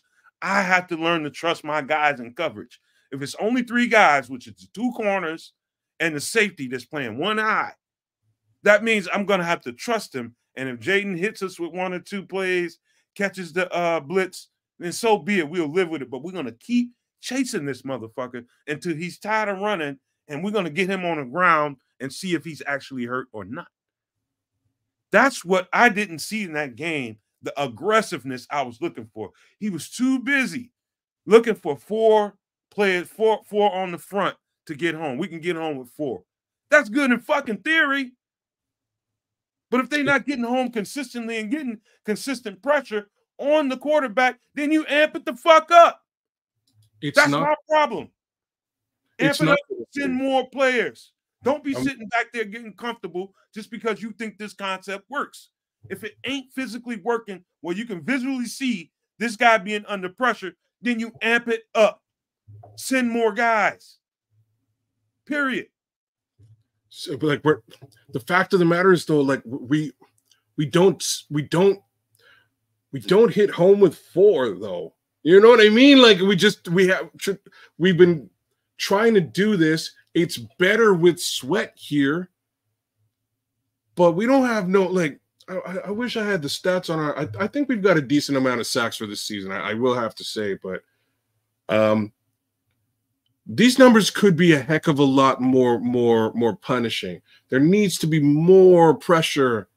Jayden Daniels shouldn't be able to chill back there and wait for holes in the zone and hit them.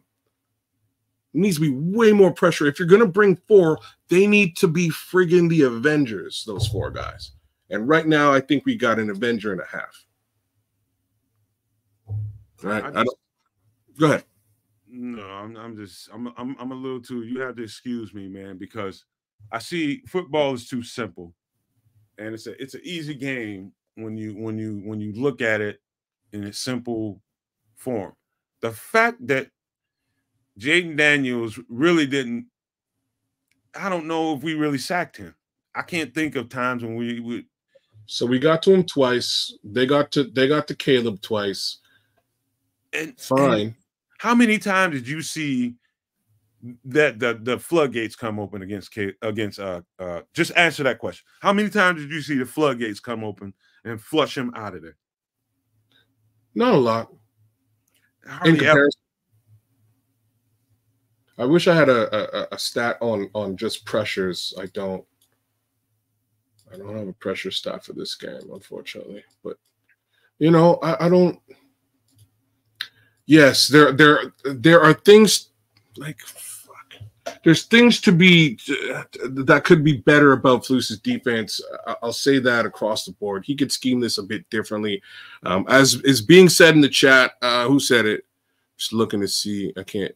Oh, Kevin Scott. Yeah, like Eric Washington probably would have been a lot more aggressive on a day like this, and would have just like my brain's just going crazy here. So we start this season and we go up against a Texans team. And basically, the Texans team taught you what you need to do against a rookie quarterback. Real straightforward stuff, right? They got after Caleb. They blitzed 8 all day long, worried about the pass later on. They didn't even think to do anything like that. They didn't put any kind of pressure on this young guy, let him sit there and do his thing, be calm, cool, and calculated, and make and execute nice passes back there, right? For the most part, find the holes in the zone. I don't know why they didn't send any pressure.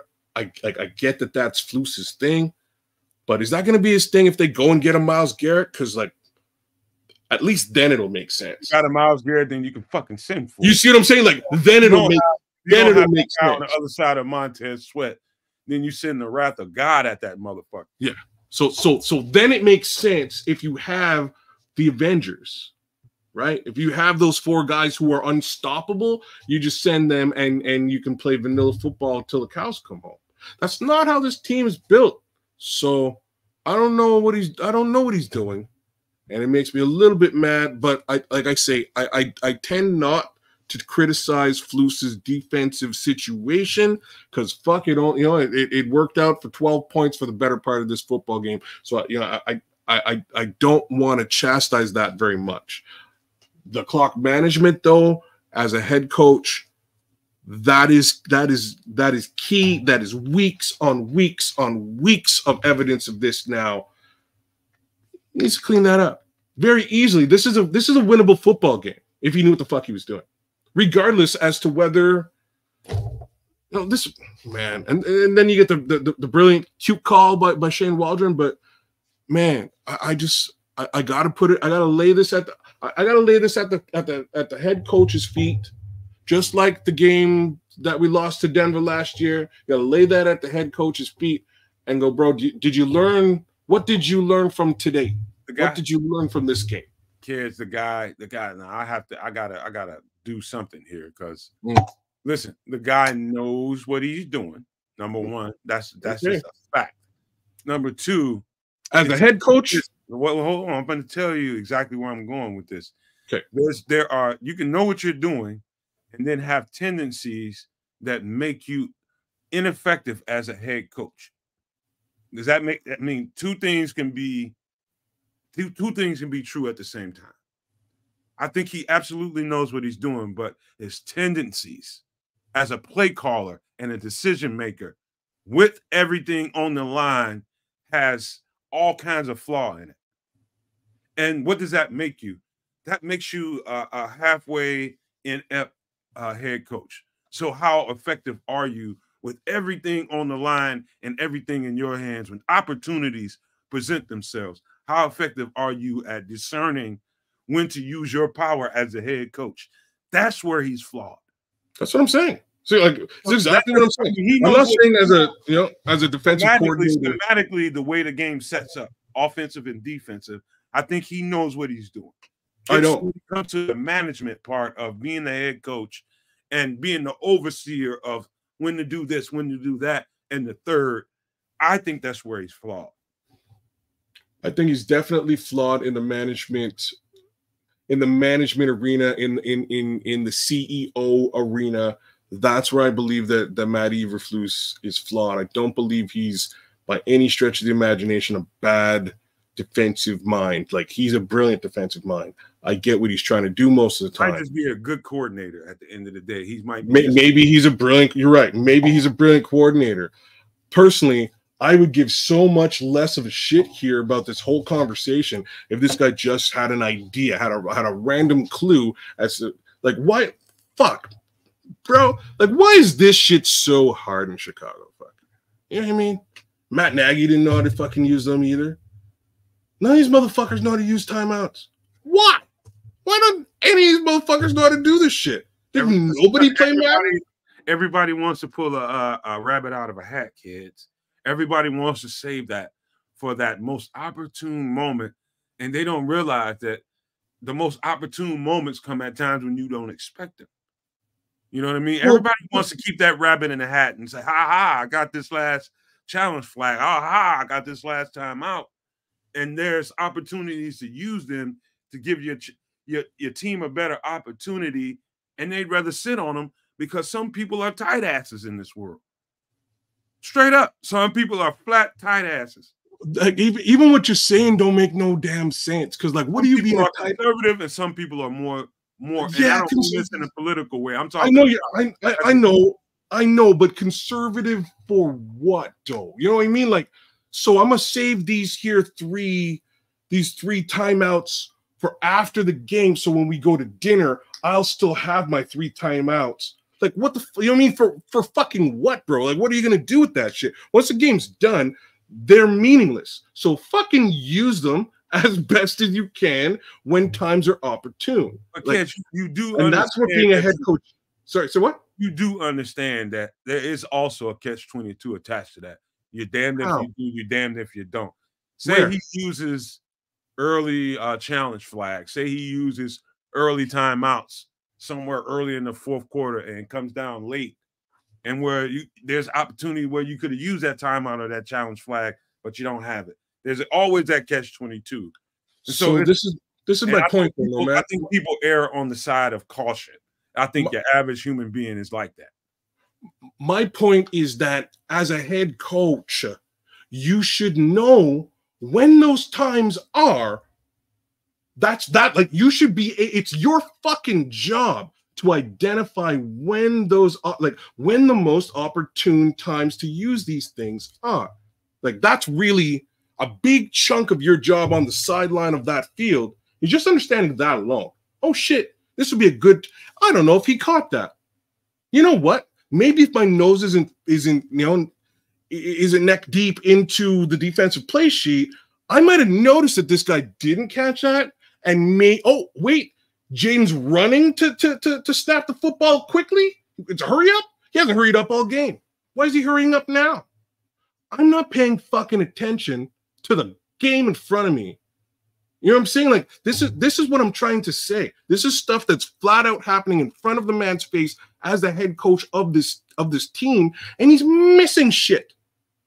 He didn't see the incomplete pass. He didn't watch Jayden Daniels run to hurry snap. Why is he doing that? Yeah, so why do you think he didn't see that shit? He saw everything that you saw. He chose to sack that shit and hold it and wait. He wants to save it for the rabbit out of the hat. And that rabbit out of the hat never fucking came. He is tight in the ass. But bro, like, but this is so what I'm like, I hear that as some level of an answer, but you still have 2 more. So what are we being tight in the ass about? You still have 2 more. Right. You have a full, you know what I mean? If that was his last or even his second, I could see you being frugal. He had 3 fucking timeouts. Kid. Right. I think and this is a situation that resulted in a first down that then resulted in another potential 3 points. What are you doing? Watch the fucking football game. Use the simple tools that you're given. And the fact is, like, those timeouts early in the game, like first half, fucking use them. Throw them. Who gives a shit? They're meaningless. Use them all. You should always, if you can. Second half, yes, you want to be a bit more conservative, but if we're talking about a first down on an incomplete pass, you fucking use that shit. Kids, some people don't mind surfing out in the middle of the ocean where there are great white sharks that can absolutely devour your motherfucking ass. And some people choose not to go out there. You know what I mean? I thought you were going to say that the great white sharks could use their personality types. Like, personally, I'm one of them people that's like, you got to be out your motherfucking mind. I did that shit once. I'll never do it again. I'm never going out in that water knowing that there's something that can absolutely devour me out there. I don't give a fuck how much fun it is. The truth is, I can't see what's under that water and what might be coming up under me. And so I made a conscious choice to be conservative when it comes to that.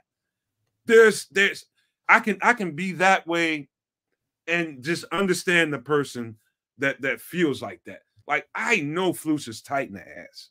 But so I'm gonna put a timeout on your analogy, because like odds are you're probably not sending resumes to be like the captain of a ship or sending resumes to run. You know what I'm saying? Like, this guy runs the ship. If he's scared of what's happening in the water, we probably hired the wrong fucking captain, which is like exactly what I'm saying. Man, listen. You know what I'm saying? You know what I'm saying? I got you. What I'm saying is there are personality types.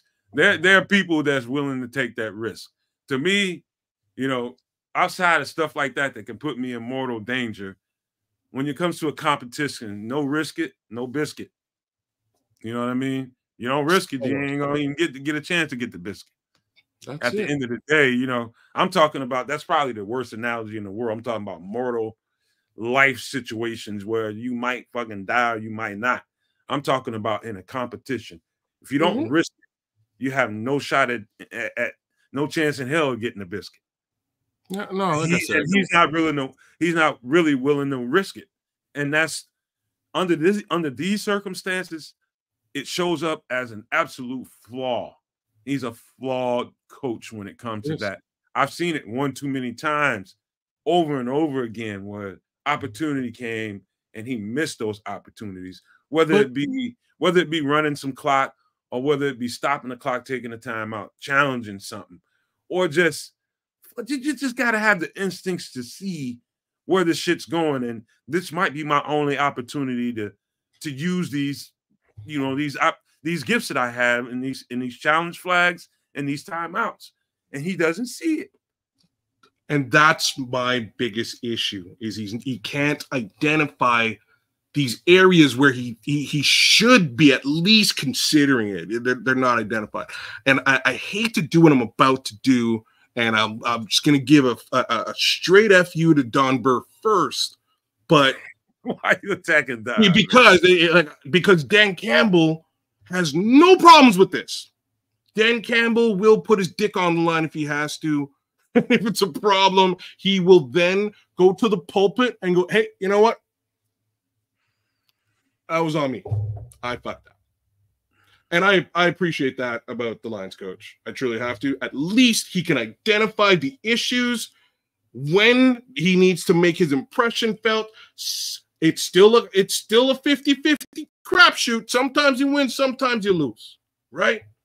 But in the end, he will come to the pulpit and go, guys, I lost this time. That was on me.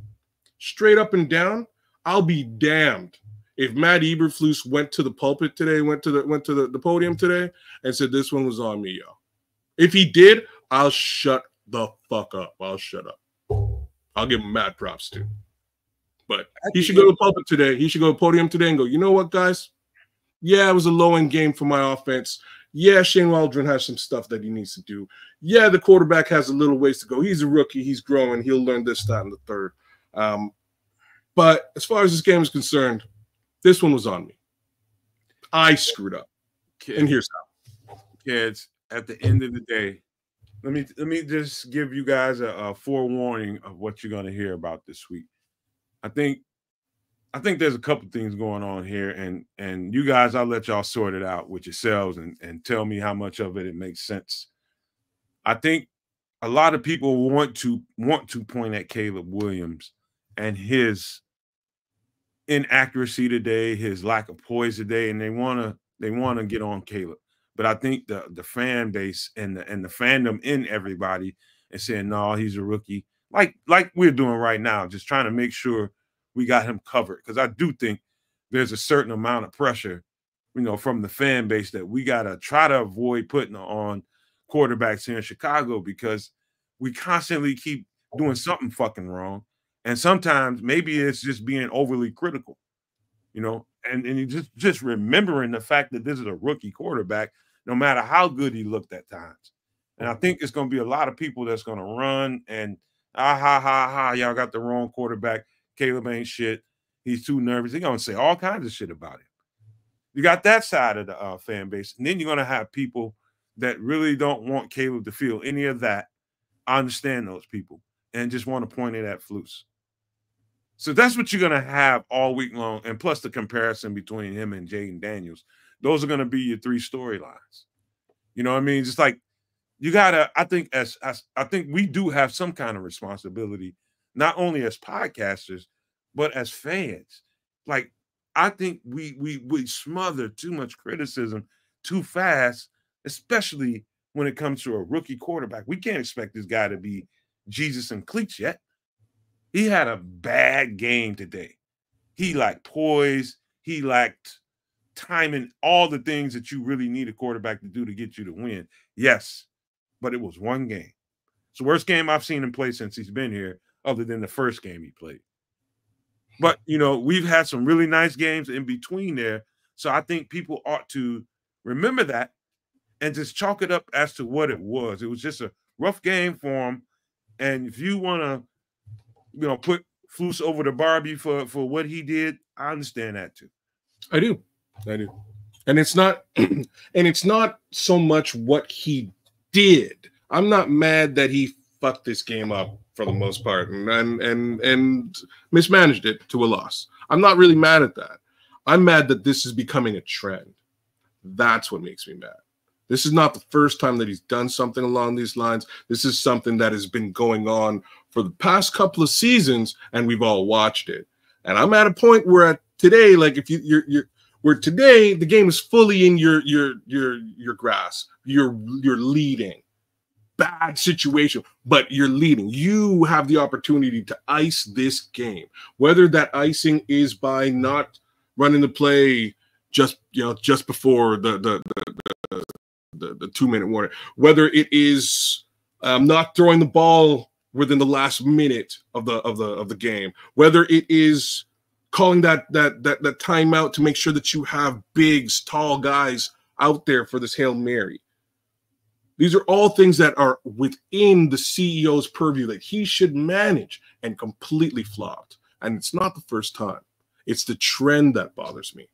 Right. So that's why I was a little bit upset with Flus, cussed a little bit. Sorry for all that, but that's my problem with it. It's a trend, and it needs to be nipped in the bud. Matt Eberflus needs to look at it and figure it out. And thanks, Kevin Scott, for pointing out the fact that Caleb took the heat today already, and Matt Eberflus did not, and that speaks volumes to me.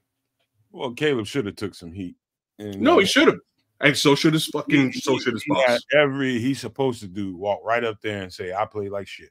Yeah, he should, and so should his boss. And then no getting around that Bears fan or not. He played like shit. And I guarantee you, Shane Waldron, when they eventually bring him up, he'll be like, damn, I did that and that. Maybe I should do this too. Matt Eberflus ain't doing that, and that's my problem. That means you need to self-scout, bro. I'm suggesting you self-scout yourself. Self-scout. Look at yourself and the shit you're doing, and recognize that this game was in your hands, Matt, not Caleb Williams, not the defense. This game was in your hand, and you Velus Jones did, bro. You know what I'm saying? Here's what I think when they look at this game in hindsight. If they got any kind of sense, like I haven't seen any kind of all 22, and I just kept seeing people, whether it was I think Mitch Osborne, I believe Naj, maybe one other person kept saying it, or said it at least once or twice, that if we don't start using DeAndre Swift and using really weaponizing him, scheming up him in the passing game and really making him a viable threat, the way that Detroit uses what's his name? I can't think of his name. Gibbs. If they don't start getting that through their fucking heads and understanding how devastating this dude can be because of his skill set, and stop, it's some really simple shit. You put Caleb under center, get him in play action, you get him on a rollout, and you get Swift out in the open and give him a chance to catch and run. That can be devastating to defenses. Devastating. And they are so busy trying to get Caleb into a rhythm. It's like they're foregoing some of the more obvious shit that they ought to be doing early in games. They get those two going between Caleb and Swift, that's going to open every fucking body up. Everybody. And I'm not seeing that yet. I'm just seeing a whole bunch of, we need to get Caleb going early in the game, get him an RPO, let him throw the ball, get a rhythm. There's something about that relationship between the offensive coordinator and Caleb Williams where they feel like early in games that they ought to get him into a rhythm. And that's going on from the second game and beyond for the most part. They felt like they needed to get him into a throwing rhythm early, and they're trying to let him throw the ball and get his rhythm. Because apparently, if you don't, he seems not to get engaged and be involved in a game or something. Something about that is amiss, and they've got to change that real fast. Like, if that means, Caleb, you don't have to throw the ball but 8 times in this first quarter and a half, then that means you only get to throw, or 5 times in the first quarter and a half, that means you only get to throw the ball 5 fucking times. But we got to establish something with our weapons. But I think they're deferring too much to him and him getting in rhythm and forgetting the fact that they got absolute weapons that need to be involved. That is one way of looking at it. They're also forcing, they're forcing DJ Moore into places where he probably shouldn't be, like those bubble screens. Calls, man. You know what I mean? Like that to me takes away from the DeAndre Swift, the passing game attack. Like that's really where he should be. Yeah, it was stupid. They were doing it with Justin and Mooney. Yeah, it's stupid now. It is. There's no less stupid. I have to agree with you. Again, if they reserve that stuff for DeAndre Swift, it's so much more powerful. You still have you're still taking the defense down the field with your wide receivers as opposed to having them all sitting here waiting for the wide receiver. There's so many problems, but like I say, I'm so much less worried about the Caleb conversation here. Like I'm just not. He's our rookie quarterback. I'm fully behind him. Fact of the matter is I have no bloody choice. Neither is anybody else, and the only choice is to go root for another team, and I'm not going to stop you from doing that either. So if he's my quarterback, I got his back, yo. I think he's really good. I think he's got a little ways to go. and some learning to do and some growing to do, just like any other rookie. Did the other rookie potentially look a little bit better today? Maybe a little bit, but I'm going to put that so much more heavily on his coaches and so much more heavily on his offensive line. That's where the issue is. Yeah, man.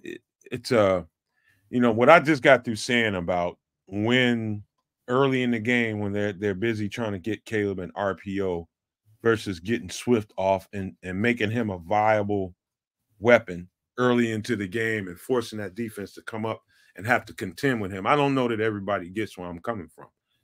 You know, I don't know that people realize that if your running back isn't a focal point early in the game and forcing the defense to have to come up and constrict that front between the front seven and forcing them to constrict, it opens up the other shit down the field. I just don't.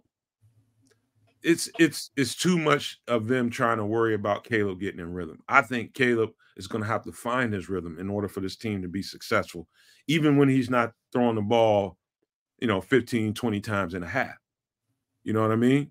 It's just got to be that way. In order for you to be successful and get good, solid wins, you have to force the defense. You have to put defense at your mercy.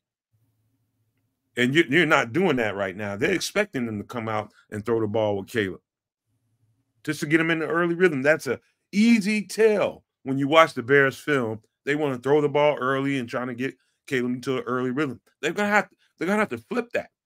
I'm so in agreement with you on this because you need to get the run game going. Like, good Lord. Like, everybody knew that was the formula. You got to get the run going first, get that into motion, make sure that works so that the defense keys into the run game, and then you start with the passing game, and you get that thing into a rhythm based on the rhythm established by the run game. That's how that all works. That's what this team's supposed to have been doing for the past 6 weeks, and the first 2 weeks were just a cluster. I don't know what happened there. Week 3, that's what it looked like. They got the, you know what I mean? That was how they won week 3. Week 3, DeAndre Swift game. Came in, got the job done. We established the pass after that, and we were off to the races. And that's basically been somewhat the formula, except it kind of just more often just gets skewed by passing. Just gets skewed. I also want to say this, and thank you, Daryl Gibson, for mentioning this. He said the Bears just need to improve their offensive game, not stats. And we have a quarterback crap that just win with the quarterback had the mindset, but the coaches and the media hyped up Chicago contribute. Well, I think he's trying to say, I'm just going to assume I know what he's trying to say, and I'm going to add my own piece to it. Hold these people in the media accountable. All these reporters that really layer cake this Caleb Williams thing after this whole shit that happened with the Bears Civil War, and they want to, I was right. Look at how Caleb Williams, look at how he's doing it. He's throwing the ball, he's doing this. All that shit, you just putting extra shit on this kid. You just putting extra shit on this kid because you want to take a fucking victory lap. I'm watching this shit from a distance, trying to be measured the way I approach how I talk about what he's bringing to the table and trying to remind people, this is a motherfucking rookie. At the end of the day, he's not the second coming of Jesus. He's a rookie quarterback. But everybody, all these reporters that felt like they were so right and they know football better than the average motherfucker, layer cake the shit out of this. So like it's too much pressure for that kid. And I'm tired of Chicago doing that shit to people. I'm tired of Chicago, and I'm tired of the fan base constantly taking these reporters doing this shit. I can't stand it. It's like, back off and understand who and what you're talking about. You're talking about a rookie quarterback that needs time.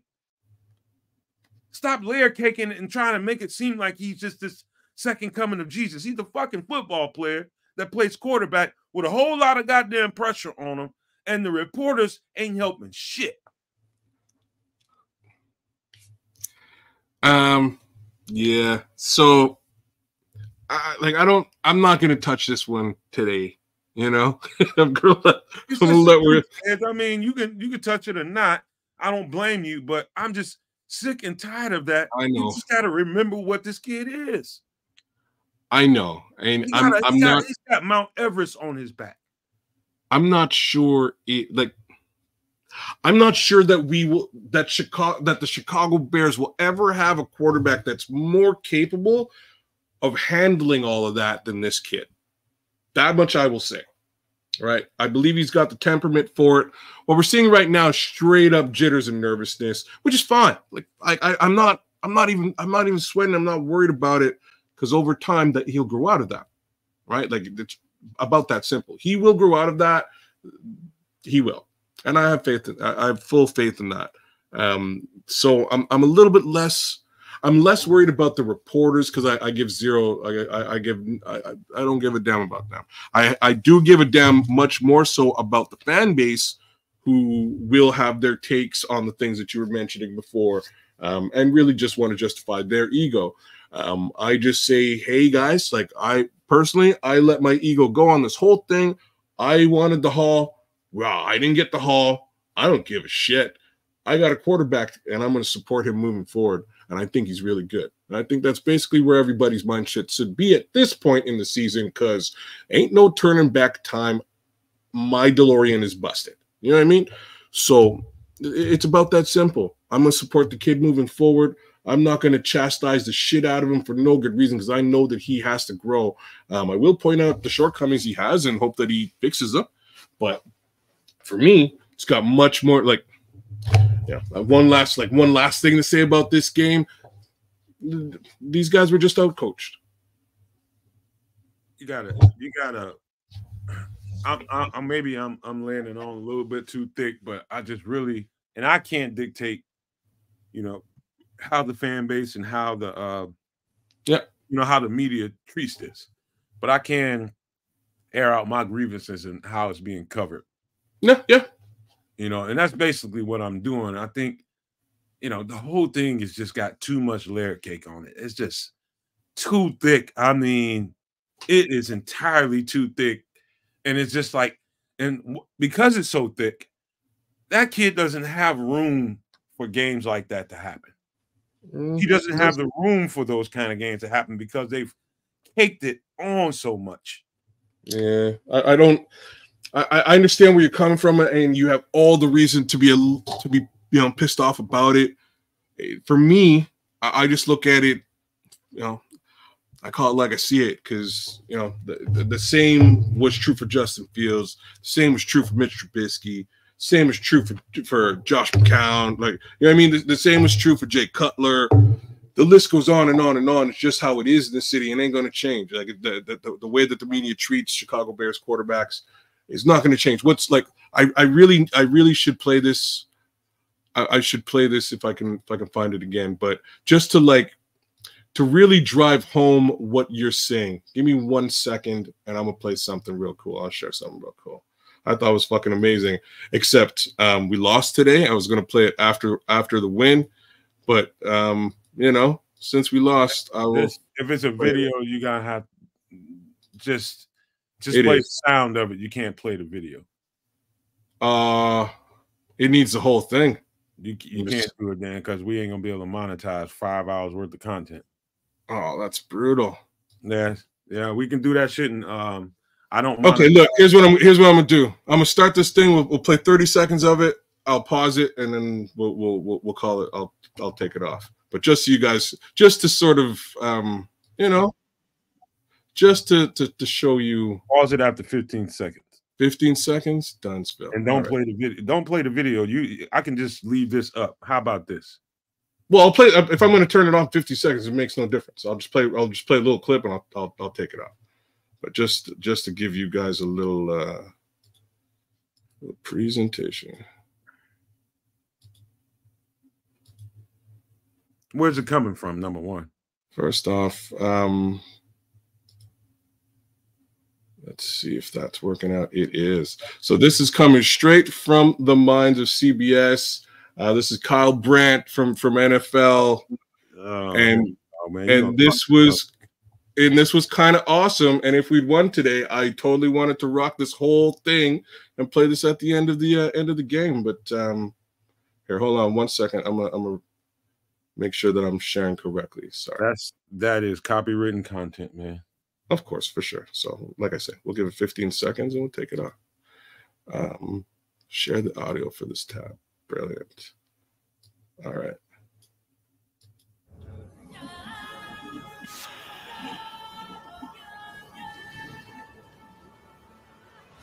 The sands of Chiracis contain many secrets.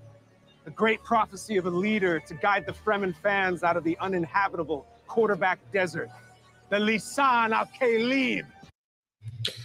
I think that's all we needed. And he's about to lay it on thick, ain't he? Bro, it's awesome. Basically, I don't know if you've watched the movie, any of the Dune movies of the last couple of years. Just got through watching it, kid. There you go. They're really good. They're really good movies. Kyle Brandt does a take on Dune, dedicated to Caleb Williams, and he goes and he walks the sands, and he basically, long story short, says that, Caleb Williams is the second coming of Jesus. Basically, you know what I mean? The kid who sort of comes back and was prophesized in Dune to save the friggin' Dune. That's exactly what I'm talking about, kids. That shit right there. It's like I am excited about this kid. This one bad game ain't gonna sway me one way or the other. I'm just gonna tell you that right now. That one bad game, him lacking poise and control, ain't swaying me one way or the other. But that entirely unnecessary shit, because people feel good about, they feel that shit is, oh my goodness. I just hope Caleb is mentally ready for that kind of stuff. He is, and that's why I said what I said to you. I don't think there will ever be a quarterback in this city that is more ready to deal with this kind of shit than that kid. So it's just a matter of time. I will give him all the time that he needs, which really amounts to 4 years, just like everybody else is going to give him. You know what I'm saying? Like, basically, it's his contract. You can give him the next 4 years to grow into where he needs to grow to and become who he's going to be as a quarterback in the NFL. And I think that's a really great quarterback in the NFL. Just has a little ways to get there. Facts for me, though, is this defense, as was clear as day today, this defense is a Super Bowl caliber defense. Kids, yeah. Honestly, I'm gonna tell you what, because here's Daryl Gibson. He said that he doesn't think Caleb played that bad. Yeah. I know that when I go to the All-22, I'm gonna see exactly what he's talking about. There's some plays out there, right? I can think of a couple of those. There was a corner shot, I think it was, to either DJ or Romo Dunze, where he had to have a touch ball. There was a whole shot to DJ, I believe, and a corner shot to Romo Dunze, or vice versa, whichever one it went.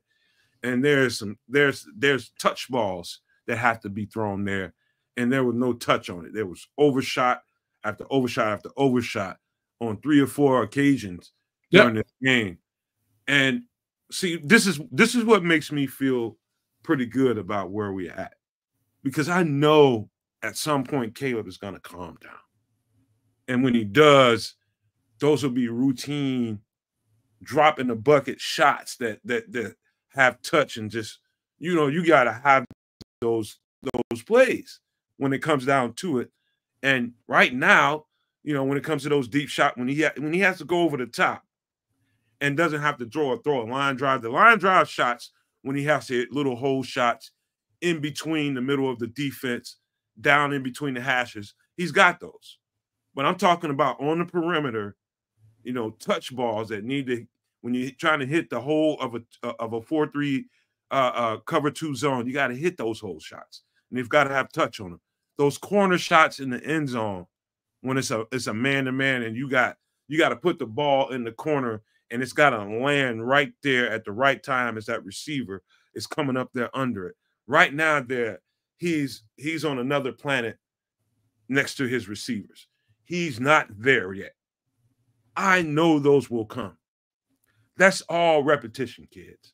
It is simple, pimple, repetition, and calming down.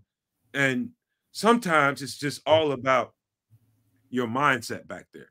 Even if you got to take a crack in the ribs, a crack under the chin to deliver those whole shots and deliver those touch balls, he doesn't have the confidence to throw them yet. But he's got the ability to do it, and they're going to come. And so that's what's missing, really. He's tearing up the interior of defenses, drilling in little holes in the interior of the defense. But when it comes to the perimeter shots and the long ball, he is on Pluto. Okay. Yeah. In that respect, I'm in full agreement with you. I mean, I touched on that right out the gate today. That is my issue with Caleb, and I hope that he cleans that up over time. I can only expect that he will. Yeah, that deep ball leaves a little bit to be desired. And, you know, again, as I was saying about Matt Eberflus, the trend is what pisses me off. Same thing with this Caleb Williams deep ball.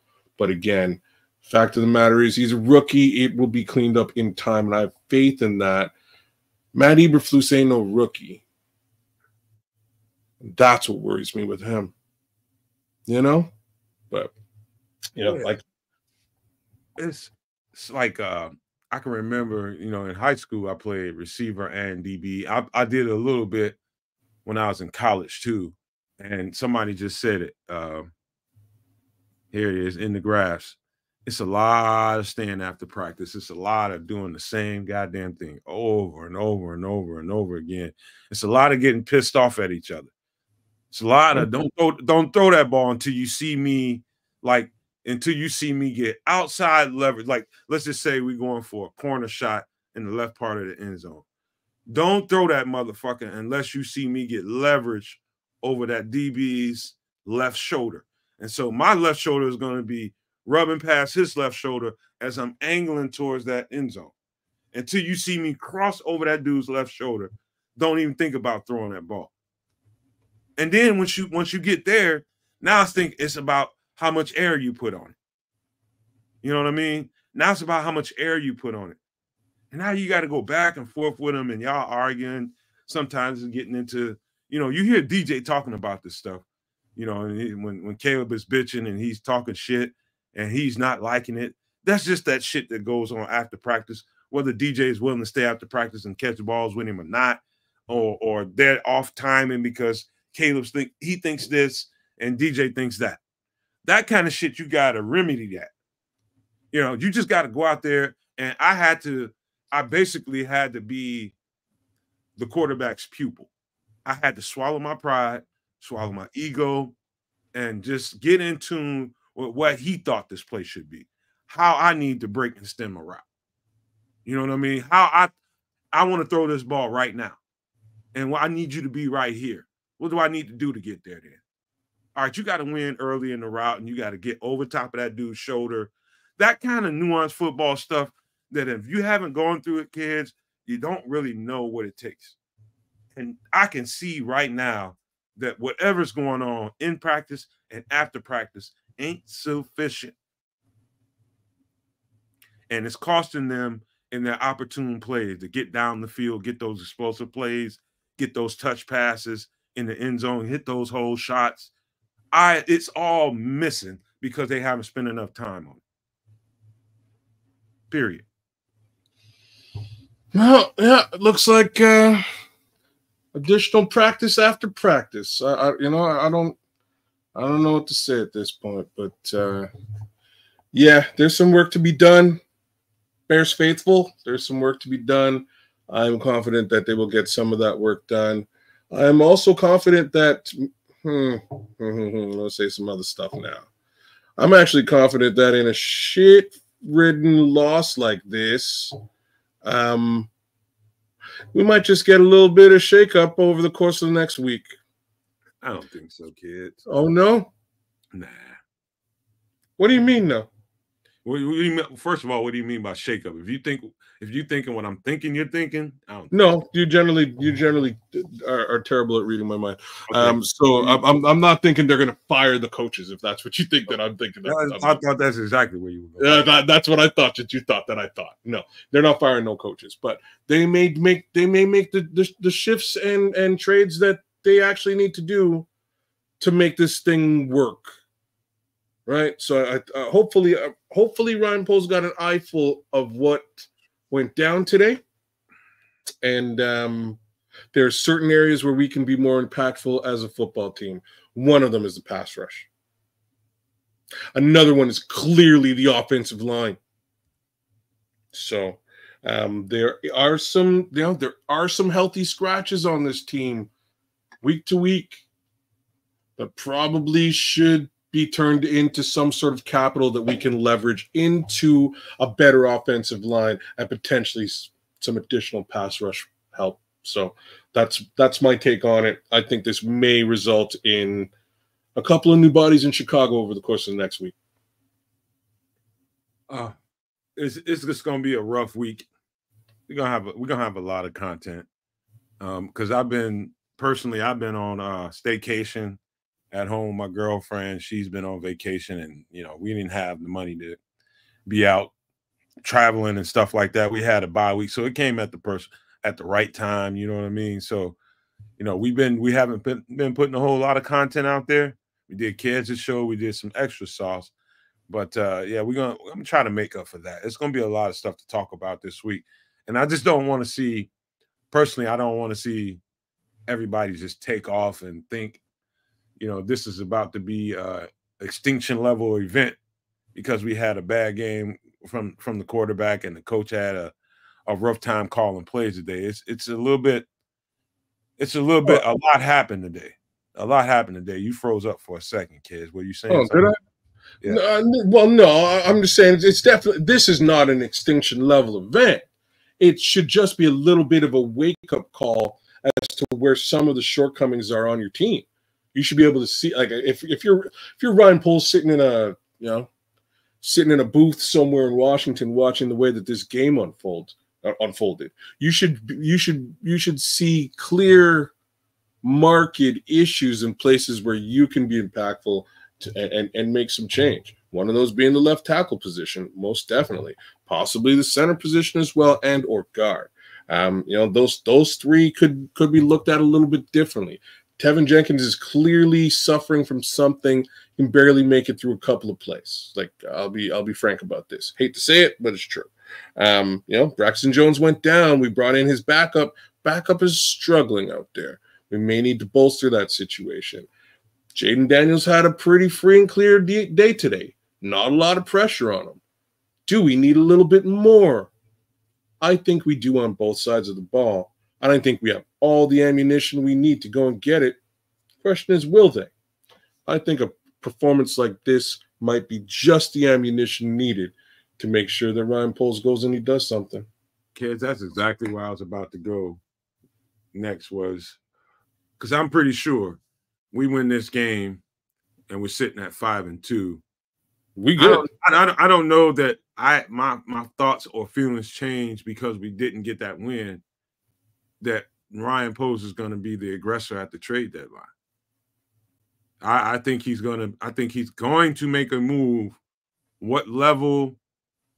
It's anybody's guess, but has your mindset changed after we just took a loss we should have won, at whether or not you think Ryan Poles ought to be actually going out there and flexing?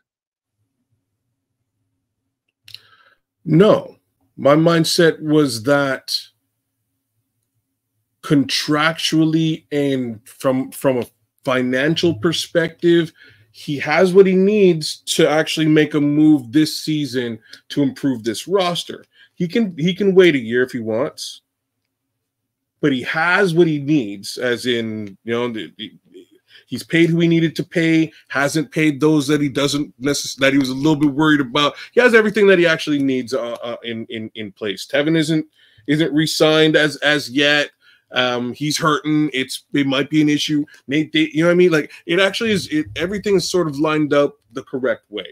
You can wait till next season and do this all by way of draft capital if you want, and I respect that too.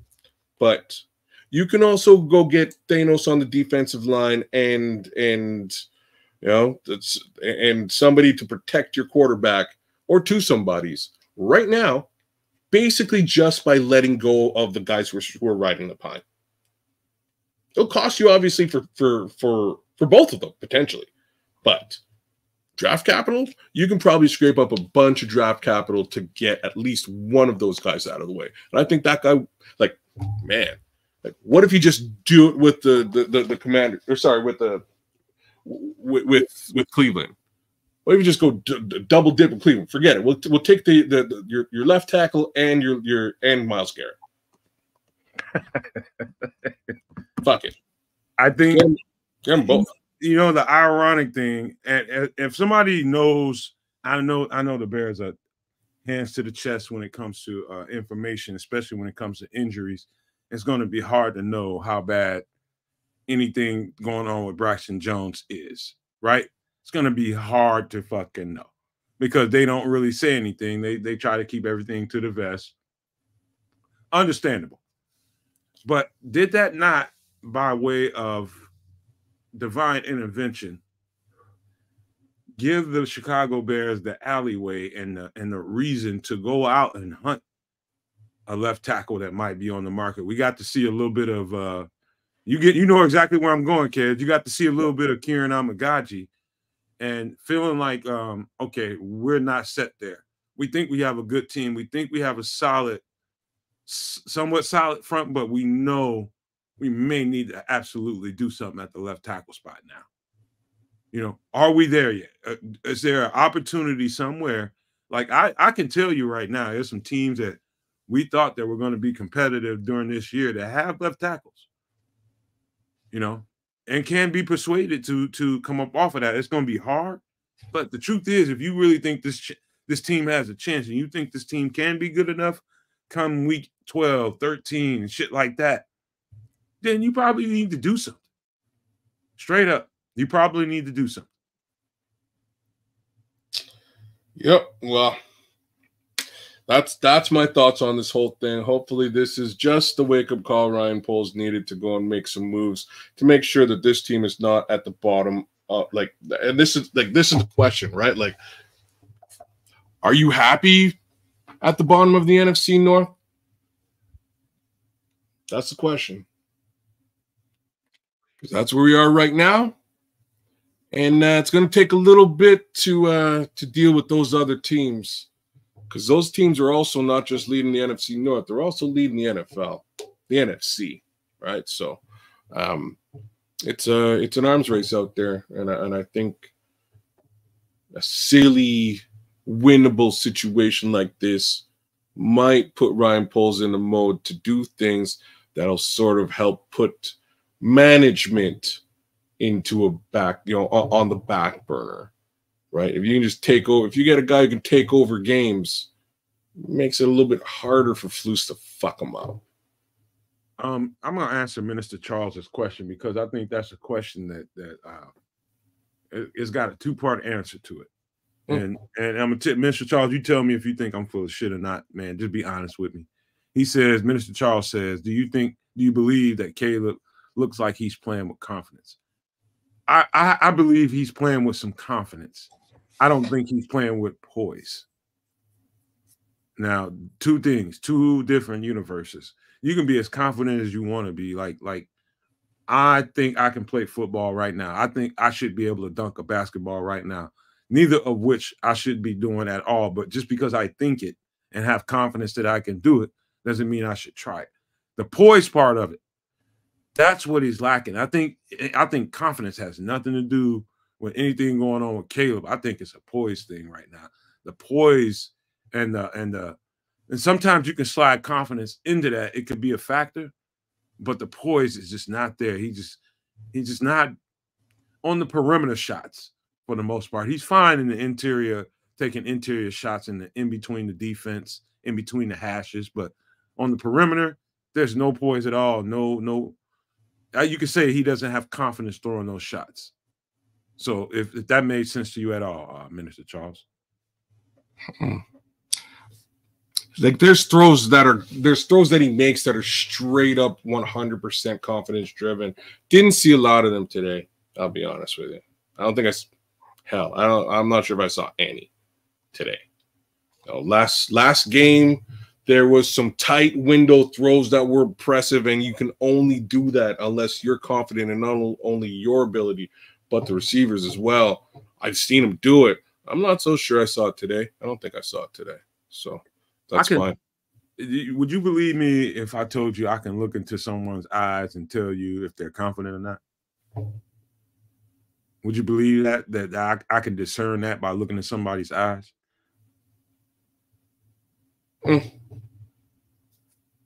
I believe. Sorry, I believe that you're confident enough to believe that you could.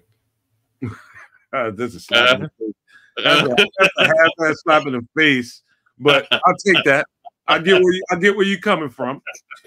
But on the football field, man, I'm telling you, kids, when you're out there and you look at guys, you can look at a dude, you can tell when somebody is totally defeated and when somebody has confidence, no matter how the game is going. I looked in his eyes today a couple of times. I didn't see the lack of confidence.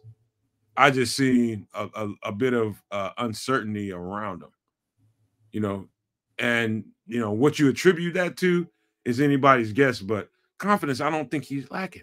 I really don't think he's lacking confidence. I don't think he's lost any of that. I think I think the poise and the just the ability to be able to stand there and like. You haven't seen him take a hit in the pocket yet, have you? Not a real hit, no, but because he won't stand there and take it. No. And sometimes you have to take a shot to get the ball off that you want. You got to take it right the fuck under the chin. You're going to get hit right in your motherfucking mouth. And the poise to stand there and do that, I don't see. Does it make it a little bit better sense? Yeah, no, I get what you're saying.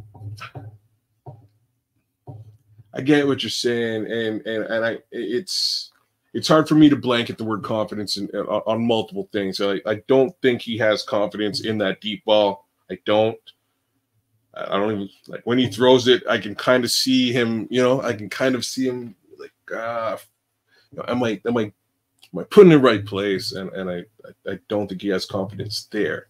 There are throws that I know he has confidence in. I believe he has confidence in what he sees across from him. He's getting good at reading what he sees and making the more respectable calls out there for the offense. But again, I don't want to put too much on him at all, and that's what I try and. Look at what In the Grass was saying. He's seeing what I'm trying to say. He says, so In the Grass says, so the tight throws over the top, right? And the back shoulder throws, he's afraid to throw the turnover. You can see that pretty clearly during the game. That's a great way of looking at it. And that would explain why he's so off on those shots. But, somebody just needs to go to the kid, Shane Waldron, just fuck it. Just throw the interceptions. Who gives a shit? Who cares? And the reason I say that is you just kind of got to get it. The only way to learn from your mistakes is to make them. Right? Look at what Daryl Gibson is saying. He doesn't want to take the hits when he feels like the protection is not there. And that exactly what I'm getting at is having the poise and the collection of yourself to be able to deliver those shots, even when you're going to get your fucking mouth busted. In order to deliver that shot, you might get your chin busted. You know what? So he took a couple of real good shots today, actually. Took two. And who it was In the Grass was talking about the pass to DJ. I totally forgot about the pass to DJ, and now I'm remembering it. And he took a shot on that pass, right? There's a couple of them that he's taken shots on today, standalone. So I don't think I don't think he has a lack of confidence there. I think he does. I think you guys nailed it. I think he has a lack of confidence or a fear of throwing a bunch of interceptions and being judged because of it. I really wish folks would just let him know nobody gives a shit. Throw the interceptions now. Get them out of your system now while you're a rookie. And you can blame it all on, hey, I was a rookie. I was just trying to get my feeling and understand what's happening. And I think that's what he needs. He needs to understand, the true placement of those deep balls. And if they get picked off, Sarah. Well, Kevin Scott's telling me something here that I haven't seen yet. I guess I'll have to look for it when we get done on the show. Kevin Scott says, Nomad, there's a video out there concerning the Hail Mary play. It shows Tyreek Stevenson taunting the fans in the end zone when the ball was snapped. That is why he wasn't in position when the ball was basically in the air. And if that's the case, holy shit. So Slick Sophisticated mentioned this a little bit earlier on. I haven't seen this. Slick, big ups to you. Big up to you, Kevin, as well. I kind of went back to the game to try and, I've got the game on now. And I've been trying to see where this happened. So this must have been a shot from the stands. I don't see. Just bear with me here, all right? I'm just watching this play one more. Oh, shit. So I think he just went on. If that's the case, the pitchforks are going to come out, man. Oh, they're already out. And that's what Slick Sophistication was saying, is that everybody's pissed at Tariq for being out of position and messing with the folks in the crowd. What's really funny,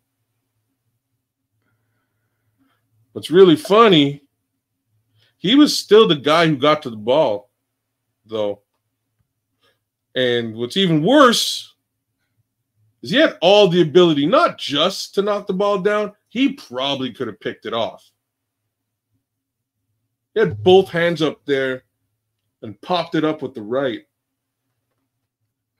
Come on, Scrolls. Don't say that, man. I think Tyreek he comes with his fair share of I'm doing dumb shit out there, but I can play my ass off at the same time. It's like a C.J. Gardner-Johnson, man. It's like take it. Don't it's you gotta take it. That's what comes with him, man. He's just a spicy motherfucker. He plays salty, and he gets into the game, and sometimes that will cause your ass to do some shit you probably shouldn't do.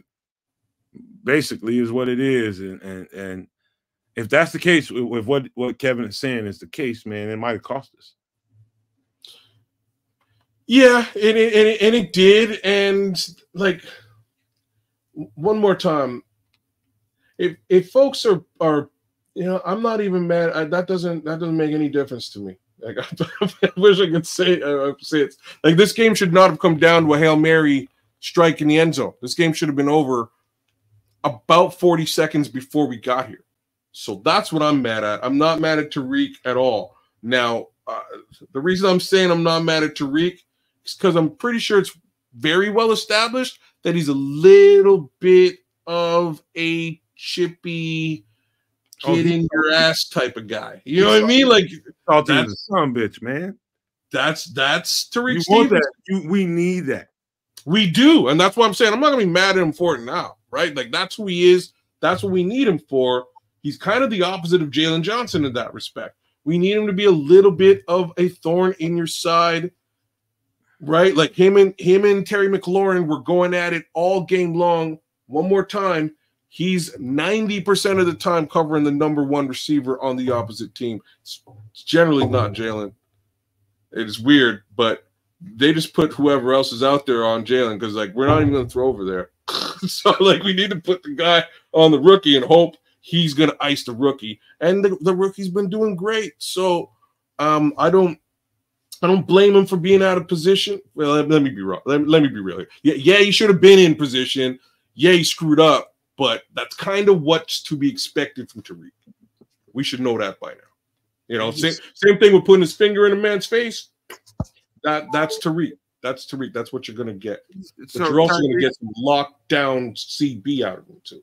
Tyreek is just a salty motherfucker, and that's just the way he plays football. I can't ever. I'd be a straight up hypocrite, even though nobody's ever seen me and don't know who I am or what I look like. I'd be sitting there. One thing I'm going to be is transparent, even though you don't get to see me. And I'm telling you, I will never ever overly criticize Tyree Stevenson. I'm not going to say that I did shit like him, but when I got into the game, I was absolutely a salty motherfucker. If there's conflict on that field, I'm probably somewhere in the middle of it. Am I swinging punches and hitting people with helmets on? No, I wasn't doing none of that shit. But I was definitely talking shit like, motherfucker, are you kidding me? You ain't shit to me. It's that kind of attitude you need out there. Yep. When it gets to where the pot and the kettle is simmering and bubbling over, and you start doing things that's going to cost your team, that's when you got to sit down and talk to a cat. And the coach doesn't need to do it. His teammates do. Well, and this is why I'm not upset with Tyreek, is that when he first started out, we could all see that he was that guy. He was holding folks. He was, you know what I mean? He was committing penalties left, right, and center, and then he held himself accountable. Very simply, he held himself accountable, and all of a sudden we get towards the end of the season, and it's like, yo, ain't no penalties from Tyreek in weeks, and he's locking everybody down and kind of quiet over there. Hold on, Mr. Charles. Nah.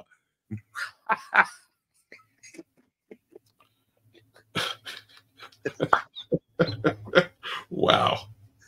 Now, you always wonder if that's something you can do until you blow your arm off. Hey, Mr. Charles? Let that shit cross your mind. Mr. Charles trying to frame it like the man ain't got no goddamn sense. Catch, boom. It's just something that happens when you put that uniform on and you in between them lines, and when the competition get thick and you testy and salty like that, man, sometimes I wouldn't say you lose your cool, but sometimes you just you lose the objective at times because he lost his cool today, right? And it's not just once. It was a couple of times. He was at war today, right? He was at war with Terry McLaurin, and it was clear and easy to see early in the game. Those two guys were going at it, and they went at it all game long until, Tariq just kind of got a little bit carried away with it. And that's unfortunate. I wish we had 52 more Tyreek Stevenson, to be honest with you. I take some of them hiccups. Oh, you don't want that in the grasp. I take some of them hiccups. I take some hiccups, but that motherfucker's a dog. He is. Like I say, I can only be so pissed off about him because you have to recognize that's what you're getting from a Tyreek Stevenson. You're going to get that fire, and you're going to get it every day on the field, and you kind of want that fire. So I'm not going to turn it down or turn it away now. It is unfortunate, and I think he will hold himself accountable in that respect. So it's like this. Minister Charles is gotten into he's taken into a combat mode. And I'll say this right quick. I was just talking to one of my college teammates just yesterday. As a matter of fact, we were talking about some shit. Hold on a sec. Why do I feel like the guy that the Skrulls is comparing Tariq to is the Skrulls?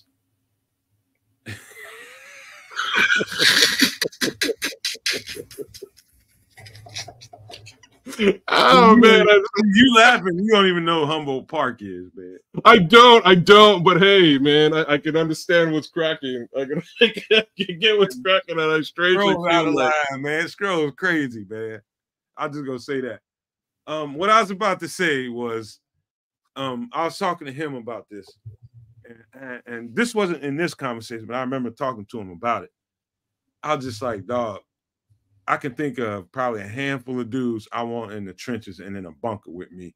And if it's all out war, who I want to go to war with. And I was asking him that, and I was pointing that out to him to see if he was on the same wavelength as me, like knowing who the dogs is on the team. And I'll be damned if he didn't point out almost exactly the same exact people that I did. And Tyreek is one of those motherfuckers when you got to go to war, who you want in the bunker with you. Who you know that ain't going to turn their back on you, who you know ain't going to wave that white flag, who gonna go out there and give everything they got. That's who Tyreek is. That's the motherfucker I want in the bunker with me. When shit go down, I want to know Tyreek is over there behind me. Yeah.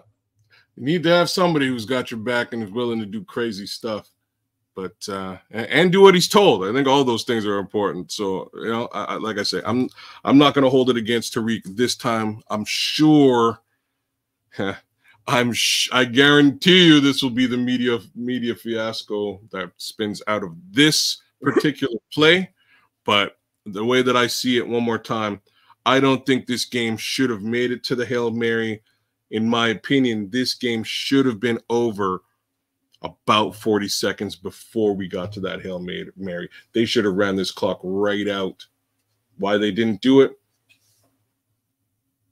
Clearly, Matt Eberflus wanted to give them the ball.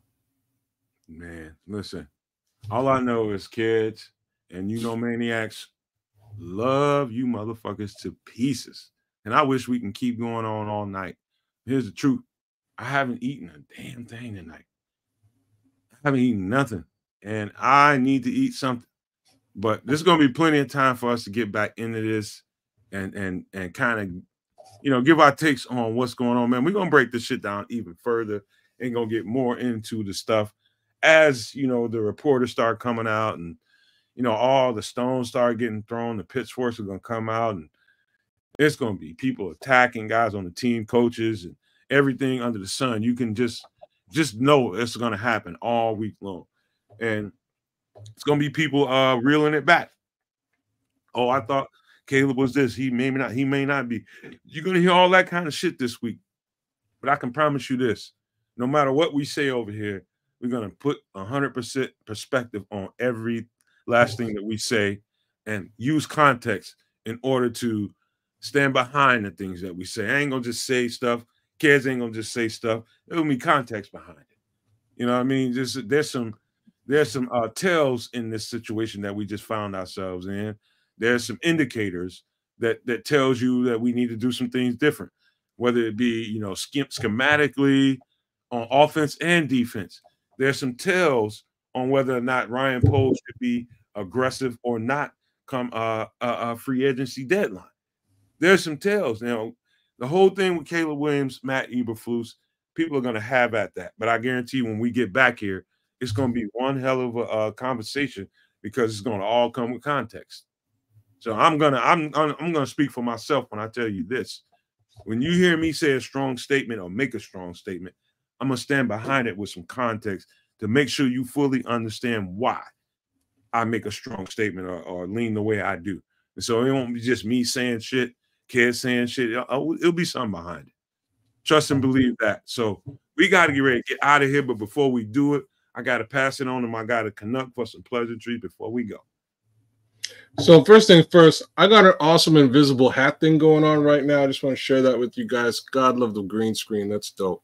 In any event, Bears lose. Shitty game, bad coaching, bad situation all around. We've talked about all that stuff, so I'm going to leave it where I left it earlier. I think this game should have been over about a minute before it ended, which kind of puts things in Matt Eberflus's court. So I would like to hope that he clues into some of the stuff that, some of his own shortcomings and starts to iron them out. Because again, that'll make for a much better Bears team all around. That being said, give a little bit of love to those who love us. Yo, you guys hung out with us for the long haul today, right through a full-on Bears watch and some awesome post-game. Mad shout outs and big love to all you guys out there, all you super no-maniacs and no-maniacs. We will start with my guy, the Scrolls, because Scrolls, you always crack me. We find some kind of way to crap me up. And you did it again today. Pretty funny comments. Mad respect to you. Big shout outs to in the grasp. Our guy, Super No Maniac, the Minister, Charles Johnson. Big shout outs to you. You're hilarious, brother. One of these days, we definitely got to chop it up for real, for real. Kevin Scott, Mad love to you, brother. You've been in the chat all night tonight, just giving us awesome commentary. Mad shout outs to you. Jedi Jada, big love to you, brother. Good to have you back, holding it down with us.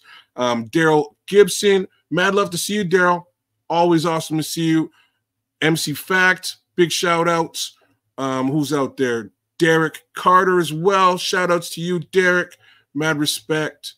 Who else we got? Double M was out there with us. The Nodge was with us for a little bit. King Booker World, super no maniac. King Booker World was with us for a bit. We also had Brian Gilmore rolling with us. Slick Sophistication, with the inside scoop out there. Big respect to you, my brother. Who am I missing out here? Jason, UK Bears jumped in for a little bit. Barrelissimo, congratulations, Barrelissimo, on the grand baby to be. Big shout outs to you. Shout outs to AC Adam and Dennis Moody. Who else we got out there? Am I missing anyone? I'm definitely missing. We got Black Diamond. Thank you. Black Diamond, shout out to you. Black Rain, shout out to you. I did say Derek Carter a little bit earlier on. Shout out to who? MC Fact. MC Fact. I got MC Fact. Jigsaw's out there in the grasp as well. Ron Winarski jumped in for a real quick 1-2. Larry T, what it do, Larry T? Mad love to my homie, Top 10 Sports, as well as The Shy. Big love to you, The Shy. Thanks for coming through. Another shout out to my guy, Angelo Chinani Jello. Big love to you, brother, my guy from Canada, as well as Ricky Leahy, who jumped in a little bit earlier on. Cheers, Ricky. Juku off the dub was in there with us. Man, we had a pretty rocking day watching a decent Bears game. No love for Don Burr as per normal. And Juggy Nuggy, a little shout out to Juggy Nuggy too. Illinois Jones. I forgot Illy, man. Big shout outs to you, Illy. You were cracking me up today too. Slick Sophistication. Marlon Johnson became our newest member today. Oh, that's right, Marlon. Who else? Kenny, shout out to you, Kenny. I think that just about rounds it up. Oh, Mr. Mayhem, mad love to you, Mr. Mayhem, and Hank the Basement came in a couple of times today too. Marco King, Mr. Marco, what it do, Marco? I think that's it. I think we got everybody at this point. In any event, yo. Oh, ATF all times flat, aka Chief Copperfoot. Shout outs to you. Shout outs to there's one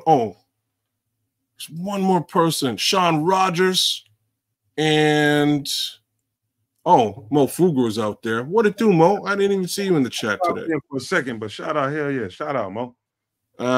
Joseph Archer, FFG Style was with us. Ralph Love, Zilla 007, True Rogue Sigma. Oh, Yan Hammer, Yan, Smitty Q. See, I had to go way back, but now I think I got everybody. Chris Franklin, I'm wrong. Illy Jones, and there's one more person. Ruben Perez. There's one person I'm looking for. Oh, Giovanni Giorgio. That's who I'm looking for. Shout out to you, Giovanni. Shout out to you, Leo Factor. While I was looking for you, Giovanni, I was wrong. You're saying you were wrong. I was wrong. We lost. Bears lost. You were right. So shout outs to you again for calling it. It wasn't the Bears' day today, but hopefully things will change in a little bit, and it will eventually be our day once more. Shout out to Rock Davis and Nomad. Take us home. Let's get the heck out of here. I just want to say thank you again to everybody that was involved in the show, everybody in the chat, all of our members, and our newest member, Marlon Johnson. Anybody that didn't hit the like button, please. We just gave you 5.5 hours of content.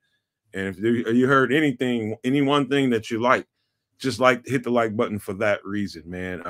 No reason not to. This subscribe button is also free. So, you can hit both of those and it don't cost you nothing. Yeah, again, shout out to our newest member, Marlon Johnson. If you can, help some little boys become big boys over here. We're trying to build this channel out, and we need, sometimes the truth is we got to stick our hand out and ask for what we need and be humble about it. And that's what this is when it comes to the membership. It's $4.99 a month. For some people, it doesn't hurt at all. Some people, it's a bunch of money, you know what I mean? But whoever is the newest members to the channel and whoever is going to become a member, just know in advance, man, there is no other podcast that would appreciate you more than this one will, man, because we absolutely need it for a bunch of different reasons. It costs to produce this stuff, whether it's the stuff you see on StreamYard or whether it's the production equipment that we use to make the shows. All the images you see in right now, all that stuff costed money. And so just to say, you know, if you can spare $5, $4.99 a month, we would definitely love to have you as a member, man. And we're going to do some more exclusive content for you guys and get this website back up. That's another thing. We're going to get this website back up. That's going to be my mission this week, is to get that thing back going, and so that you guys can get that dope ass gear that we done produce and put it out there for you guys. And we'll close with this, man. And I'm going to say this really, really carefully, because sometimes you have to be careful who you let into your circle. And because of that, you just got to understand that everybody isn't there for the right reasons. And sometimes people, you know, sometimes people don't stand behind their words. And that's not any shot to anybody in particular, but I'm just talking about as a human and you operating in your normal part of your life, man. You just got to be careful. I know that people, like, I'm an open guy, right? I'm a very, very open guy. And I'd rather have had my heart broken versus not opening my chest up and allowing the opportunity to let love in. I'm just that kind of guy. I'd rather take heartbreak after heartbreak after heartbreak and still leave that heart open and leave that chest open for that one opportunity that real love gets a chance to get in there. But if it's not open, trust and believe me, it's never going to get there in the first place. So you got to take it. You got to take them on the chin. You know what I mean? You got to take them on the chin in this life. And if you're not an open individual, or if you're this guarded person that wants to, okay, the world operates in a cutthroat manner. People in the world are cutthroats. I'm telling you right now, that was a way of the entire old frequency. This frequency that we're entering in, the love is going to be there in multitudes. But if you're out there guarded and you're out there trying to and you're allowing people to dictate how you go about your life, how you live and how you love, you're going to miss all kinds of opportunities. Don't let people and their behaviors turn you into something that you're not born to be. People want to be rotten, let them be rotten. You know, don't let them cause you to be a rotten individual because of the behaviors that they exhibit. Be different. Be the one that stands out. I'll go to the end of my life, wherever that may be, knowing the fact that I left myself open for the opportunity to let love in me. That's just the way I operate. Whether through the ups and downs, I'll take it. I'll take it. But I don't want to live my life having other people dictate how I behave in this society. I'm a good human. I mean to be out there in this world and act like that every single day and let it be behind my deeds. Not my words, but my deeds. And so I'm going to leave you guys with that. But that being said, I'm going to say this. It's these famous words. If you can think it, no maniacs, and you can see it, then you can absolutely manifest it. I'm going to say that one too many times before you guys realize it. That's the way of the new world. That's the way of the new frequency. And that's the way the new vibration is going. You got to think it. You have to see it so that you can manifest it. But with that being said, I just want to say thank you guys tonight. And we are